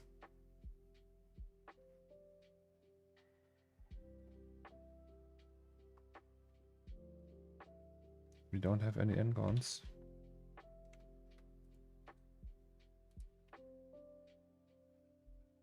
Okay.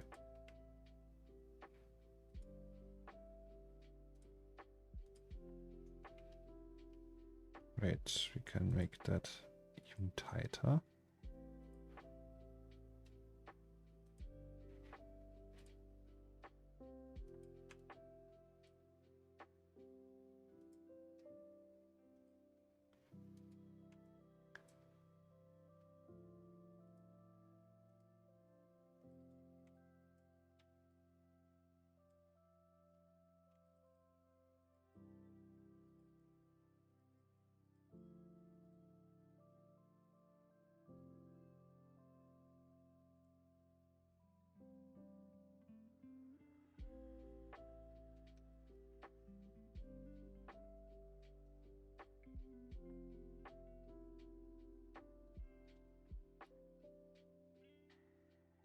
Modeling in C4D looks painful. It's probably also the way I do it. Do you think you would have finished the model in Fusion by now? Probably.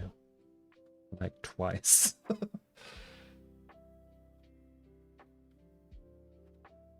It's also like you can get away with pretty much this resolving these here in that way. It's not really necessary. You could just like clean the, like if you have n-gons on a clean on a plane.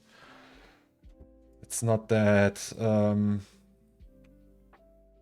it's not that bad actually, so you can cheat. I would like, so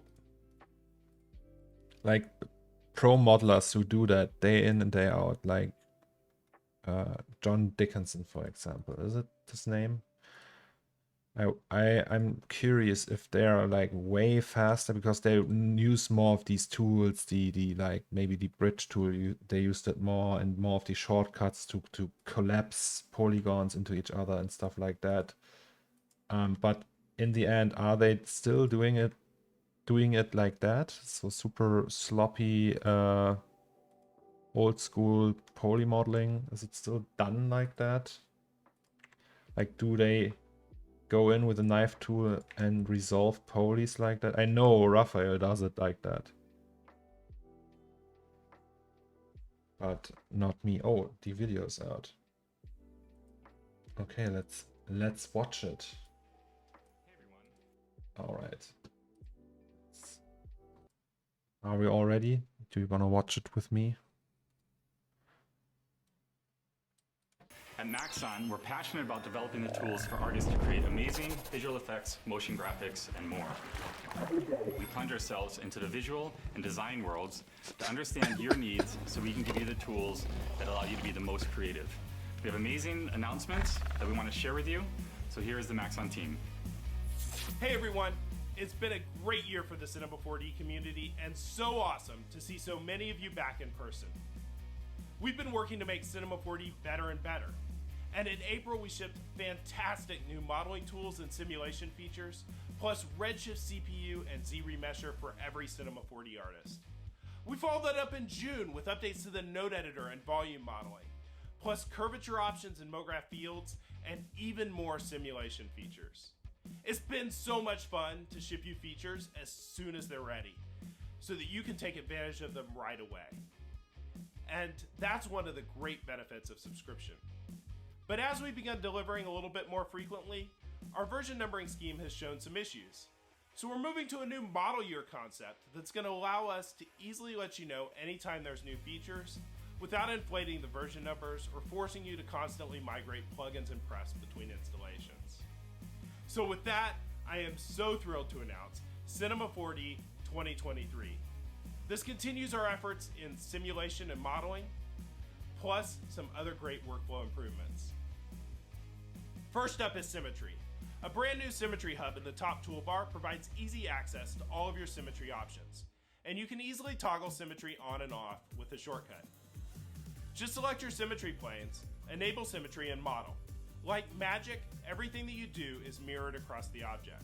This works great with the upgraded modeling tools we added in Cinema 4D 26, like Fit Circle and Bridge. If you need to convert the virtual symmetry selection into an actual selection, you can use the Symmetrize Selection command. And if you've modeled on just one side of the model, you can use the Symmetrize command to copy from one side of the model to the other. You can even use symmetry when modifying splines using the Move, Scale, and Rotate tools, or spline modeling tools like chamfer. You can define symmetry planes based on object or world space, a custom axis, or using Cinema 4D's work planes. This makes it easy to define symmetry along any surface. When planar symmetry isn't enough, enable topological symmetry.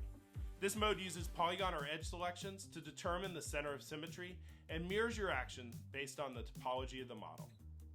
The Symmetry Hub also provides a central place to manage sculpt symmetry as well. So whether you're modeling or sculpting, you can define your symmetry settings in one place and easily toggle symmetry on and off as you work. Next up is Unified Simulations. You first saw this in April with cloth and rope simulations that combine all of your simulation objects into a single scene that calculates robustly and super fast on the GPU or the CPU. It's been so great to see all of your fantastic cloth and rope simulations as you've been playing over the past few months. And we're excited to continue to extend this system with even more for you to use as you play and create. Now, in addition to cloth and rope, you can simulate soft bodies. Pole constraints are generated within the volume, or even outside the volume, of your objects in order to add structure. You can adjust how many poles to add and their strength to create incredibly realistic and fun soft body simulations. You can even use fields to define the direction of the poles. There's also some great new options to bring art directability to simulations. We know how much you love the follow position option in our bullet dynamics, and we've brought an even more powerful mix animation option to unified simulations. You can mix animation using pins or forces, and control which parts of the object are mixed via vertex maps. There's also an option to follow shape, which helps preserve pre-modeled wrinkles or other deformations. We've also added an option to control the target length of cloth and soft body constraints, plus a new stickiness option to make simulated objects cling to each other on contact. Nice. You may have noticed I mentioned several aspects of simulation that are controlled with vertex maps. But we know Cinema 4D artists love to keep things procedural. And up to now, vertex maps haven't been an option. But that's history. We've made it possible to define vertex maps and vertex color on procedural objects with the help of fields. So now you can easily define maps for simulation, or color volume objects based on the source shape, or generate any number of effects while keeping everything completely procedural. But we didn't stop there. Polygon selections are incredibly important in Cinema 4D, especially when restricting materials. So we've made it possible to define procedural polygon selections on primitives and generators too. Next, color is so important in a designer's workflow, and a key part of all of our applications. We've been working to build a unified color pipeline around OpenColor.io. OCIO is the industry standard for color management, and was introduced in Redshift last year and Magic Bullet Looks in April. So that means they are implementing Asus now, and it's not like we can see Asus in the viewport. That sounds like Asus is supported now. Yeah. Easier for Octane guys as well, probably. We're so excited to introduce native OCIO support in Cinema 4D. In the project settings, you can choose to switch from basic color management to OCIO. Choose your desired color spaces and use the utility to convert all of your colors in your scene to the desired render space. OCIO can get pretty complex, and studios with established pipelines can even load their own custom configurations. We've tried to make things as easy as possible, providing a default config and presets to set things up for linear sRGB or the film-like color management of Asus CG. If you use Asus, you'll get much more pleasing and realistic tone mapping, which you'll see especially when rendering bright lights. It's important to keep in mind though that Asus might not be the best choice in all cases. It's really difficult, for instance, to preserve brand colors. But we've tried to help along the way with new color management options within the color chooser. You can pick colors in display space, which tries to preserve the final brand color based on your tone mapping, or use render space or sRGB to pick your colors. You can define the final view transform for all of your colors in Cinema 4D's views, as well as the picture viewer. And yes, that means the picture viewer finally shows the correct colors when rendering OCIO using Redshift. Yes! Redshift by default will use all of Cinema 4D's color management settings, but the settings that you used will be preserved anytime you open an older project. Finally, the unified color means that whether you're working in linear or Asus, your imagery will transfer seamlessly to Magic Bullet Looks, and your color space options will be preserved. Okay. Those of you with a Maxon 1 subscription have been enjoying ZBrush since April, and we're working to make the connection between ZBrush and Cinema 4D even better. Whether you're wanting to bring your Cinema 4D models into ZBrush to add amazing sculpted detail, or bring your finished sculpts from ZBrush into Cinema 4D for animation or rendering. The GoZ interface to Cinema 4D is now more robust and supports a number of new features like edge creasing. We've improved the options for working with polygroups in Cinema 4D with a new tool to easily select them and options to assign polygroups within Cinema 4D. It's really rewarding to create beautiful Redshift renders from your sculpts. And GoZ now creates Redshift materials, linking your vertex paint and textures, and defining your displacement settings so models are ready to render right away. I started by talking about how excited we are to deliver features to our subscribers more and more frequently. But that effort isn't limited to our product releases. We're also delivering great tools, models, and materials all the time via Cinema 4D's asset browser. These capsules provide a great starting point, brainstorm, or quick fix for your design workflow, and you'll see more and more coming out all the time. To make it easier for you to browse our capsules, we've made key enhancements to the asset browser, improving the performance, filtering and sorting, and making it easier for you to find missing assets via the Project Asset Inspector. But we know that you all have folders and folders worth of assets that you've collected from a career of creativity. And we've heard loud and clear that you want easy access to all of your assets as well. So we've introduced a new option called Watch Folders that lets you choose any folder and index it just like an asset browser library. Cool. Metadata and previews are generated on the fly and cached, and you'll see your own assets right beside Maxon's capsules and search results. When you're working on a project, you often have specific assets for the job that need to be accessed all the time. For that, you can define an auto watch, which automatically shows assets in a specific folder relative to the current project. At Maxon, we're always working to give you the power to create. We're always listening and doing our best to incorporate your feedback into the future of the tools. And we're always enthusiastically watching to see all of the amazing designs you create. Cinema 4D 2023 is available right now from Maxon app, and we can't wait for you to download and start creating. With Cool. that, here's Ellie with some of the great new features in Redshift. Now, let's talk about Redshift, our powerful production quality render engine. Here at Maxon, we're continuing our efforts to provide a single render solution inside of Yes, Cinema immediate 4D. release. And early this year, we set out to empower all artists with the ability to create beautiful, photorealistic imagery and harness the power of Redshift from anywhere on any machine. We introduced new possibilities with CPU rendering and have been working hard to improve this functionality with every release, including now bringing across the Great Round Corners feature, which was previously only available for Redshift GPU users. This year's major release of Redshift 3.5 came with the all-new standard material. Why did they mention that she's not an AI?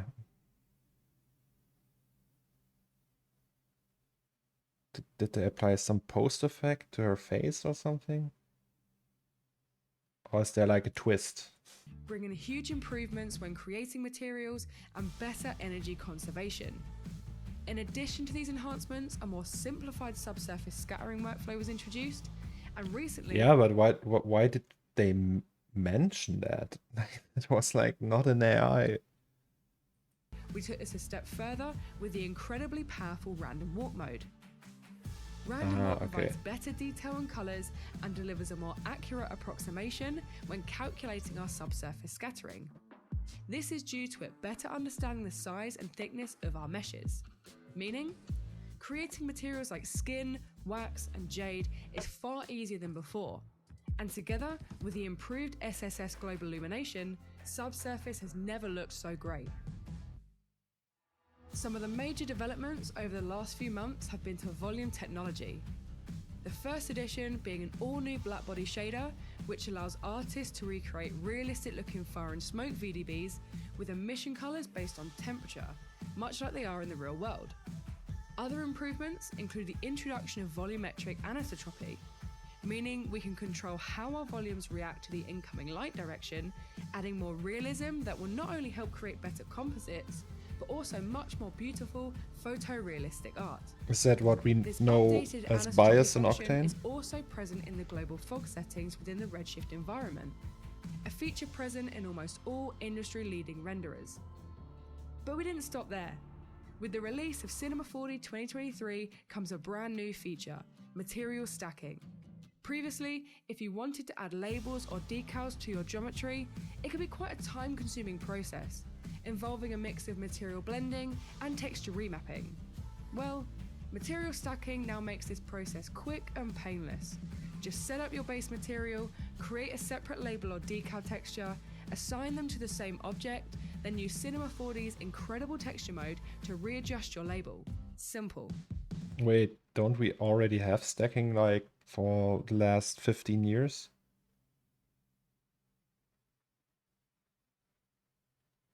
Or is it like a different, is it Redshift stacking? Wasn't that, I'm not using Redshift, but aren't they using the same method? Like, oh, okay, in Redshift it didn't work before. Okay, I see. With Redshift at the heart of Maxon's rendering efforts, almost anything is possible, and we're excited for Okay, I what's to see. come next. Thanks for letting me know, guys. Maxon empowers artists to create anywhere they feel inspired, and Forger has always offered an intimate and immersive 3D sculpting experience for iPad. Nice. Today, we are pleased to announce that we have brought a new dimension to Forger. Forger now includes Cinema 4D's powerful polygonal modeling engine. For the first time ever, creators on iPad will have a full suite of professional-grade hard surface modeling capabilities. Artists can kick off their creative process by selecting from a library of polygonal primitive capsules: a cube, sphere, cone, torus, cylinder, and more. Then they can work with a comprehensive tool set for hard surface modeling, including transform, extrude, bevel, inset, bridge, line and loop cut, and more. All of Forger's polygonal modeling tools have been tailored for iPad, multi-touch, and Apple Pencil, making the creative process easy and intuitive. Just drag to select faces. But there's more. Forger still offers its full spectrum of amazing sculpting capabilities. With a simple menu selection, any model can be converted to a sculpture mesh. Forger gives artists the precision and control of modeling and the organic and expressive creativity of 3D sculpting, all in one app. Finally, Forger is included as part of Maxon One, so artists can easily exchange their creations to and from Cinema 4D. Forger puts the future of 3D creation literally into the palms of your hands. Get started today for free from the App Store for iPad. As Rick mentioned, we're constantly adding content of all kinds to the asset browser, so you can get inspired and get creating right away.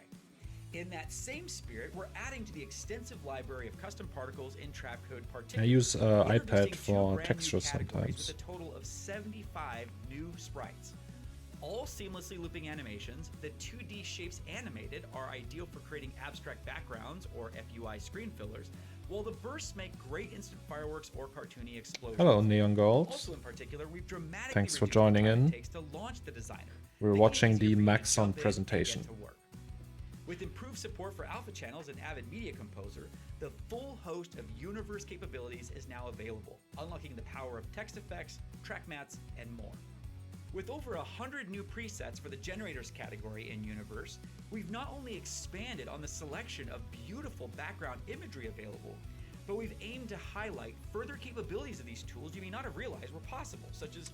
Fun fact, the original creator of a Trapcode, like the founder of the company Trapcode and the whole particular suit, the guy who invented it all, is a Swedish software engineer. He's one of my collectors. But he, at some point, he sold it to Red Giant, I think. But before that, he owned that company. Overlays, light leaks, lower thirds, and text strips.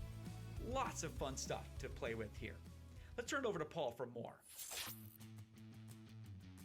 On top of those great upgrades to our desktop applications, we also just released a new version of Moves. Moves by Maxon for the iPad and iPhone allows you to capture facial and full body motion. No, I'm as well not as scan objects Pyramid and Scheme. render I'm not them in 4D. streaming for 29 hours. Moves 2.0 includes But I better feel like I'm scans in streaming 4D, for 29 the hours. ability to review scans in 2D and 3D mode, as well as some amazing improvements to UI and workflow. Hello, Avoid. We're watching the You weren't Maxon really paying presentation. attention and or didn't hear the noise coming from the internet. Yes, we are working towards standardizing all of our products on an annual versioning system, aka Cinema 4D 2023. Except for Redshift, of course, because of their rapid and agile deployment of new features. As always, I encourage you to visit the events I don't page know. on our website. I'll go. We have some incredible webinars happening. I every only week, know his and like industry events are internet returning name, with a so vengeance. maybe it's It was great to Paranova. see some of you at NAB It's and Algomistic SIGGRAPH, and tomorrow we kick off on IBC Twitter. in Amsterdam. Later this month, we'll be sponsoring the Motion Design Plus event. And in October, you can see us at Broadcast India, Lightbox in Pasadena, Adobe Max in LA, as well as NAB New York. 24-hour stream, And let's I'm go. super excited to announce that ZBrush Summit will be returning November 13th through the 16th. The ZBrush team is putting together an incredible virtual BK artwork, experience hello. with some great artists from major studios. Hope to see you there. As you can see, we're not slowing down. We're on a mission to make the best creative tools to make your vision and the unrealistic seem completely realistic.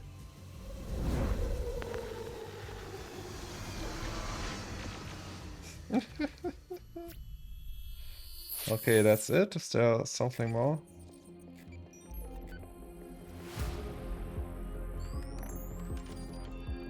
Okay.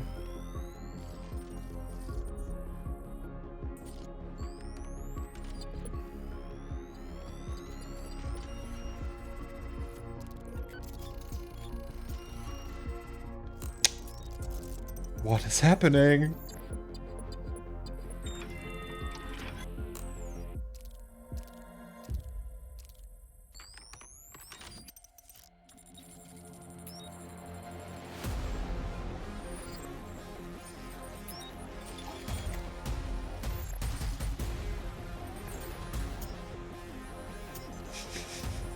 What's...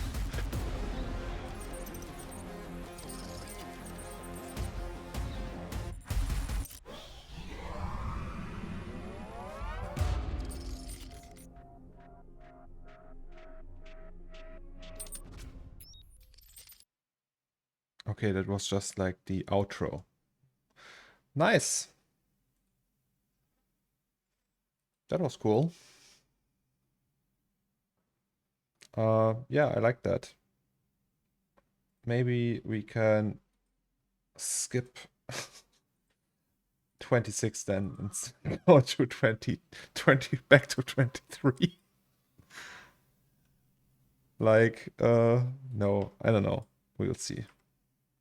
So that's the end of the R system, the release system. That's where I started with. I started with R 6.8. And now they finally buried it. That's fine though. I guess it was time. But it feels a little bit like an Adobe move, right? Because it's like Adobe does the same thing. So the conspiracy is still there that one day Adobe will yeah, take the lead.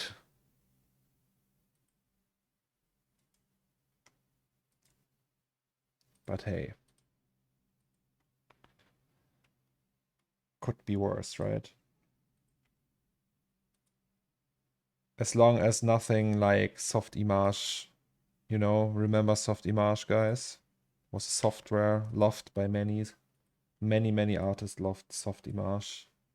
Autodesk bought it and just discontinued it. Like, okay, we buy it and just throw it away. What a tactic. I use R23 and S26. Right now I use only 24. But yesterday we found out that we can switch to the old layout. They are heading to the alpha.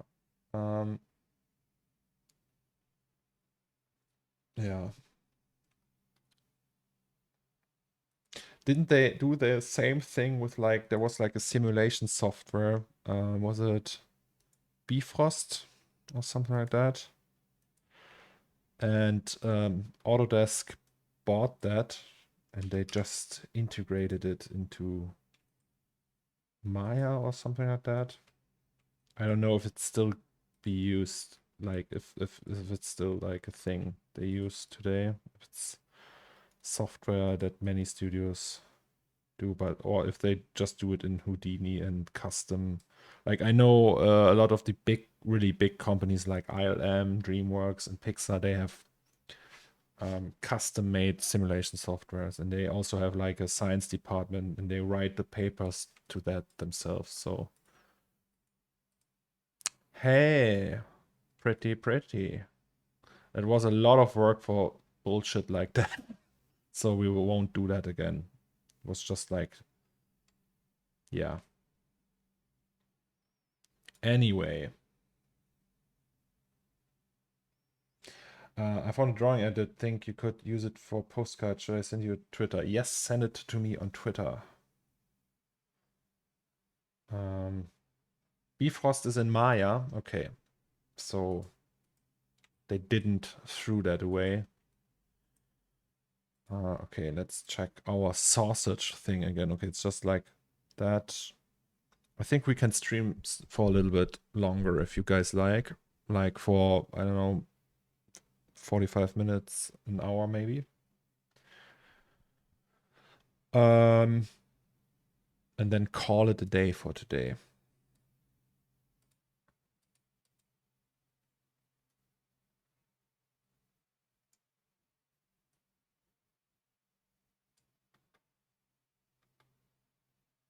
But hey, Maxon, new version.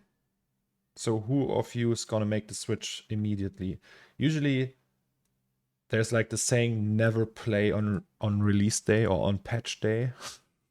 So maybe it's a little bit buggy still. But hey, I don't know. Oh, by the way, we already had this, right?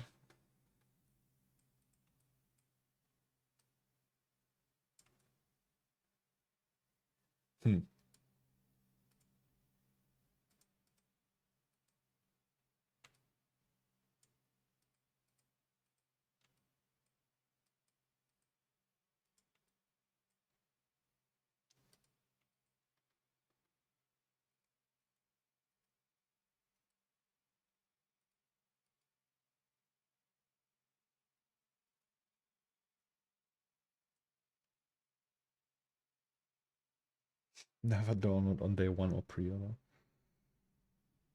Yeah, oh, that's a good, like, no plugins yet. Yeah, okay. Maybe you should wait with that. So Octane will probably take a few days.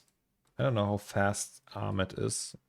I think they, all the plugin devs have a head start, so they have access to the beta infrastructure and everything. But I don't know how fast they are. Can we close that? No. Okay, that's the thing. Like this picture viewer, they always crash. I can never close them. That's a bad sign, I guess. Okay, we go like that and then go down. Okay, so we do it like that. Fairly big. And then we just scale it down. Or do we? Maybe I will just open that here.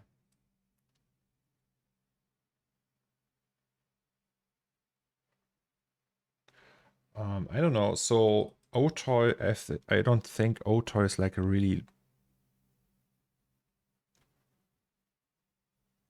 like, yeah, I know that Ahmed, for example, he probably has access to like, so Beta has a forum, right? It's like an locked invite only online forum where they just exchange stuff and do testing.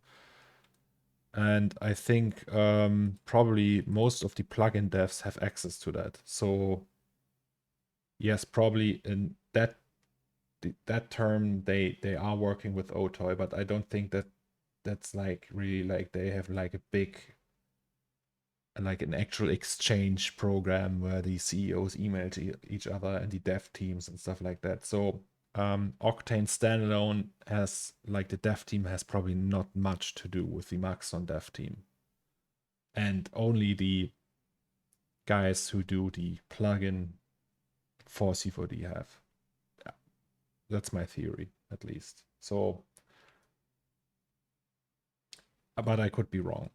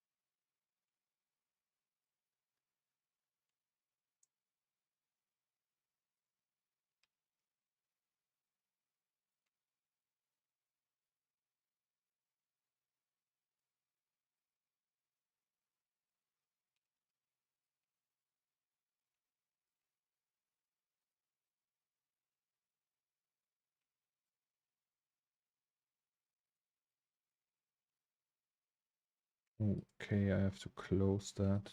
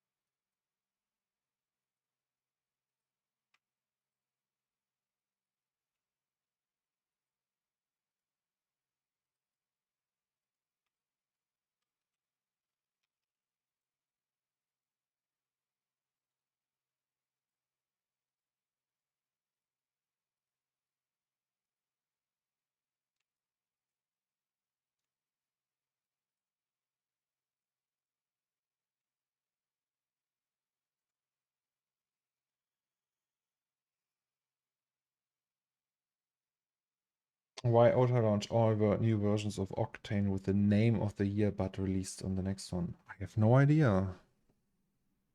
I can only guess. It's probably because delays and I don't know. So, sausages. I think we do the glass now. So if we take that, maybe, so we have lights. That's knob big. What's that? Ah, okay, got it. That's the case.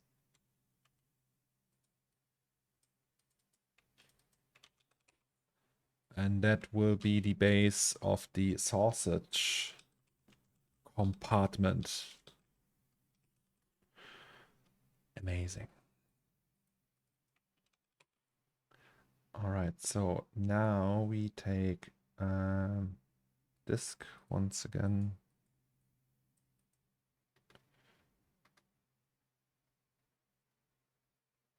We can do it like that.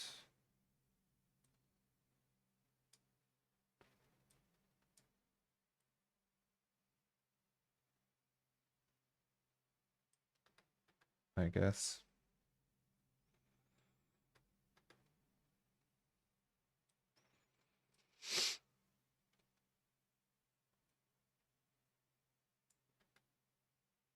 Okay, what's that? Is there an error? Did I mess it up? Yes, I messed it up. Why do I mess it up all the time? What is happening? The fuck? Okay, wait. Let's copy that one. And then go back. You know? Wait. Let's copy that one. No. Copy that.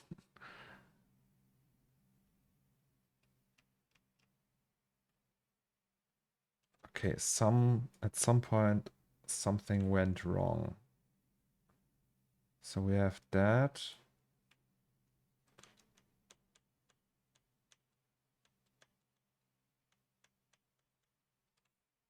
Oh, there's already an error there. Here I fucked it up, okay. But how? Or maybe because of that.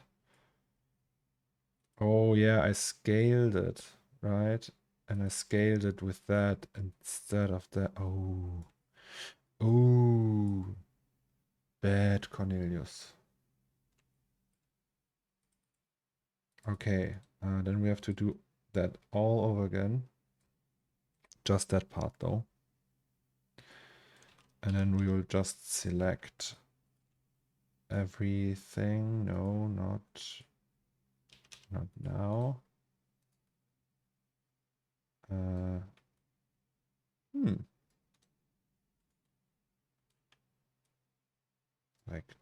Like so, I guess.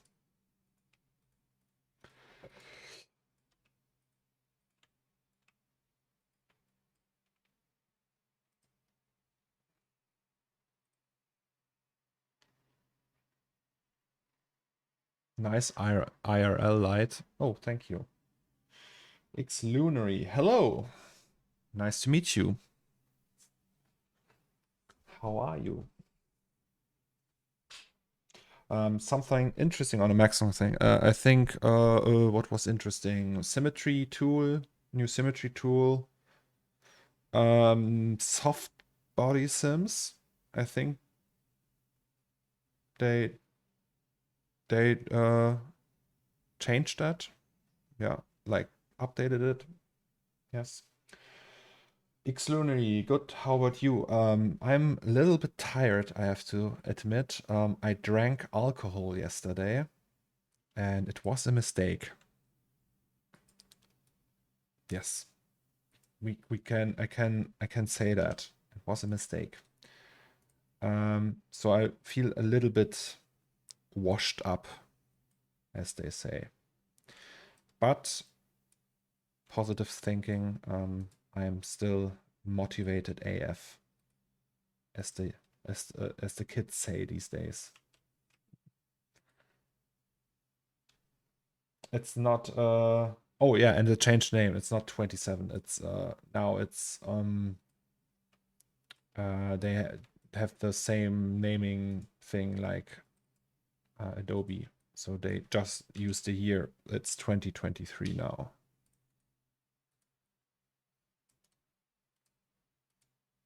Oopsie doopsie. So then we just paste that because we already have the naming stuff and so on. Then we kill that one, the base. And then we can create a glass from here. So we will just do no snapping. Right, like thick glass, like so.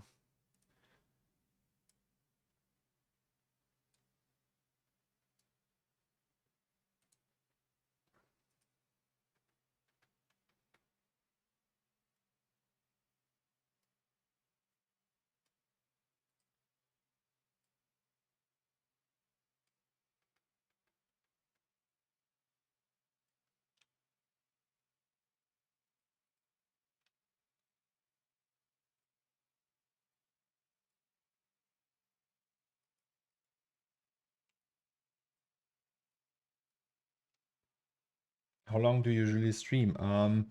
6-7 hours around that time. Hello, CN Graphics, welcome back.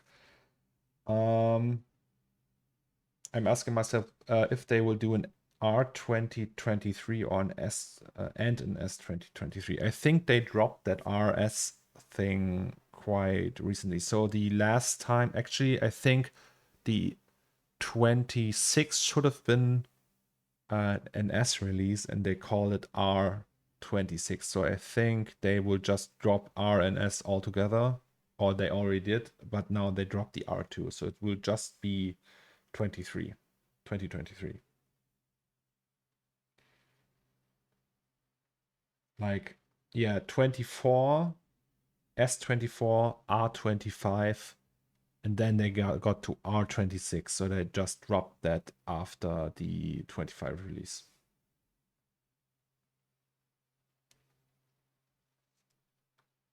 Oh, okay. So they will just R20, 2023, 2023, 1, 24. Okay, I guess. I get it. So just like Adobe, pretty much. How big was that, by the way? Like that. Reference material. I mean, it's also easily adjustable, right? So, yeah.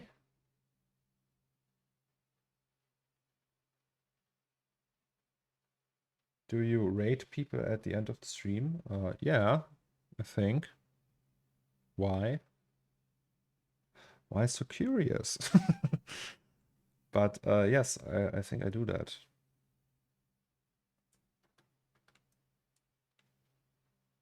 You have a friend.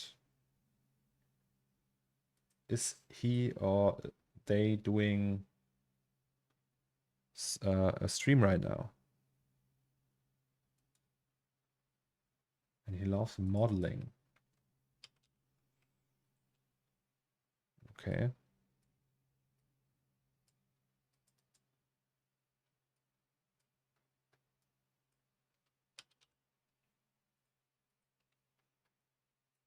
Well, can you send over the stream? I will check it out.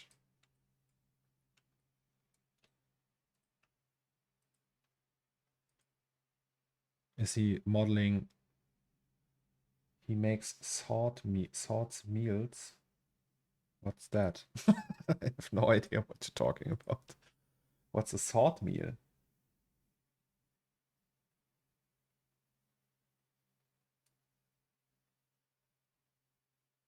Did you ever decide to hire an assistant? Did I ever decide? Was that like a thing I said that I'm gonna do that? It's possible that I said that. Don't get me wrong. Sorts and meals. What he's modeling meals? Like meals, like a meal, like food? What's so the sort part I get, but the meals I don't get. Is he like a food modeler? Like, does he do 3D food? In an interview, you said you thought maybe maybe one day, but yeah, plates, cups. Oh, okay.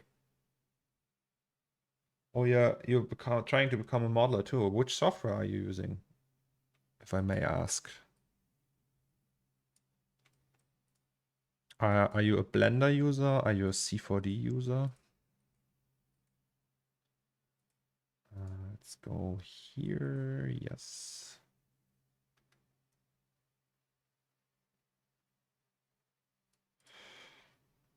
Blender. Nice. So he's plates, cups, and foods. So he's modeling that. Nice. But I'm trying to understand the software. Yeah, well, it's hard in the beginning. But I think if you watch enough of tutorials and take your time, so it's more like a marathon, right? So you will probably suck for a couple of years, but maybe even maybe you don't suck for a couple of. Maybe you have like you're fast and like, and then you watch enough tutorials work hard on your skills, and before you can say Blender, you will do, I don't know, games maybe. I don't know what you want to do. You can do everything. It's like playing God, you know? It's just like I'm doing a sausage thing. So right now, I'm building like a thing to warm sausages. I learned my half of my life, and now I'm building that. Isn't that great? All right, so we have the glass. And now we need the top of it. Yes, so top. Once again, we will do it with a disk.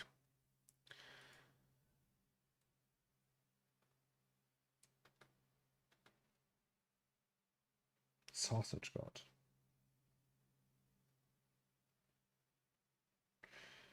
I'll be honest, I learned how to use the software by making Fortnite thumbnails for YouTubers. Hey, there you go.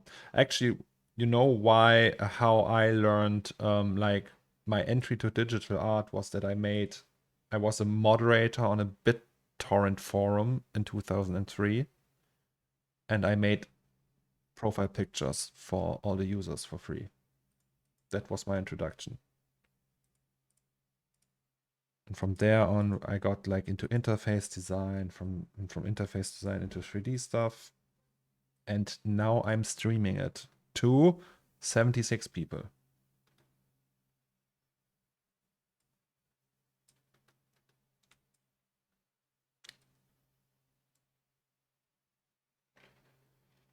He also made a sword for my game. You have a game, your own game. You know, creating games is probably the hardest thing there is. Like, it's an absolute miracle that any game gets made. Like creating a 3D game, like Witcher, for example, it's incredibly hard to do that. It's in development, but yeah. Hey, Cornelius, Justin from Twitter. Do you have a list of items you want to put in the scene, or do you make them up as you go along? Like, okay, to be honest, you're Justin Lancaster, right? Not Justin Jameson. I know 2 Justins on Twitter. No, 3. But I think you are Lancaster, like the Blizzard one, right? Blizzard Justin, yes. That's very kind of you that you're here, by the way. Oh, now they're closing. Okay. Wait, I can show you. It's like, I don't know, once one thing is done, I go over the scene and turn the camera around, and I have like a rough idea of what assets I want to do, but then along the way that changes a lot. So I thought I would do like a sausage grill here, but then we tried that on stream and we're like, maybe it doesn't look that cool. And now we're doing like the hot water sausage boiler thing, and yeah, it's more like it's planned and it's not at the same time. So how did you decide what would go outside of the window? I would go through mega scans and all the assets they have, and then I was like, yeah, well, maybe this one looks cool, and then we did that. Right on, man. That's great. Thank you very much, Justin. I hope you have a great day so far. Are you still in the home office? I heard that there's like back to office time for you soon.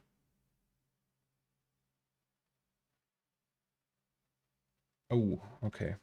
Is there any plan to go back to the office yet?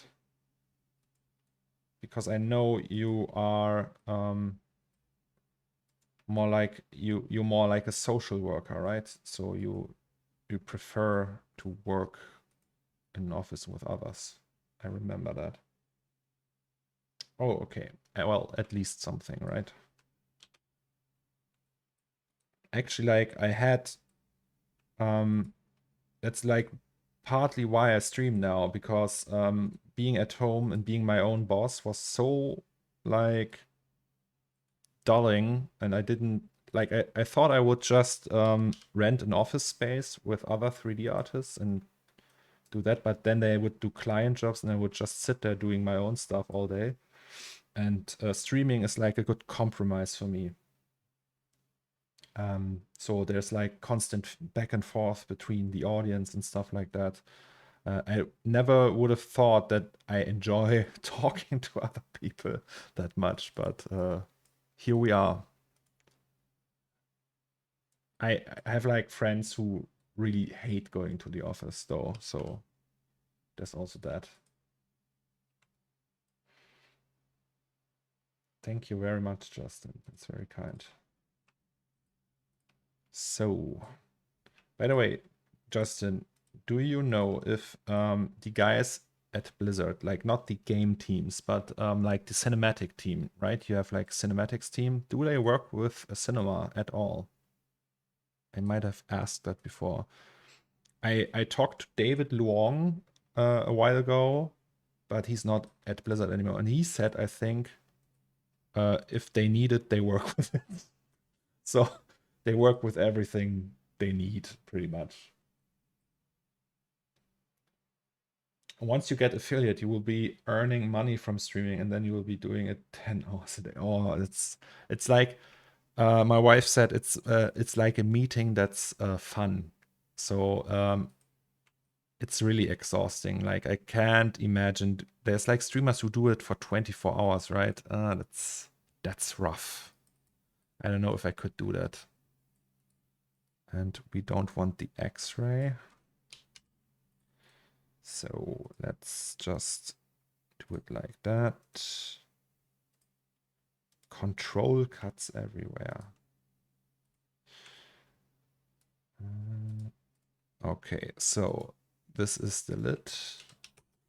Just a second, chat. I will read all your messages.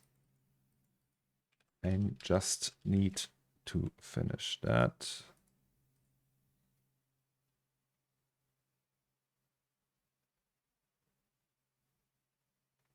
Blitz cinematics are done with Redshift and Maya C4D mix. Really? Like I know, for example, they did the Wrath of the Lich King cinematic like way back in the day. They did that with RenderMan. Like way back. But I know Overwatch cinematics are done with Redshift. But I don't know. I don't have like current data on that. I was just wondering, you know? Okay, so we have the sausage cooker. Oi. Sorry. Let's create a new folder. Sausage cooker. But it's cool that they apparently work with C4D these days. 24 hours. Some it is 14 hours, 8 hours sleep, wake up, stream. Yeah, that must be really exhausting. How top stream. Yeah. Am I allowed to post a link picture of one of my friend's thoughts? Yeah, sure. Go ahead. I won't open it on this monitor though. So just post it, I will open it, and then we will see.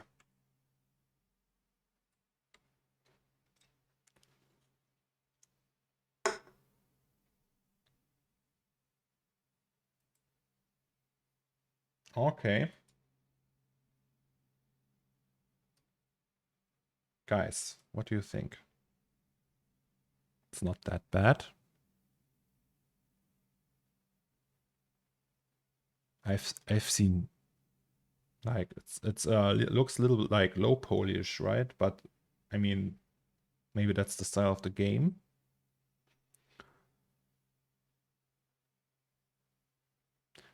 The one thing I'm missing though is like some metalness, like reflections, like metal reflections or something like that. Now it looks like really plasticky. But hey, it's a start, right?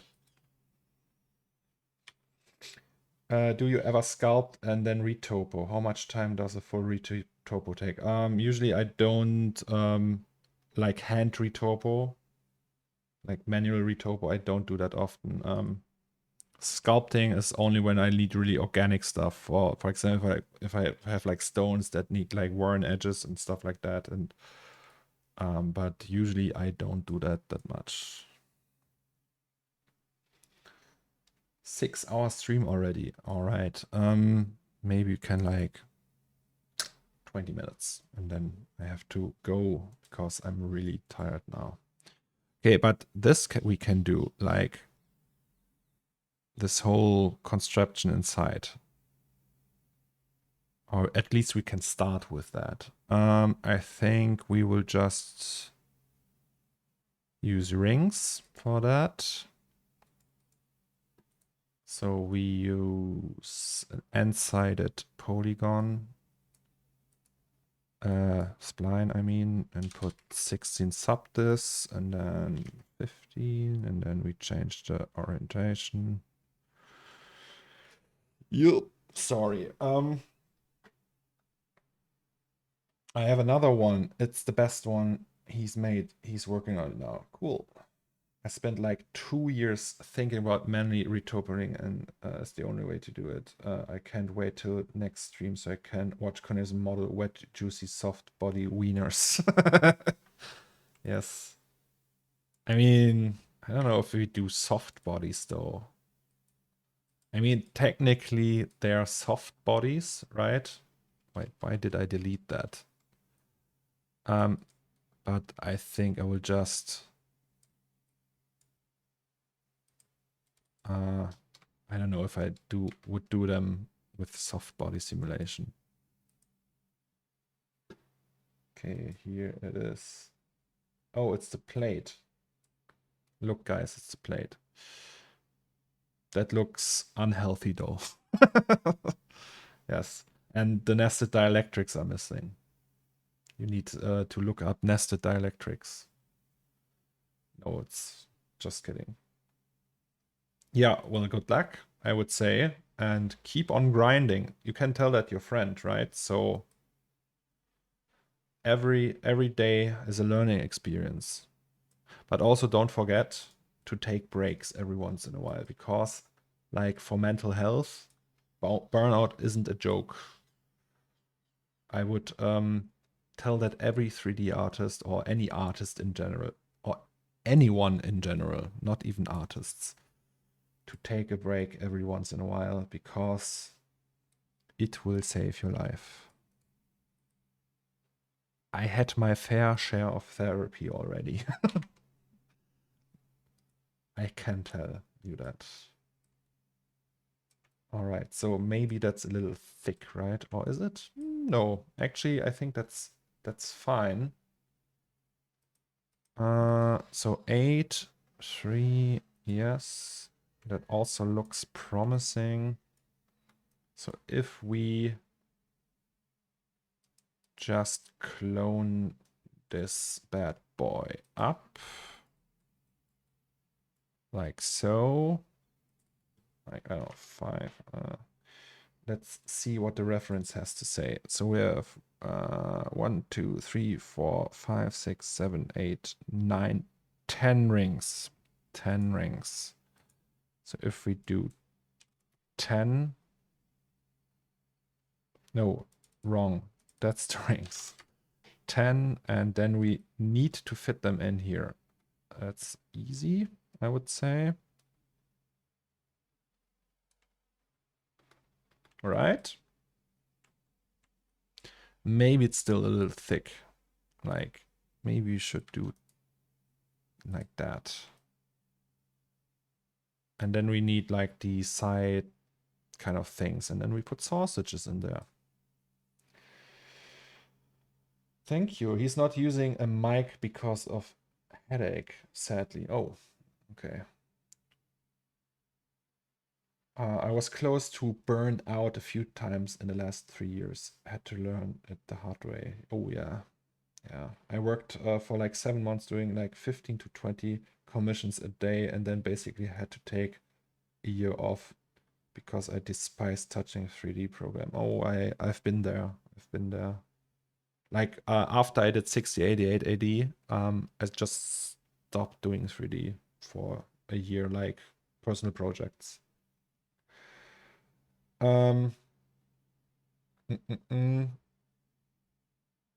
Watching your stream is part of my therapy. No, no joke. It's also part of my therapy. It's just like win-win, right? Who would have thought? I really enjoyed it. And you guys are so kind to me, really. It's amazing. There's no one is bitching. Everyone is kind. We all learn. You teach me. I hope I can teach you. I don't know. I talk the whole day. It feels really refreshing.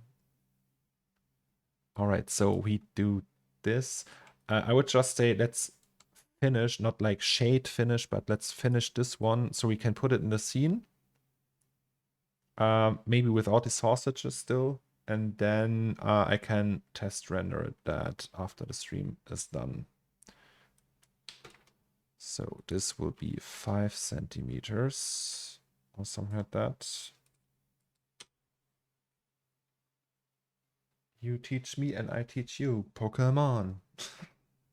Gonna catch them all. I only know the German version of that intro. I mean, last time we were calling each other scum, sluts, truly awful things, but it's all fun. Yes. I mean, we can also, like, to keep it level, I will put another poster in there somewhere. And I call myself a dumb slut, if that's okay, right? So we are even, right? Because right now I have more leverage. I'm the creator. I think it's only fair if I get called a slut as well, I would say. So here we go again. Q time. It's Q time. Can we get some snapping going? Yes.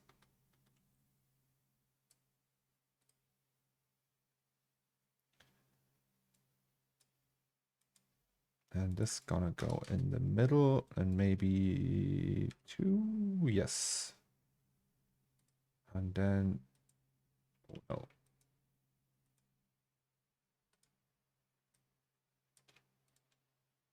Now I've like is there like an earworm, like if you hear a song and can't get it out of your head? Do you call it an earworm in English too?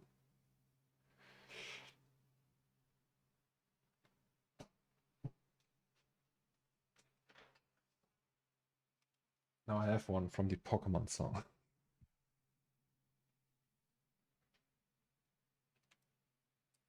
I think graffiti is also like, it always was meant to be some form of protest, right? So it's naturally that graffitis tend to be insulting at times.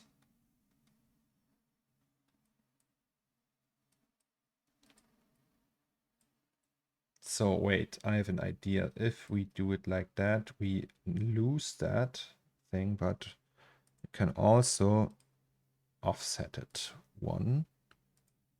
Then we have it like that, and then we just do 9. And then we chamfer that. Once again, I feel like a sudden burst of energy.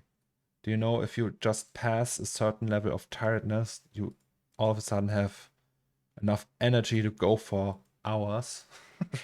It's not like that crazy, but still. So we don't want that. We want the wireframes. I think that's the profile, and that's the yes. Yes, baby. I think we have to dial that down a little, like there. Maybe like just 0.2. Holy shit. Okay. 0.2. Yeah. And then, so we have that now. We'll just use a radial like so. Is that enough? 5? Yeah.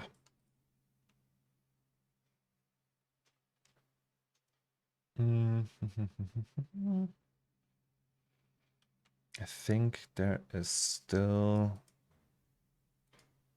work to be done on that base though. So we have something like that.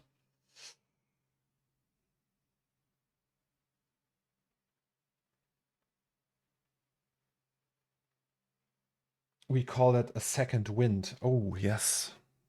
I have to remember that. The sudden burst of energy after being exhausted. It's the second wind. Oh no, wait. So we do that, and then we do that.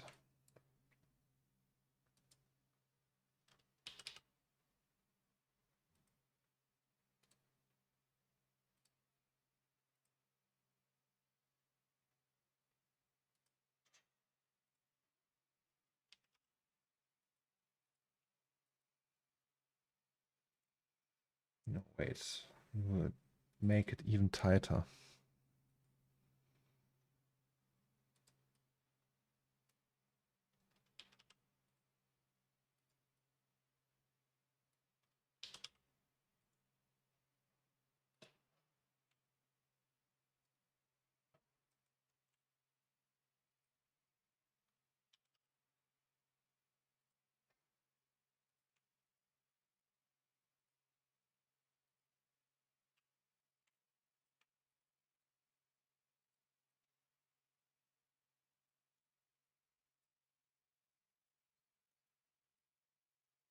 Oops.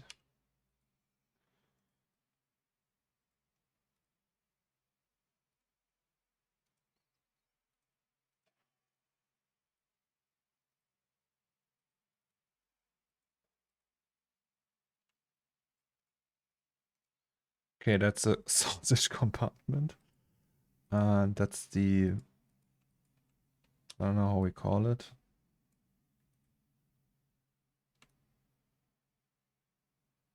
Okay, there's something off here though. I think that has something to do with the, I think that's too much. Let's go with 15. Yeah, that's better. Let's go even with 10. Actually, sweep knobs, they have caps all the time. Let's do 1 point that, and then do quads. And the same here. Oops. Oh, no. Don't forget to use the Q to toggle sub-D when modeling. Oh yeah, we can actually do the, yeah, Q, our favorite shortcut, right?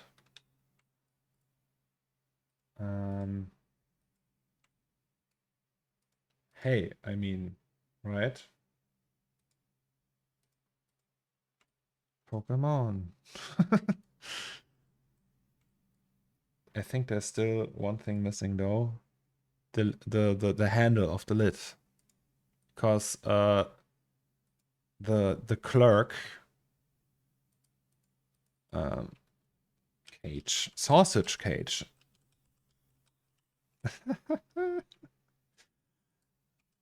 That's the sausage station. Save that. Every time I hear you say Pokemon, I think it's Gachapon. No. I mean, they're kind of related, right? I think it's even like based on that. In the 90s, I think some executive of a Nintendo wanted to I don't know the story, but maybe I remember it. I don't know. I thought it had like a connection to that. So there was like someone, hey, can we make like a toy from Gachapon or like a video game that works like that? And it was before loot boxes and microtransactions in games. That's pretty much what we have now. Oh, that's not good though. Okay, that's good. That's good. Okay, they're all good.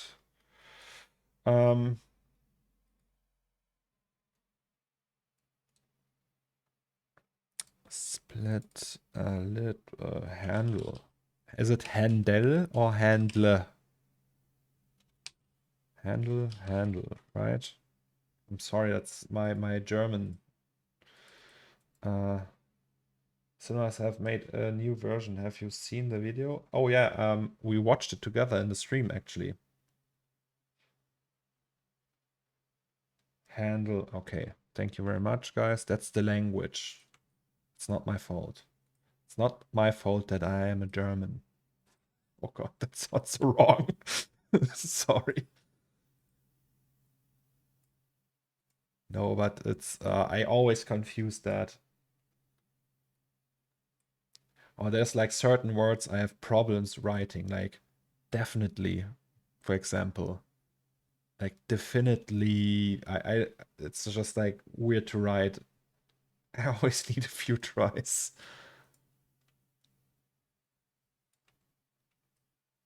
All right, like that, and then we do that. Right. Right.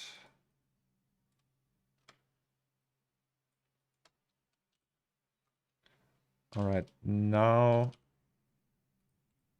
these we want really round. Like that. And this one we want extremely round. Like that. This one, not so much. No, let's move that a little bit down. Yeah. And then, or maybe this one round as well. But more like that. And then there's this one again. And that's gonna be more sharp. Then some control cuts. Just for the looks.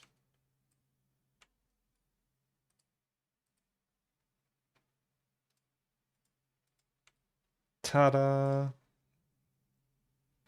I'm 42 and still can't spell definitely correct on this first one. Okay. So I'm not the only one. And you're a native speaker, right, Justin? You grew up in California, I think. So feels good that I'm not alone with my problem. I'm back from a quick nap. That's all. I used to love napping like in the early afternoon, late afternoon, but it I'm sorry, like it fucked me up. Was bad for my sleeping schedule and all, so I can't do that anymore. Okay, sausage station is kinda done.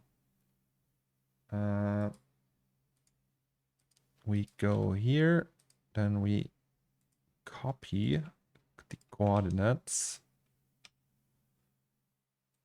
and then we create a new layer, sausage station, and then we delete the placeholder. I think that looks mighty fine, guys. Except that it's wrong way around. I mean, technically we could also make it a little bit bigger. Like, let's try making it a tiny bit bigger. Is that the right one?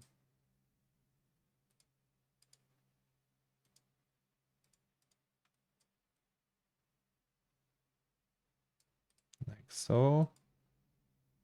Maybe it's a little bit too big now. Let's keep it like that though. And I think for the rendering later, we will just do glass here. So we have glass really clean.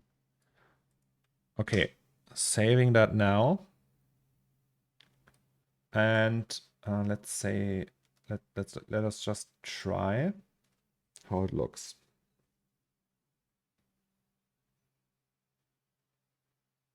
It's always a gamble if a Mittagsschläfchen refreshes you or makes you groggy. I heard the rule. So anything longer than 1 hour will fuck you up. So it's like there's actually like a truth to like do a power nap. Like 30 minutes can, when you wake up, you feel like still feel like shit, but after a while, you feel the refreshment. But in my experience, so what I did was I would just go to bed and sleep for 3 hours, like a 3-hour nap, and then it would be like 6 or like I don't know 7 or 8, and I knew okay I have to go to bed in like 4 hours. And then, yeah, that was not ideal. Okay, so we go here. We have the postcard thing, the cash register, and the sausage station.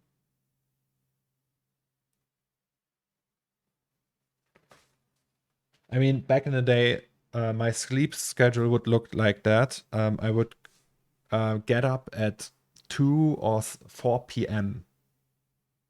Like sometimes even at 6 p.m. Get up and then just be up all night until 8, 10 in the morning. And then just like it's completely switched for years. Also, that was like a really big problem when I was like freelancing because, and I was always happy when the clients were from the US because then it would work. All right, but that looks cool. I can see that we put the sausages in there. And then we put the tip jar here. And I have no idea what we will put here though. So that's gonna be a problem. But if you have any ideas, guys, let me know. All right.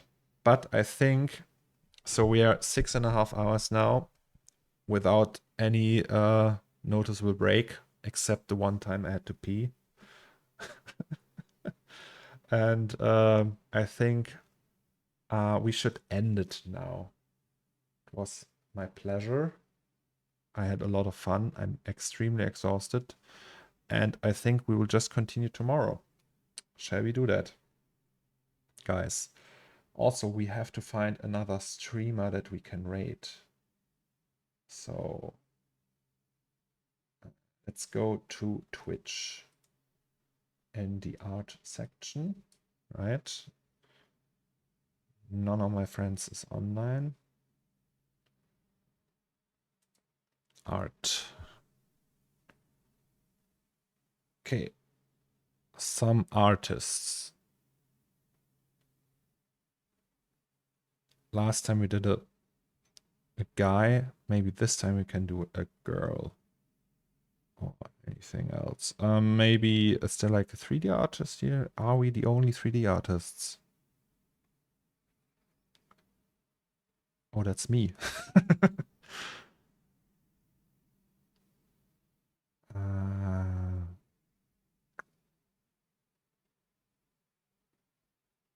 Maybe that one. There's so many anime guys and girls. It's all anime. Process entered the chat. Du steckst deine Oh Ballons no, via dein Wasser. that's advertisement. Not yet. Go away. German advertising. Just wanna stream. Okay, I don't know. No. Do you have like a suggestion, chat?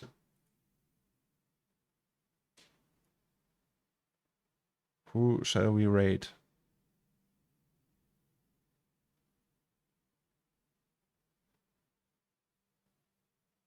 She has more viewers than we have, so painting the bleeding gaff.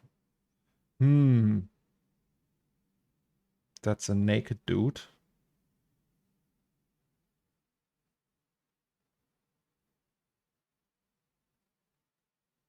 Maybe her. Shall we do her? I have no idea how that rating works.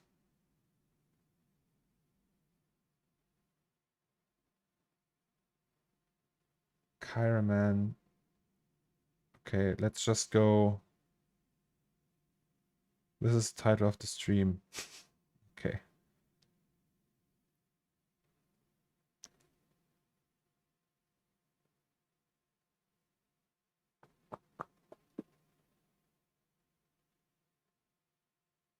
Oh, we rated him yesterday, right?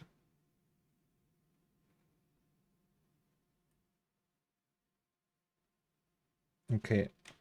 Don't leave yet. We have to rate someone. Okay, let's do Kyraman TTV then. Oh no. She's drawing and she's German. Okay, let's do that one. Yeah, she looks good. Let's do that. So, thank you everyone for joining me today. It was my pleasure. I hope we all learned something, we had fun, and we will do the same thing tomorrow, I would say. Refreshed, full of energy, and happy as always. Thank you very much, guys.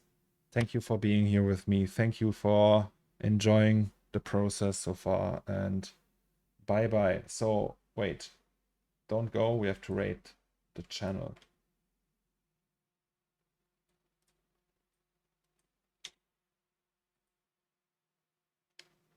And we start now. Bye, guys.